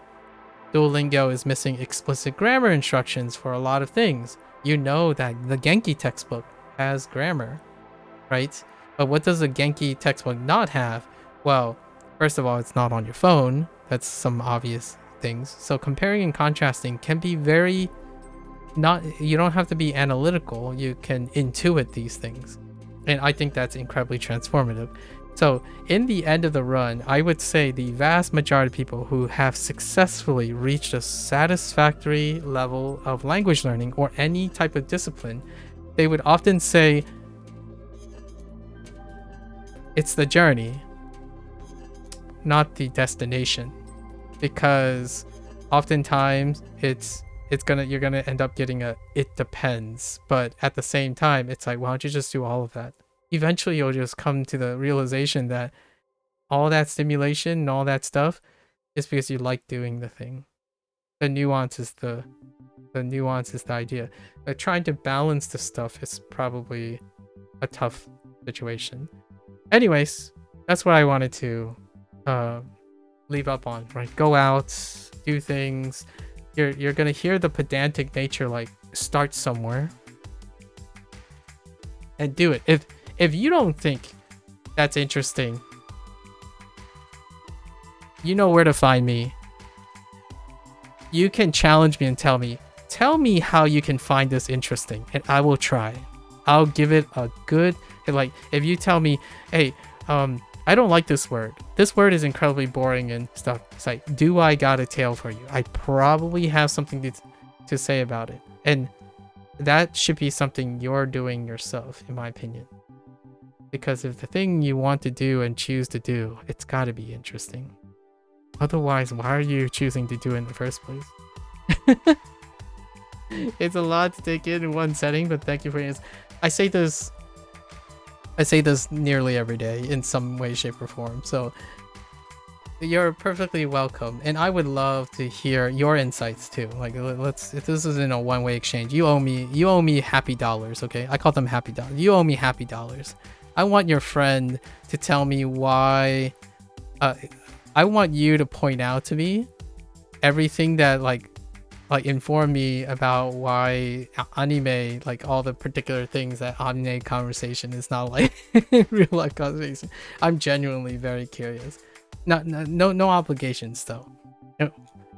Just providing a little bit of an extra motivation. You can kill two birds with one stone, you know? Many birds with one stone. Figurative birds. Alright, so I'm gonna head off.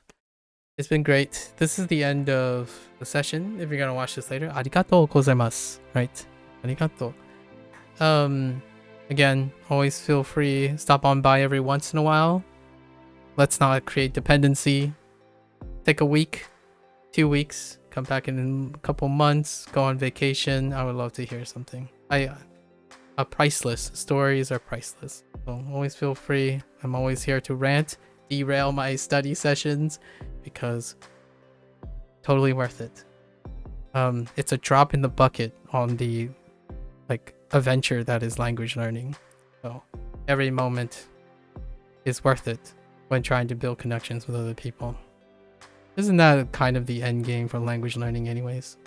Alright, until then, stay safe, stay healthy. 皆さんまたね。バイバイ。